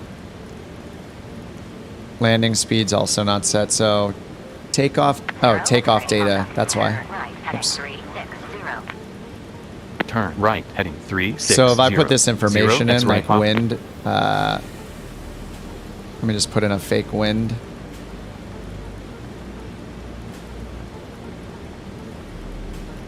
Oh, we can't put that in. So we could just put in our takeoff weight. Takeoff data. Okay, here we go. So then, does it not set them up here? Oh, now it did set them. Okay, cool. So that does work. Nice. So then we should see performance for our, okay, cruise performance, cruise altitude. It's not actually active though. Okay. And then our descent, angle, speed, bottom of descent, altitude. I think if there's nothing there and there are no boxes or dashes, then we can't actually put anything in. Turn right, heading 310. Turn right, heading 310. X-ray pop. What was our planned cruise speed anyway? I'm very behind the plane. I'm just playing around, so don't judge me. We'll always be judged when streaming flight sim though. Our Mach number, yeah, 0.91. So I think we're at 0.91 right now. 0.90. We can go a little bit, give it a little more power.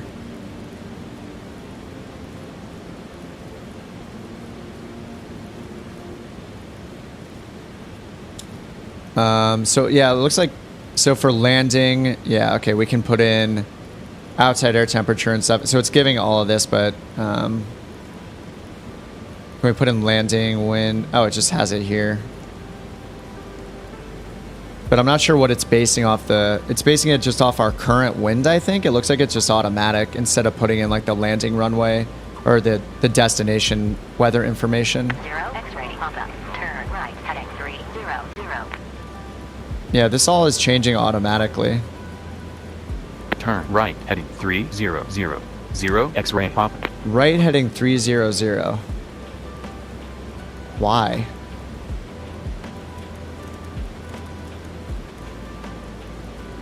I mean, should we listen to them? I mean, technically we should. I'm just not sure where they're trying to take me. 0 X-ray pop up. Turn Up. right, heading 020. What? They want me to turn around. I think they don't realize that I'm past that point already. They're trying to get me way back to another waypoint that I've already passed. It is my fault that I didn't cross over those waypoints, but it's confused the ATC where it thinks that I need to turn all the way around. Runway 15 Santa Barbara, probably.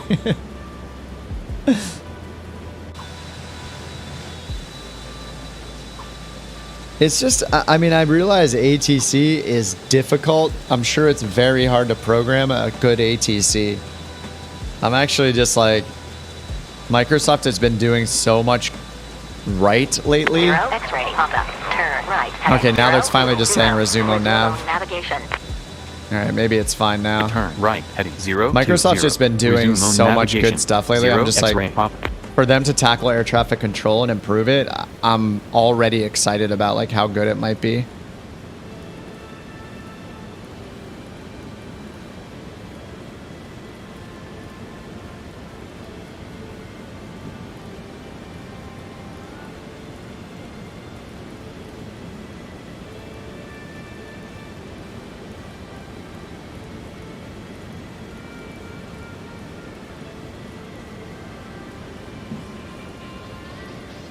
All right, so they're leaving us alone for now. All right, we're at 0.91 now. Oh, pretty much on the dot, Mach 0.91. So that's what's in the flight plan. 4 miles until cloud. Standard Barrow. Why? 290 is a 90-degree turn to the Turn right. right, heading 290. 0 Yeah, it's X-ray just, pop. it's still very confused. It's confused about where we're going. I wish I could tell it like that I want to go direct. I can request a diversion. But that's only going to let us turn left or right by a certain number of degrees for like Turn weather. right, heading 020. 0 X-ray pop. Yeah, it's telling me to go backwards again. Yeah, this is not great. I mean, these are the problems we see in Microsoft Flight Sim ATC too. It's the same kind of thing, you know. All right, can I fast forward to landing? That's the question. Next, I guess. Show iOS. Instructor operator station. Huh. Oh, is this where you can trigger failures and stuff? That's cool.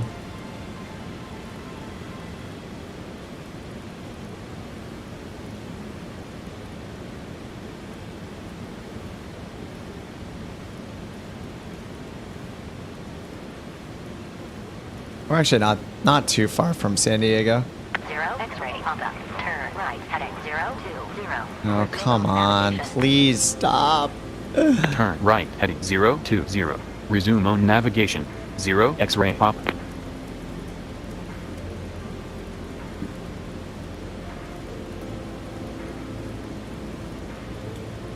I haven't tried any of the features in this thing.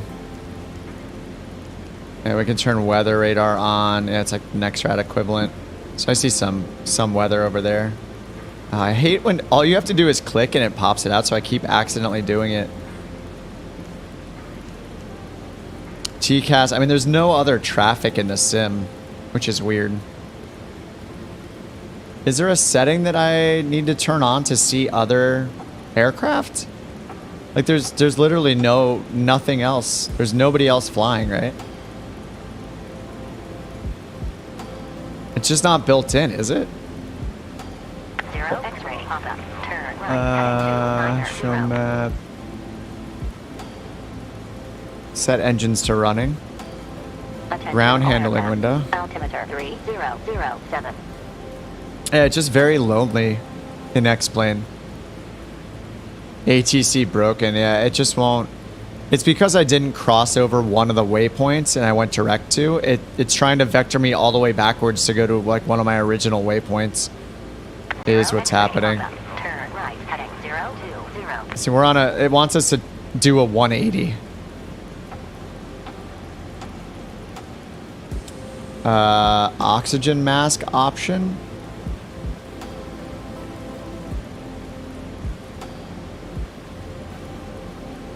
I guess we have oxygen masks on now.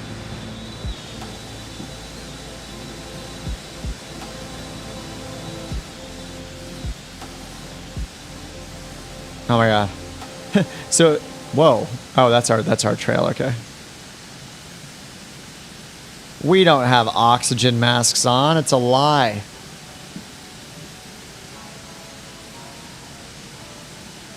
Nope. I assume that if there's like an oxygen issue or depressurization, you can use oxygen mask here, I guess. Aviation flashlight. Turn right, heading 020. Night vision goggles. Resume on navigation. Whoa. Night vision, beautiful. Oh, sunglasses. Ah. Shift S, sunglasses. Nice. Turn right heading 020. Decompress Resume the home cabin. navigation. 0 X-ray pop. Cinema Verte. What does that do? Show 3D flight model.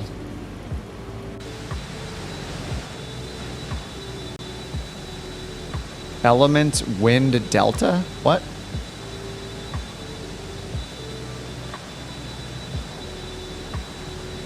Oh, element forces. Oh, that's cool.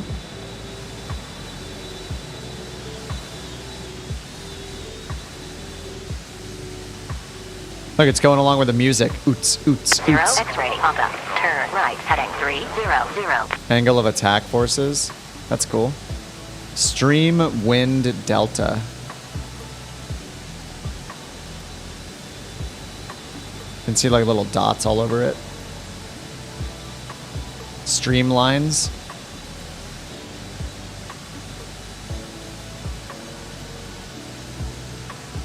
That's pretty cool. That's kind of the stuff that they show off in the Microsoft like dev things when they were showing off the new prop dynamics. You could see all like the wind, all the modeling of the wind and everything. That's pretty cool.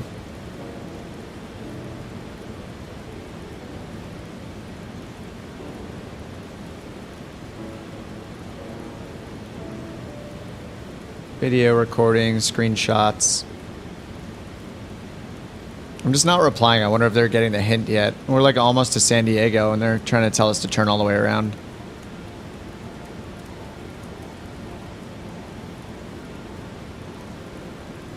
Zero X-ray pop-up. Turn right heading 300.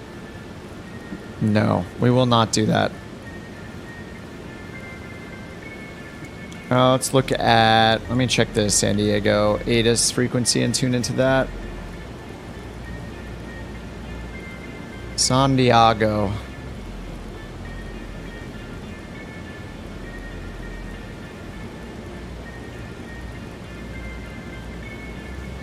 All right. Digital ATIS 1348. Now, please, ATIS, please be good. Please don't spam us with like Hawthorne or something random.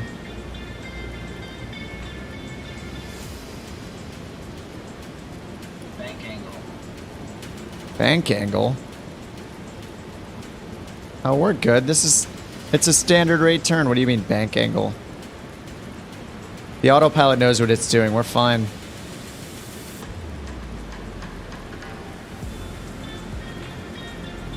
Now, are they gonna give us descent instructions? Zero X-ray pop-up. Turn left heading 0 Okay, here's San Diego, ATIS. Departing runway 27. Weather, wind 2. All right, runway 27. 8 knots. Visibility more than 10 miles. Rain. Sky conditions. Few All right, at Yankee. 400. Few at 1,200. Scatter. All right, let's turn that off. All right, so they're using runway 27, so let's see what we might get there. Zero X-ray pop-up. Turn left heading 0.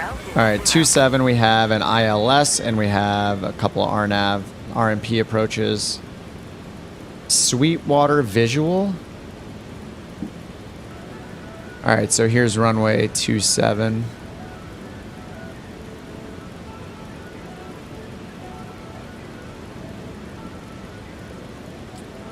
Whoops, that's localizer 27.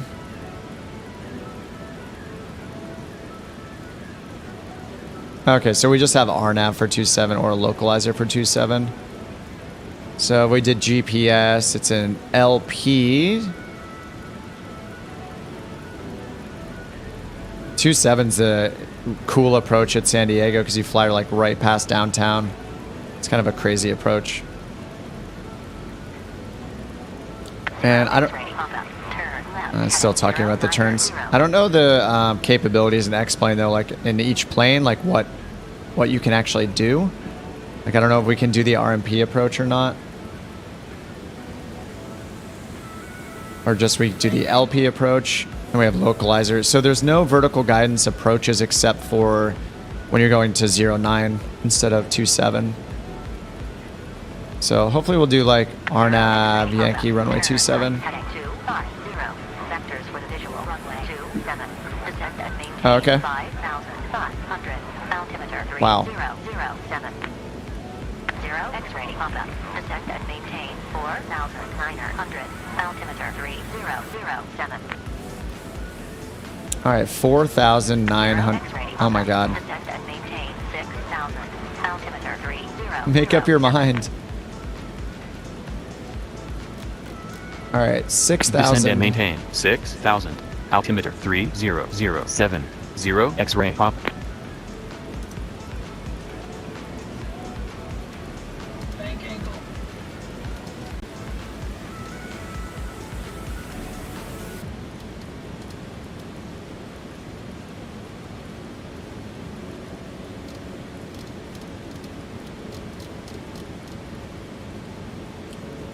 All right, 1,000 feet per minute vertical.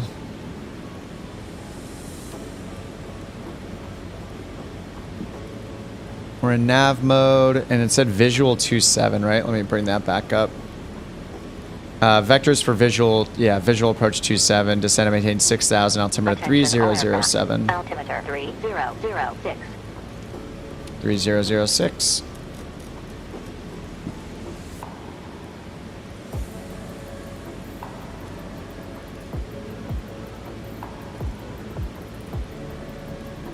And update the standby, 3006. It really yells at me a lot for the autopilot's standard rate turns here. Bank angle, bank angle. 0 X-ray pop-up. Turn left heading 230. Descend and maintain 2,000. Altimeter 3007. Send to maintain 2,000 feet. Turn left heading 230. Descend and maintain 2,000. Altimeter 3007. 0 X-ray pop. 0 X-ray pop-up. Turn left heading 220. Vectors for the visual runway 27. Descend and maintain 3,000. Altimeter 3007. All right, got all Left that in. Heading 220. Vectors for the All right, visual 3,000 on runway that 27. selected altitude, Descend and maintain 3006. 3,000. Altimeter 3007. And heading 220. 0 X-ray pop. All right, we'll see how the vectors go this time. Again, we're getting another visual, but I mean, I think that's pretty common. Like we are assuming the weather is good down there. I think generally Microsoft Flight Simulator gives you like instrument approach every single time instead of a visual. So see how it goes. I feel like we're really close. Wait, I mean, we're really close to San Diego. I feel like this is like...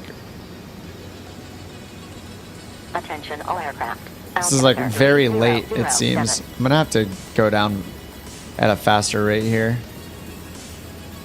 What's our ground speed? 409. 0 X-ray pop-up. Turn left heading 090. Descend and maintain 2,000. Altimeter 3007. All right, I'm just going to go to flight idle 0 for the X-ray descent pop-up. because we gotta jump down. 0. Vectors for the visual runway 27. Descend All right. and maintain 2,500. Altimeter 3007. 0 X-ray pop-up. Turn left heading 090. Descend and maintain 2,000. Altimeter 3007. Just doesn't stop. 090. Turn left heading 090. Descend and maintain. Yeah, it's like it has to 2,000. like Altimeter it has to have us like 3007. circled basically 0 X-ray pop. because we're just so close. Yeah, it didn't start descending us until way late. I mean, San Diego is we're like passing it already. Like so they were like super late on giving us any descent instructions. I don't know. I don't know. I think Microsoft Flight Sim ATC is still better. The only thing I think X-Plane has on it is taxi instructions are better and more accurate. That's about it. The rest of it's kind of whatever. This just makes me, yeah, it just furthers the idea that everyone should be using VATSIM if they want any kind of realistic ATC experience. Even the third-party ATC programs that I bought like 2 of them before, and it's just, yeah, it's having me like turn around, I think. Turn left heading 360, it's having me do circles. Heading 360. Turn left heading 360. 0 X-ray pop. Yeah, I mean, it didn't give me my descent instruction until super late. Microsoft actually does a good job of giving you your descent all the way down from cruise. Oh, for the skipped legs. That could be it. Yeah. It could be giving me, yeah, it could be giving me the descent instruction based on where it thought I should have been, like, way forever ago. I don't know. Maybe it is my fault again. I don't know.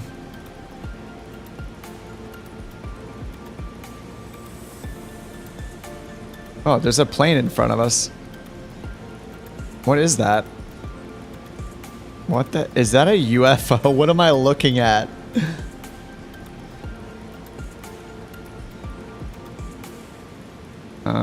It's gone? What is that? 0 X-ray pop-up. Turn left heading 300. Dude, there's a UFO. Is that a UFO? What is going on, dude? It's literally a UFO. What? Dude, why is there's literally a UFO right there? This makes no sense. Okay, the next time somebody says that Microsoft Flight Sim is too much like a video game, what the hell is this? What? Microsoft Flight Sim's too arcadey. You should use X-Plane. There's literally a UFO flying next to me in X-Plane. What is going on?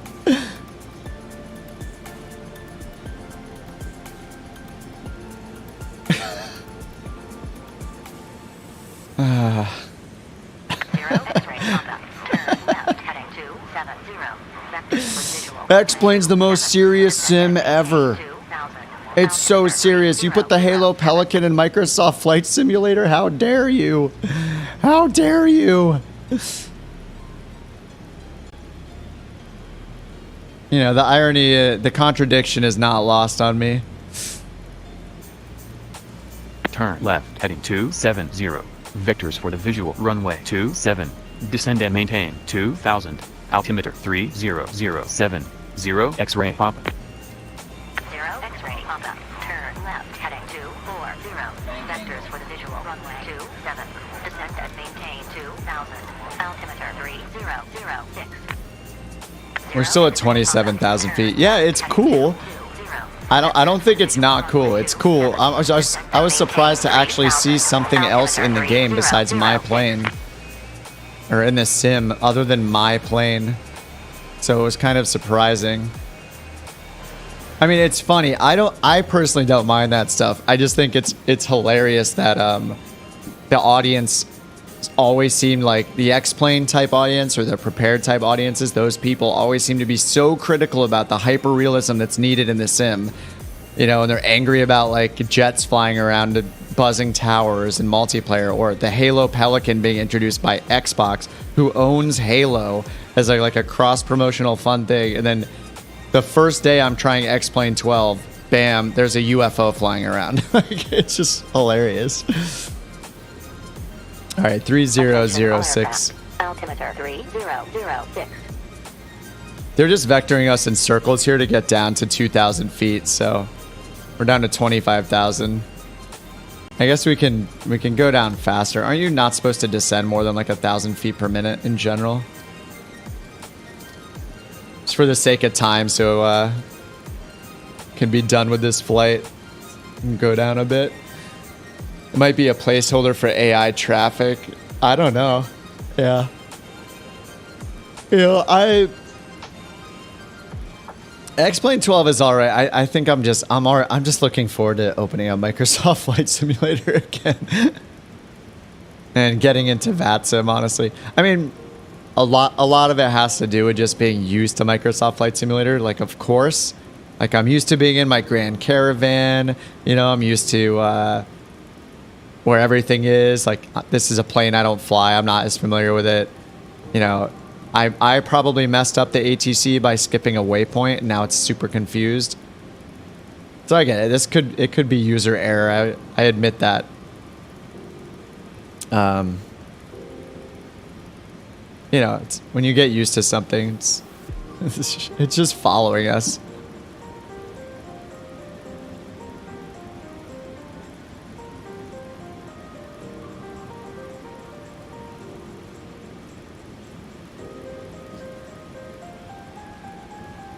It is very, very lonely in X-Plane 12, though.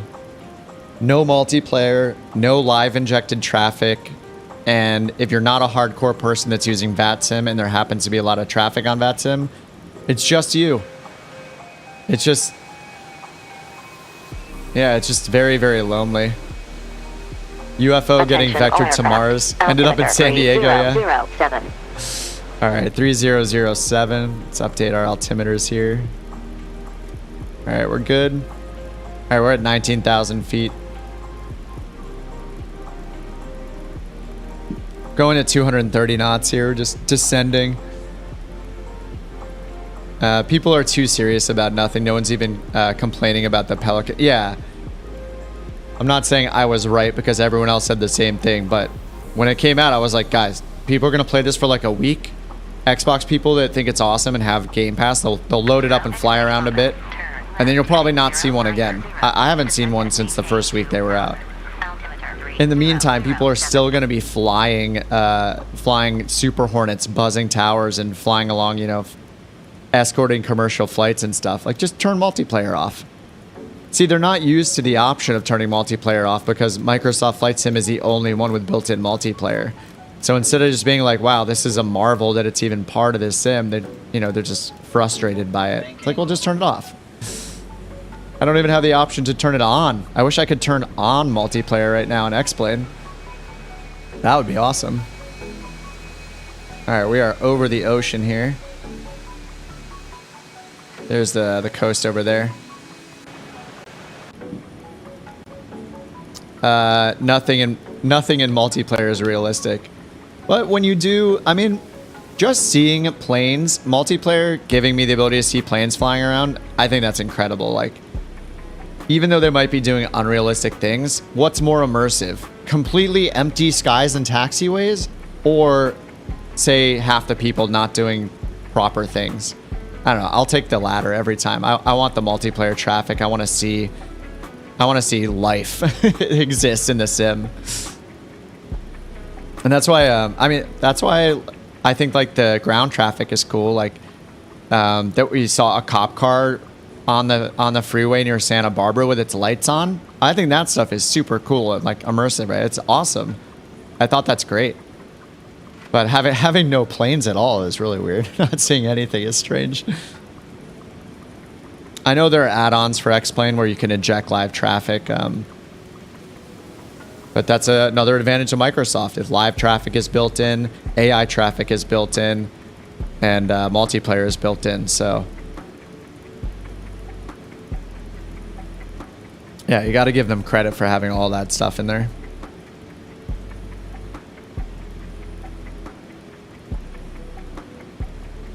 Oh, I didn't read back that. Left, heading 0, I didn't read back what they said, but I did listen to them. All right, we're at 10,000 feet now. 070 X-ray. I'm going to slow our descent so we don't bust our 250 knots speed here.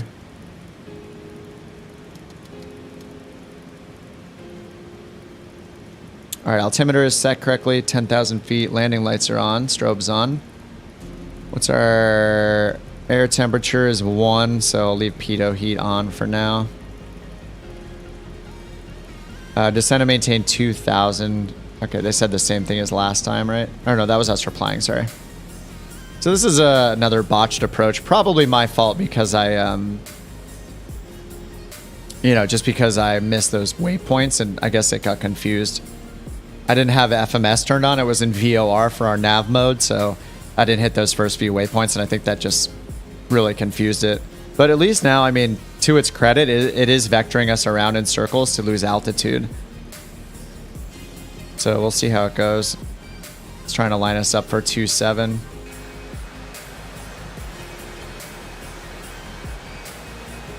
I think the clouds are much improved. And the lighting looks good right now too.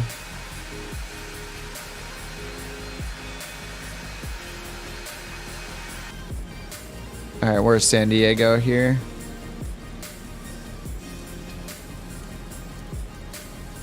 It's behind us to the left. Turn left heading 360. I also Turn like that left, they heading say which 360. direction to turn. I don't know that 0, X-ray Microsoft pop. says like turn left or right. I think it just says turn, like it tells you a heading to fly. Bank angle. All right, we're going 360 again.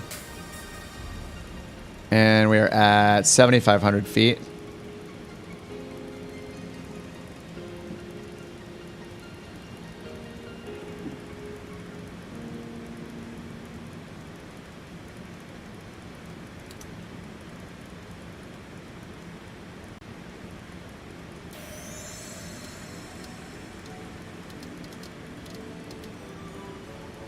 All right, we're gonna go 1,000 feet per minute. 0 X-ray pop-up.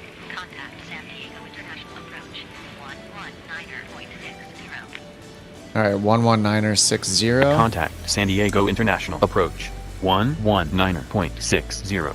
0 X-ray pop.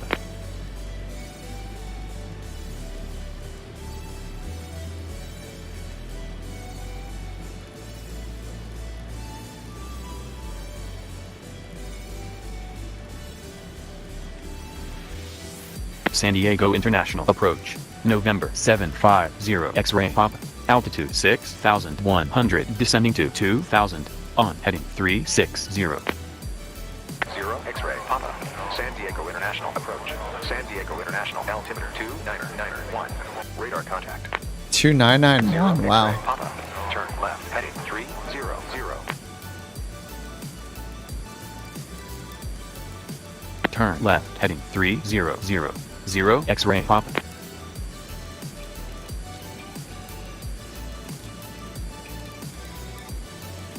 All right, 300. All right, let's see how this vectoring goes.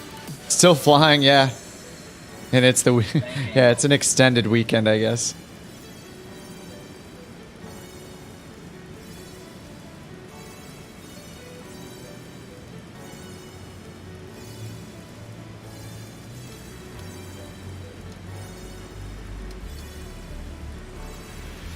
All right, there's downtown San Diego, so it should give us another left-hand 0 turn. X-ray Papa. Turn left heading Yep. 250. Vectors for the visual runway 27. Descend and maintain 2000. 0 X-ray Papa. Turn left heading 220.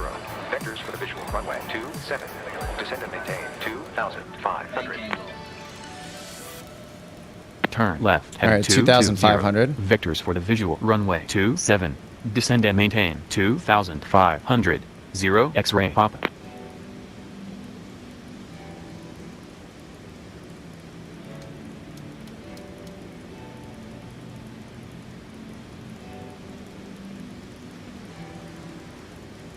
It's gonna have to turn us to the right. I really need a shortcut for heading. I can't keep going to the all the way down there for heading. It's crazy. Like there needs to be something up here for heading.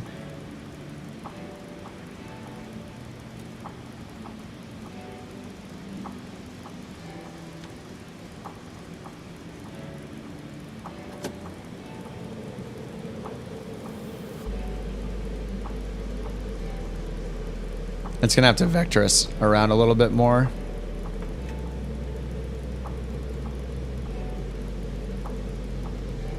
Because the airport's over here. That's downtown, but the airport's past it to the right. Should be over here somewhere. Or right here, I think.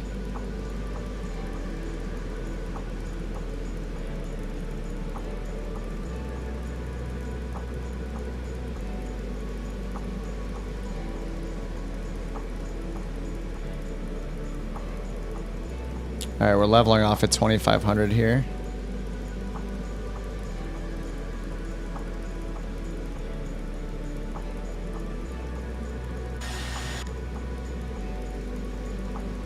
Are they bringing us? It said for runway 27, but it looks like it's bringing us in for 09 instead.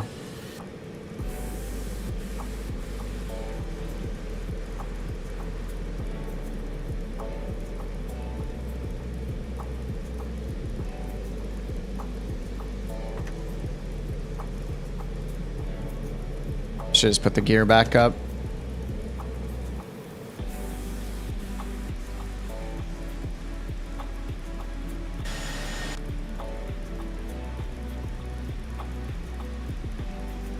And that's not San Diego. It's more towards downtown.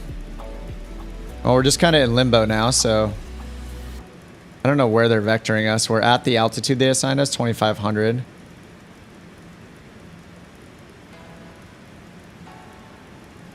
How's our fuel anyway? 1780. Or sorry, 1320 on each side. 0 X-ray Papa. Turn left heading 090. Descend and maintain 2000.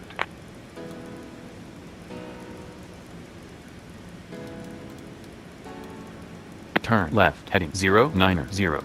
Descend and maintain 2000. 0 X-ray Papa.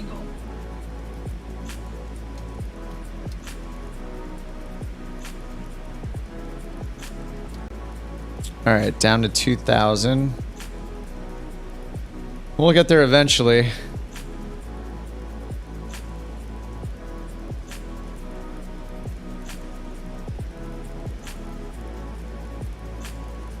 Two 991 vertical speed. Yep, we're going down to 2,000 feet. Just gotta watch our speed a little bit. 0 X-ray Papa. Contact Los Angeles Center. Oh no! Why? Contact Los Angeles Center. 118.025. 0 X-ray Papa. Los Angeles Center. November 750. We're too far X-ray away, Papa. so it's switching us back to the 2100. to LA Descending Center. to 2000. On heading 090. 0 X-ray Papa. Los Angeles Center. Altimeter 3007. Radar contact. 3007. It's changing like drastically. Altimeter 3007. 0 X-ray Papa. San Diego. Someday we will be there. It might not be this day. We'll find out. This is not San Diego. 0 X-ray Papa. Altimeter 3007. Yeah, okay. Altimeter 3006. Remember, I'm supposed to be 0 landing X-ray at San Papa. Diego? Do you guys remember this? I don't know if they know we're supposed to be landing at San Diego or not. They seem to have forgotten that we need to land at San Diego. There are no other planes. I mean, I know they're not vectoring me around other traffic because there is none, except for the UFO, which I'm guessing is not landing at San Diego.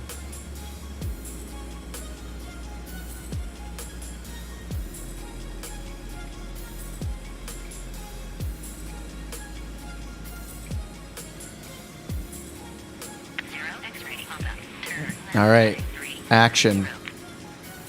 All right, left Turn left 360. heading 360. 0 X-ray Papa. All right, 360.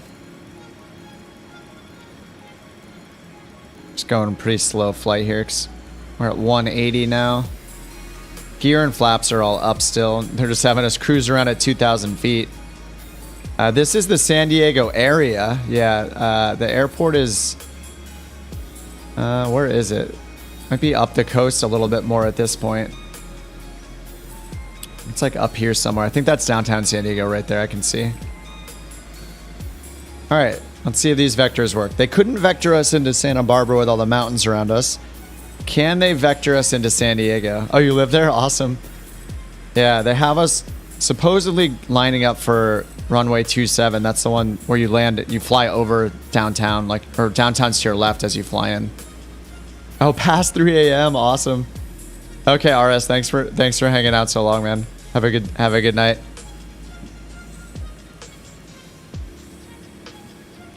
All right, waiting for that next vector. I mean, that looks pretty good. That lighting looks good. I know Microsoft Flight Sim has like it does have a leg up on the lighting and stuff, but I mean, this is not bad at all. Spectacular approach. All right. All right, left heading 300. Left heading 3000. X-ray Papa. That seems like a decent vector. Let's see here. Where's San Diego? I think it's this one right here. All right, let's put our gear down. We need to slow down to like 120 eventually. I'll get my first flaps out. Just want to slow us down.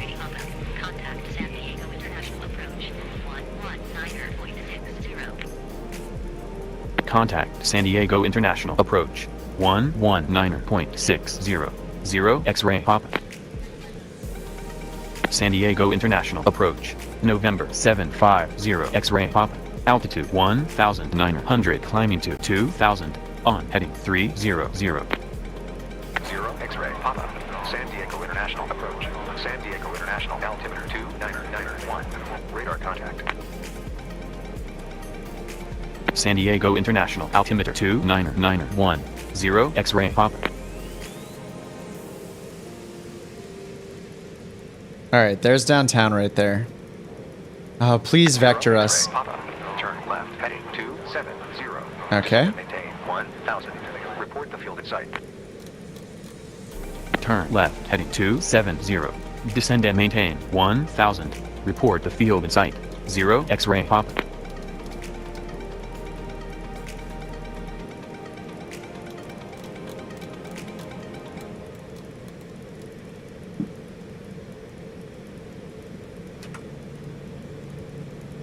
All right, 270.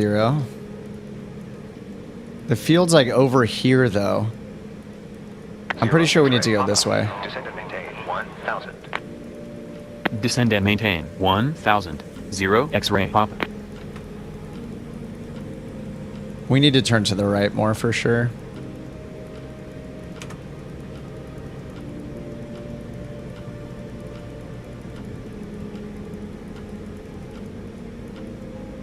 Oh, it's right there. Okay, I see it. San Diego International Approach 0 X-ray Papa. Field in sight.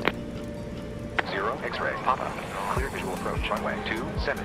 Contact San Diego International Tower 118.30. Cleared visual approach runway 27. Contact San Diego International Tower 118.30. 0 X-ray Papa.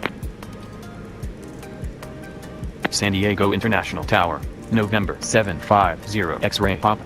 Inbound to runway 27. 0 X-ray Papa. Cleared to land. Runway 27. Wind 280 degrees at 8 knots. 0 X-ray Papa. Runway 27. Wind 280 degrees at 8 knots. Sync rate. Runway 27. 0 X-ray Papa. 500. 400.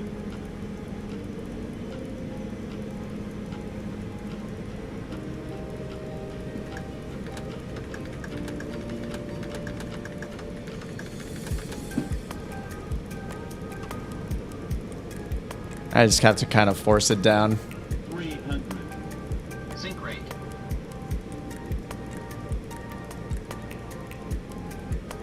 Sync rate. 200.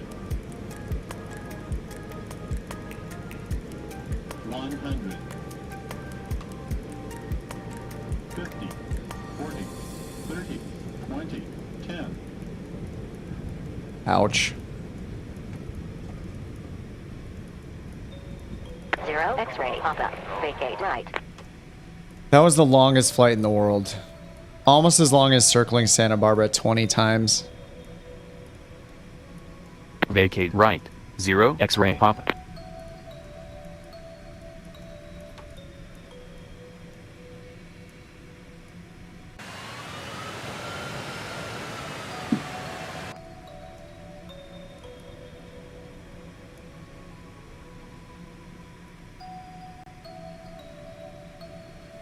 X-ray pop-up. Contact San Diego International Ground. 123.90. Contact San Diego International Ground. Hey, we actually had a successful landing though, so that's new. 0 X-ray Papa. Whereas the ATC is still talking to us, because last time at Santa Barbara they wouldn't vector us to land correctly, so we had to land like illegally. All right, flaps are up, pitot off, taxi on, strobe off. Okay.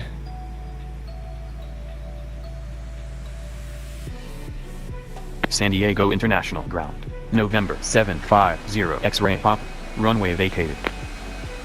0 X-ray pop-up. Gate Airbridge cargo ram via Charlie 6, Charlie, and Foxtrot. Charlie 6, Charlie Fox. Let's see how that holds up here.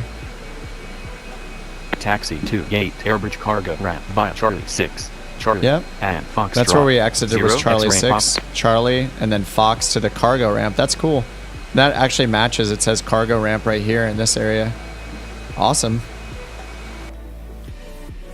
If they could put the that accuracy of taxi in the Microsoft Flight Sim ATC, that would be a huge improvement.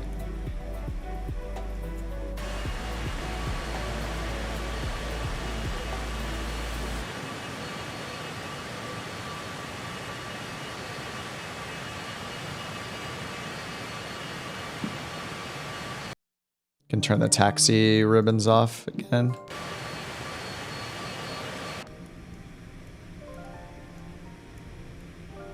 I mean, San Diego looks pretty good too. Lots of different liveries here too. Got a FedEx, Atlas Air. Nice.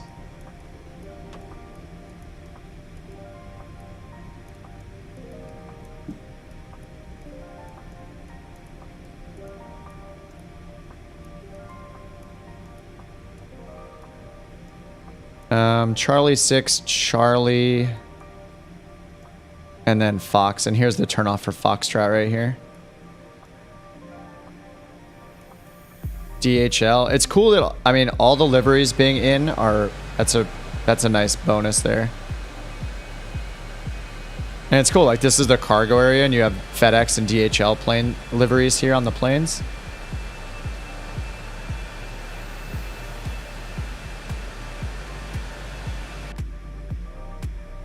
What do we have here in front of us? Cargo jet.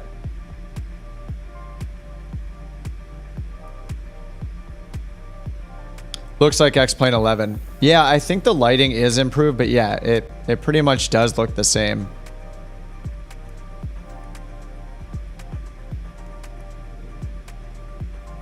Wait, is this plane actually taxiing? I don't think it actually is. Cargo jet, Atlas Air.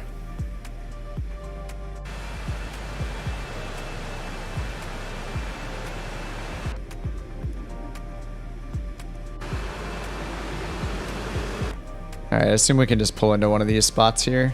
Oh, that spot's taken. The site's taken.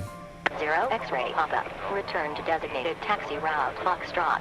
Gate Airbridge cargo ram via Foxtrot. Oh, they're yelling at me? Return to designated taxi route. Roger. Alright, I Returning messed up to somewhere. Let's turn on the taxi arrows just to make sure I park in the right taxi spot. to Gate Airbridge cargo ramp via Foxtrot. 0 X-ray Papa.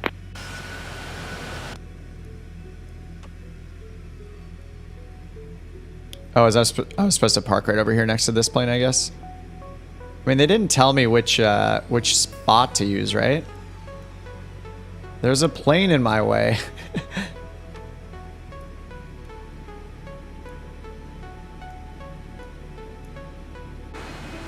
I don't know, I would say that this spot is taken. All right, we'll just pull up real close here. Actually, there's no collision, I don't think, right? And oh, this song sounds... Let's skip this song. Alright, we're good. This is our spot now.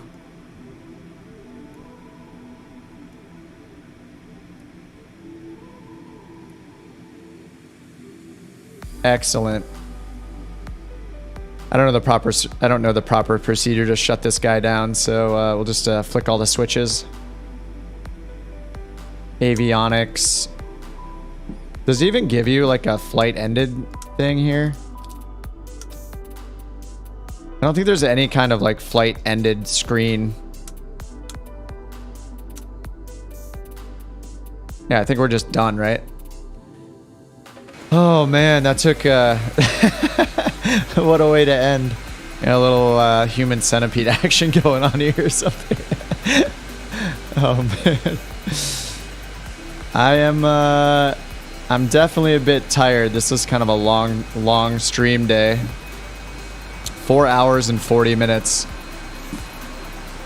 Am I gonna play X-Plane anymore? X-Plane 11. I'll probably... I know nobody asked this. I'm just asking myself. Because I guess that's the question, is am I going to keep playing this? And the answer is probably no, just because it had... All of the reasons I fly Microsoft Flight Sim are still not reasons to fly X-Plane 12, so... I'm definitely going to stick to Microsoft. Especially excited about what's coming out in November, so... Yeah, I'm looking forward to it. And man, all the ground traffic looks cool. Like, it's pretty cool that I like all the liveries that are in it. ATC is a little bit better than Microsoft Flight Sim, but at the same time, man, they really messed it up during the en route part. Like, how does it not realize that I went past a waypoint? It was telling me to do a 180 for like 30 minutes straight. So we have those similar problems in Microsoft Flight Sim ATC too, like the altitude, when it keeps assigning altitudes, that can get really frustrating too, but yeah, I don't know. I mean, I think it looks decent, but I sound tired. Yeah, I'm pretty tired. I need to eat food more than anything. Yeah, I mean, it's cool. It's an X-Plane 11 update is what it is. It's not X-Plane 12, but given, you know, I'm sure they had their business decisions for calling it X-Plane 12 and all that, but it's not an entirely new sim like Microsoft Flight Sim was. But I don't know. I think for people that fly X-Plane 12 and still love it, the upgrade to get some more planes, to get the new lighting model, it's probably worth it if they're paying $50 for a plane or $40 for a plane anyway, an add-on. So yeah, the lighting looks good. I think it's improved what they had. So anyway, I will be going back to Microsoft Flight Sim immediately, of course, but I am going to keep checking in on this to see if there's more updates or if there's a plane that you can't get in Microsoft Flight Sim. But I'm all in on Microsoft Flight Sim still. But it was fun to try something else out. Yeah, thanks everybody for hanging out so long. Some of you guys have been in here like almost 5 hours, which is as long as the stream is gone. So yeah, it's been fun. It's been cool to try it out, and hopefully that helps some people make a decision on if it's worth it. I would say if you're flying Microsoft Flight Sim and enjoying it, there's no reason to get X-Plane 12. And if you're flying X-Plane 11, then I would seriously consider looking at the improvements in Microsoft Flight Sim before deciding to get X-Plane 12, because the stuff that's been coming out for Microsoft Flight Simulator is pretty insane, and there's a ton of new stuff coming out. This week is Sim Update 11, and then at the end of the year, we're getting choppers, helicopters, new physics models for those, gliders, all for free included.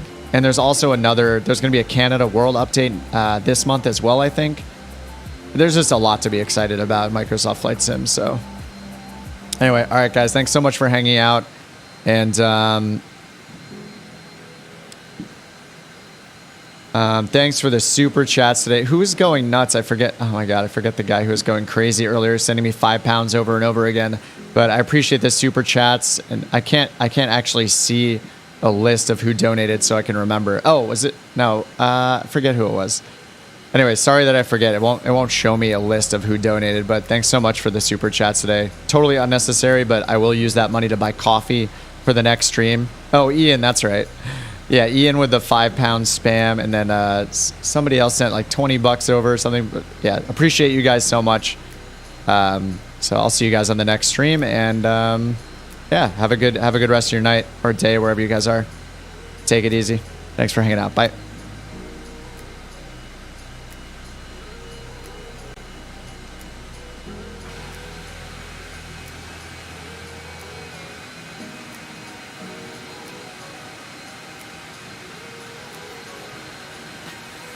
Oh yeah, Chris, the partial refund. Yeah, thanks so much, dude. Yeah, sorry, it doesn't, for some reason YouTube doesn't give me like a list, a historical list, like it goes away after a few minutes, but appreciate that. All right, guys, I'll see you on Discord and stuff and on the next stream. Take it easy.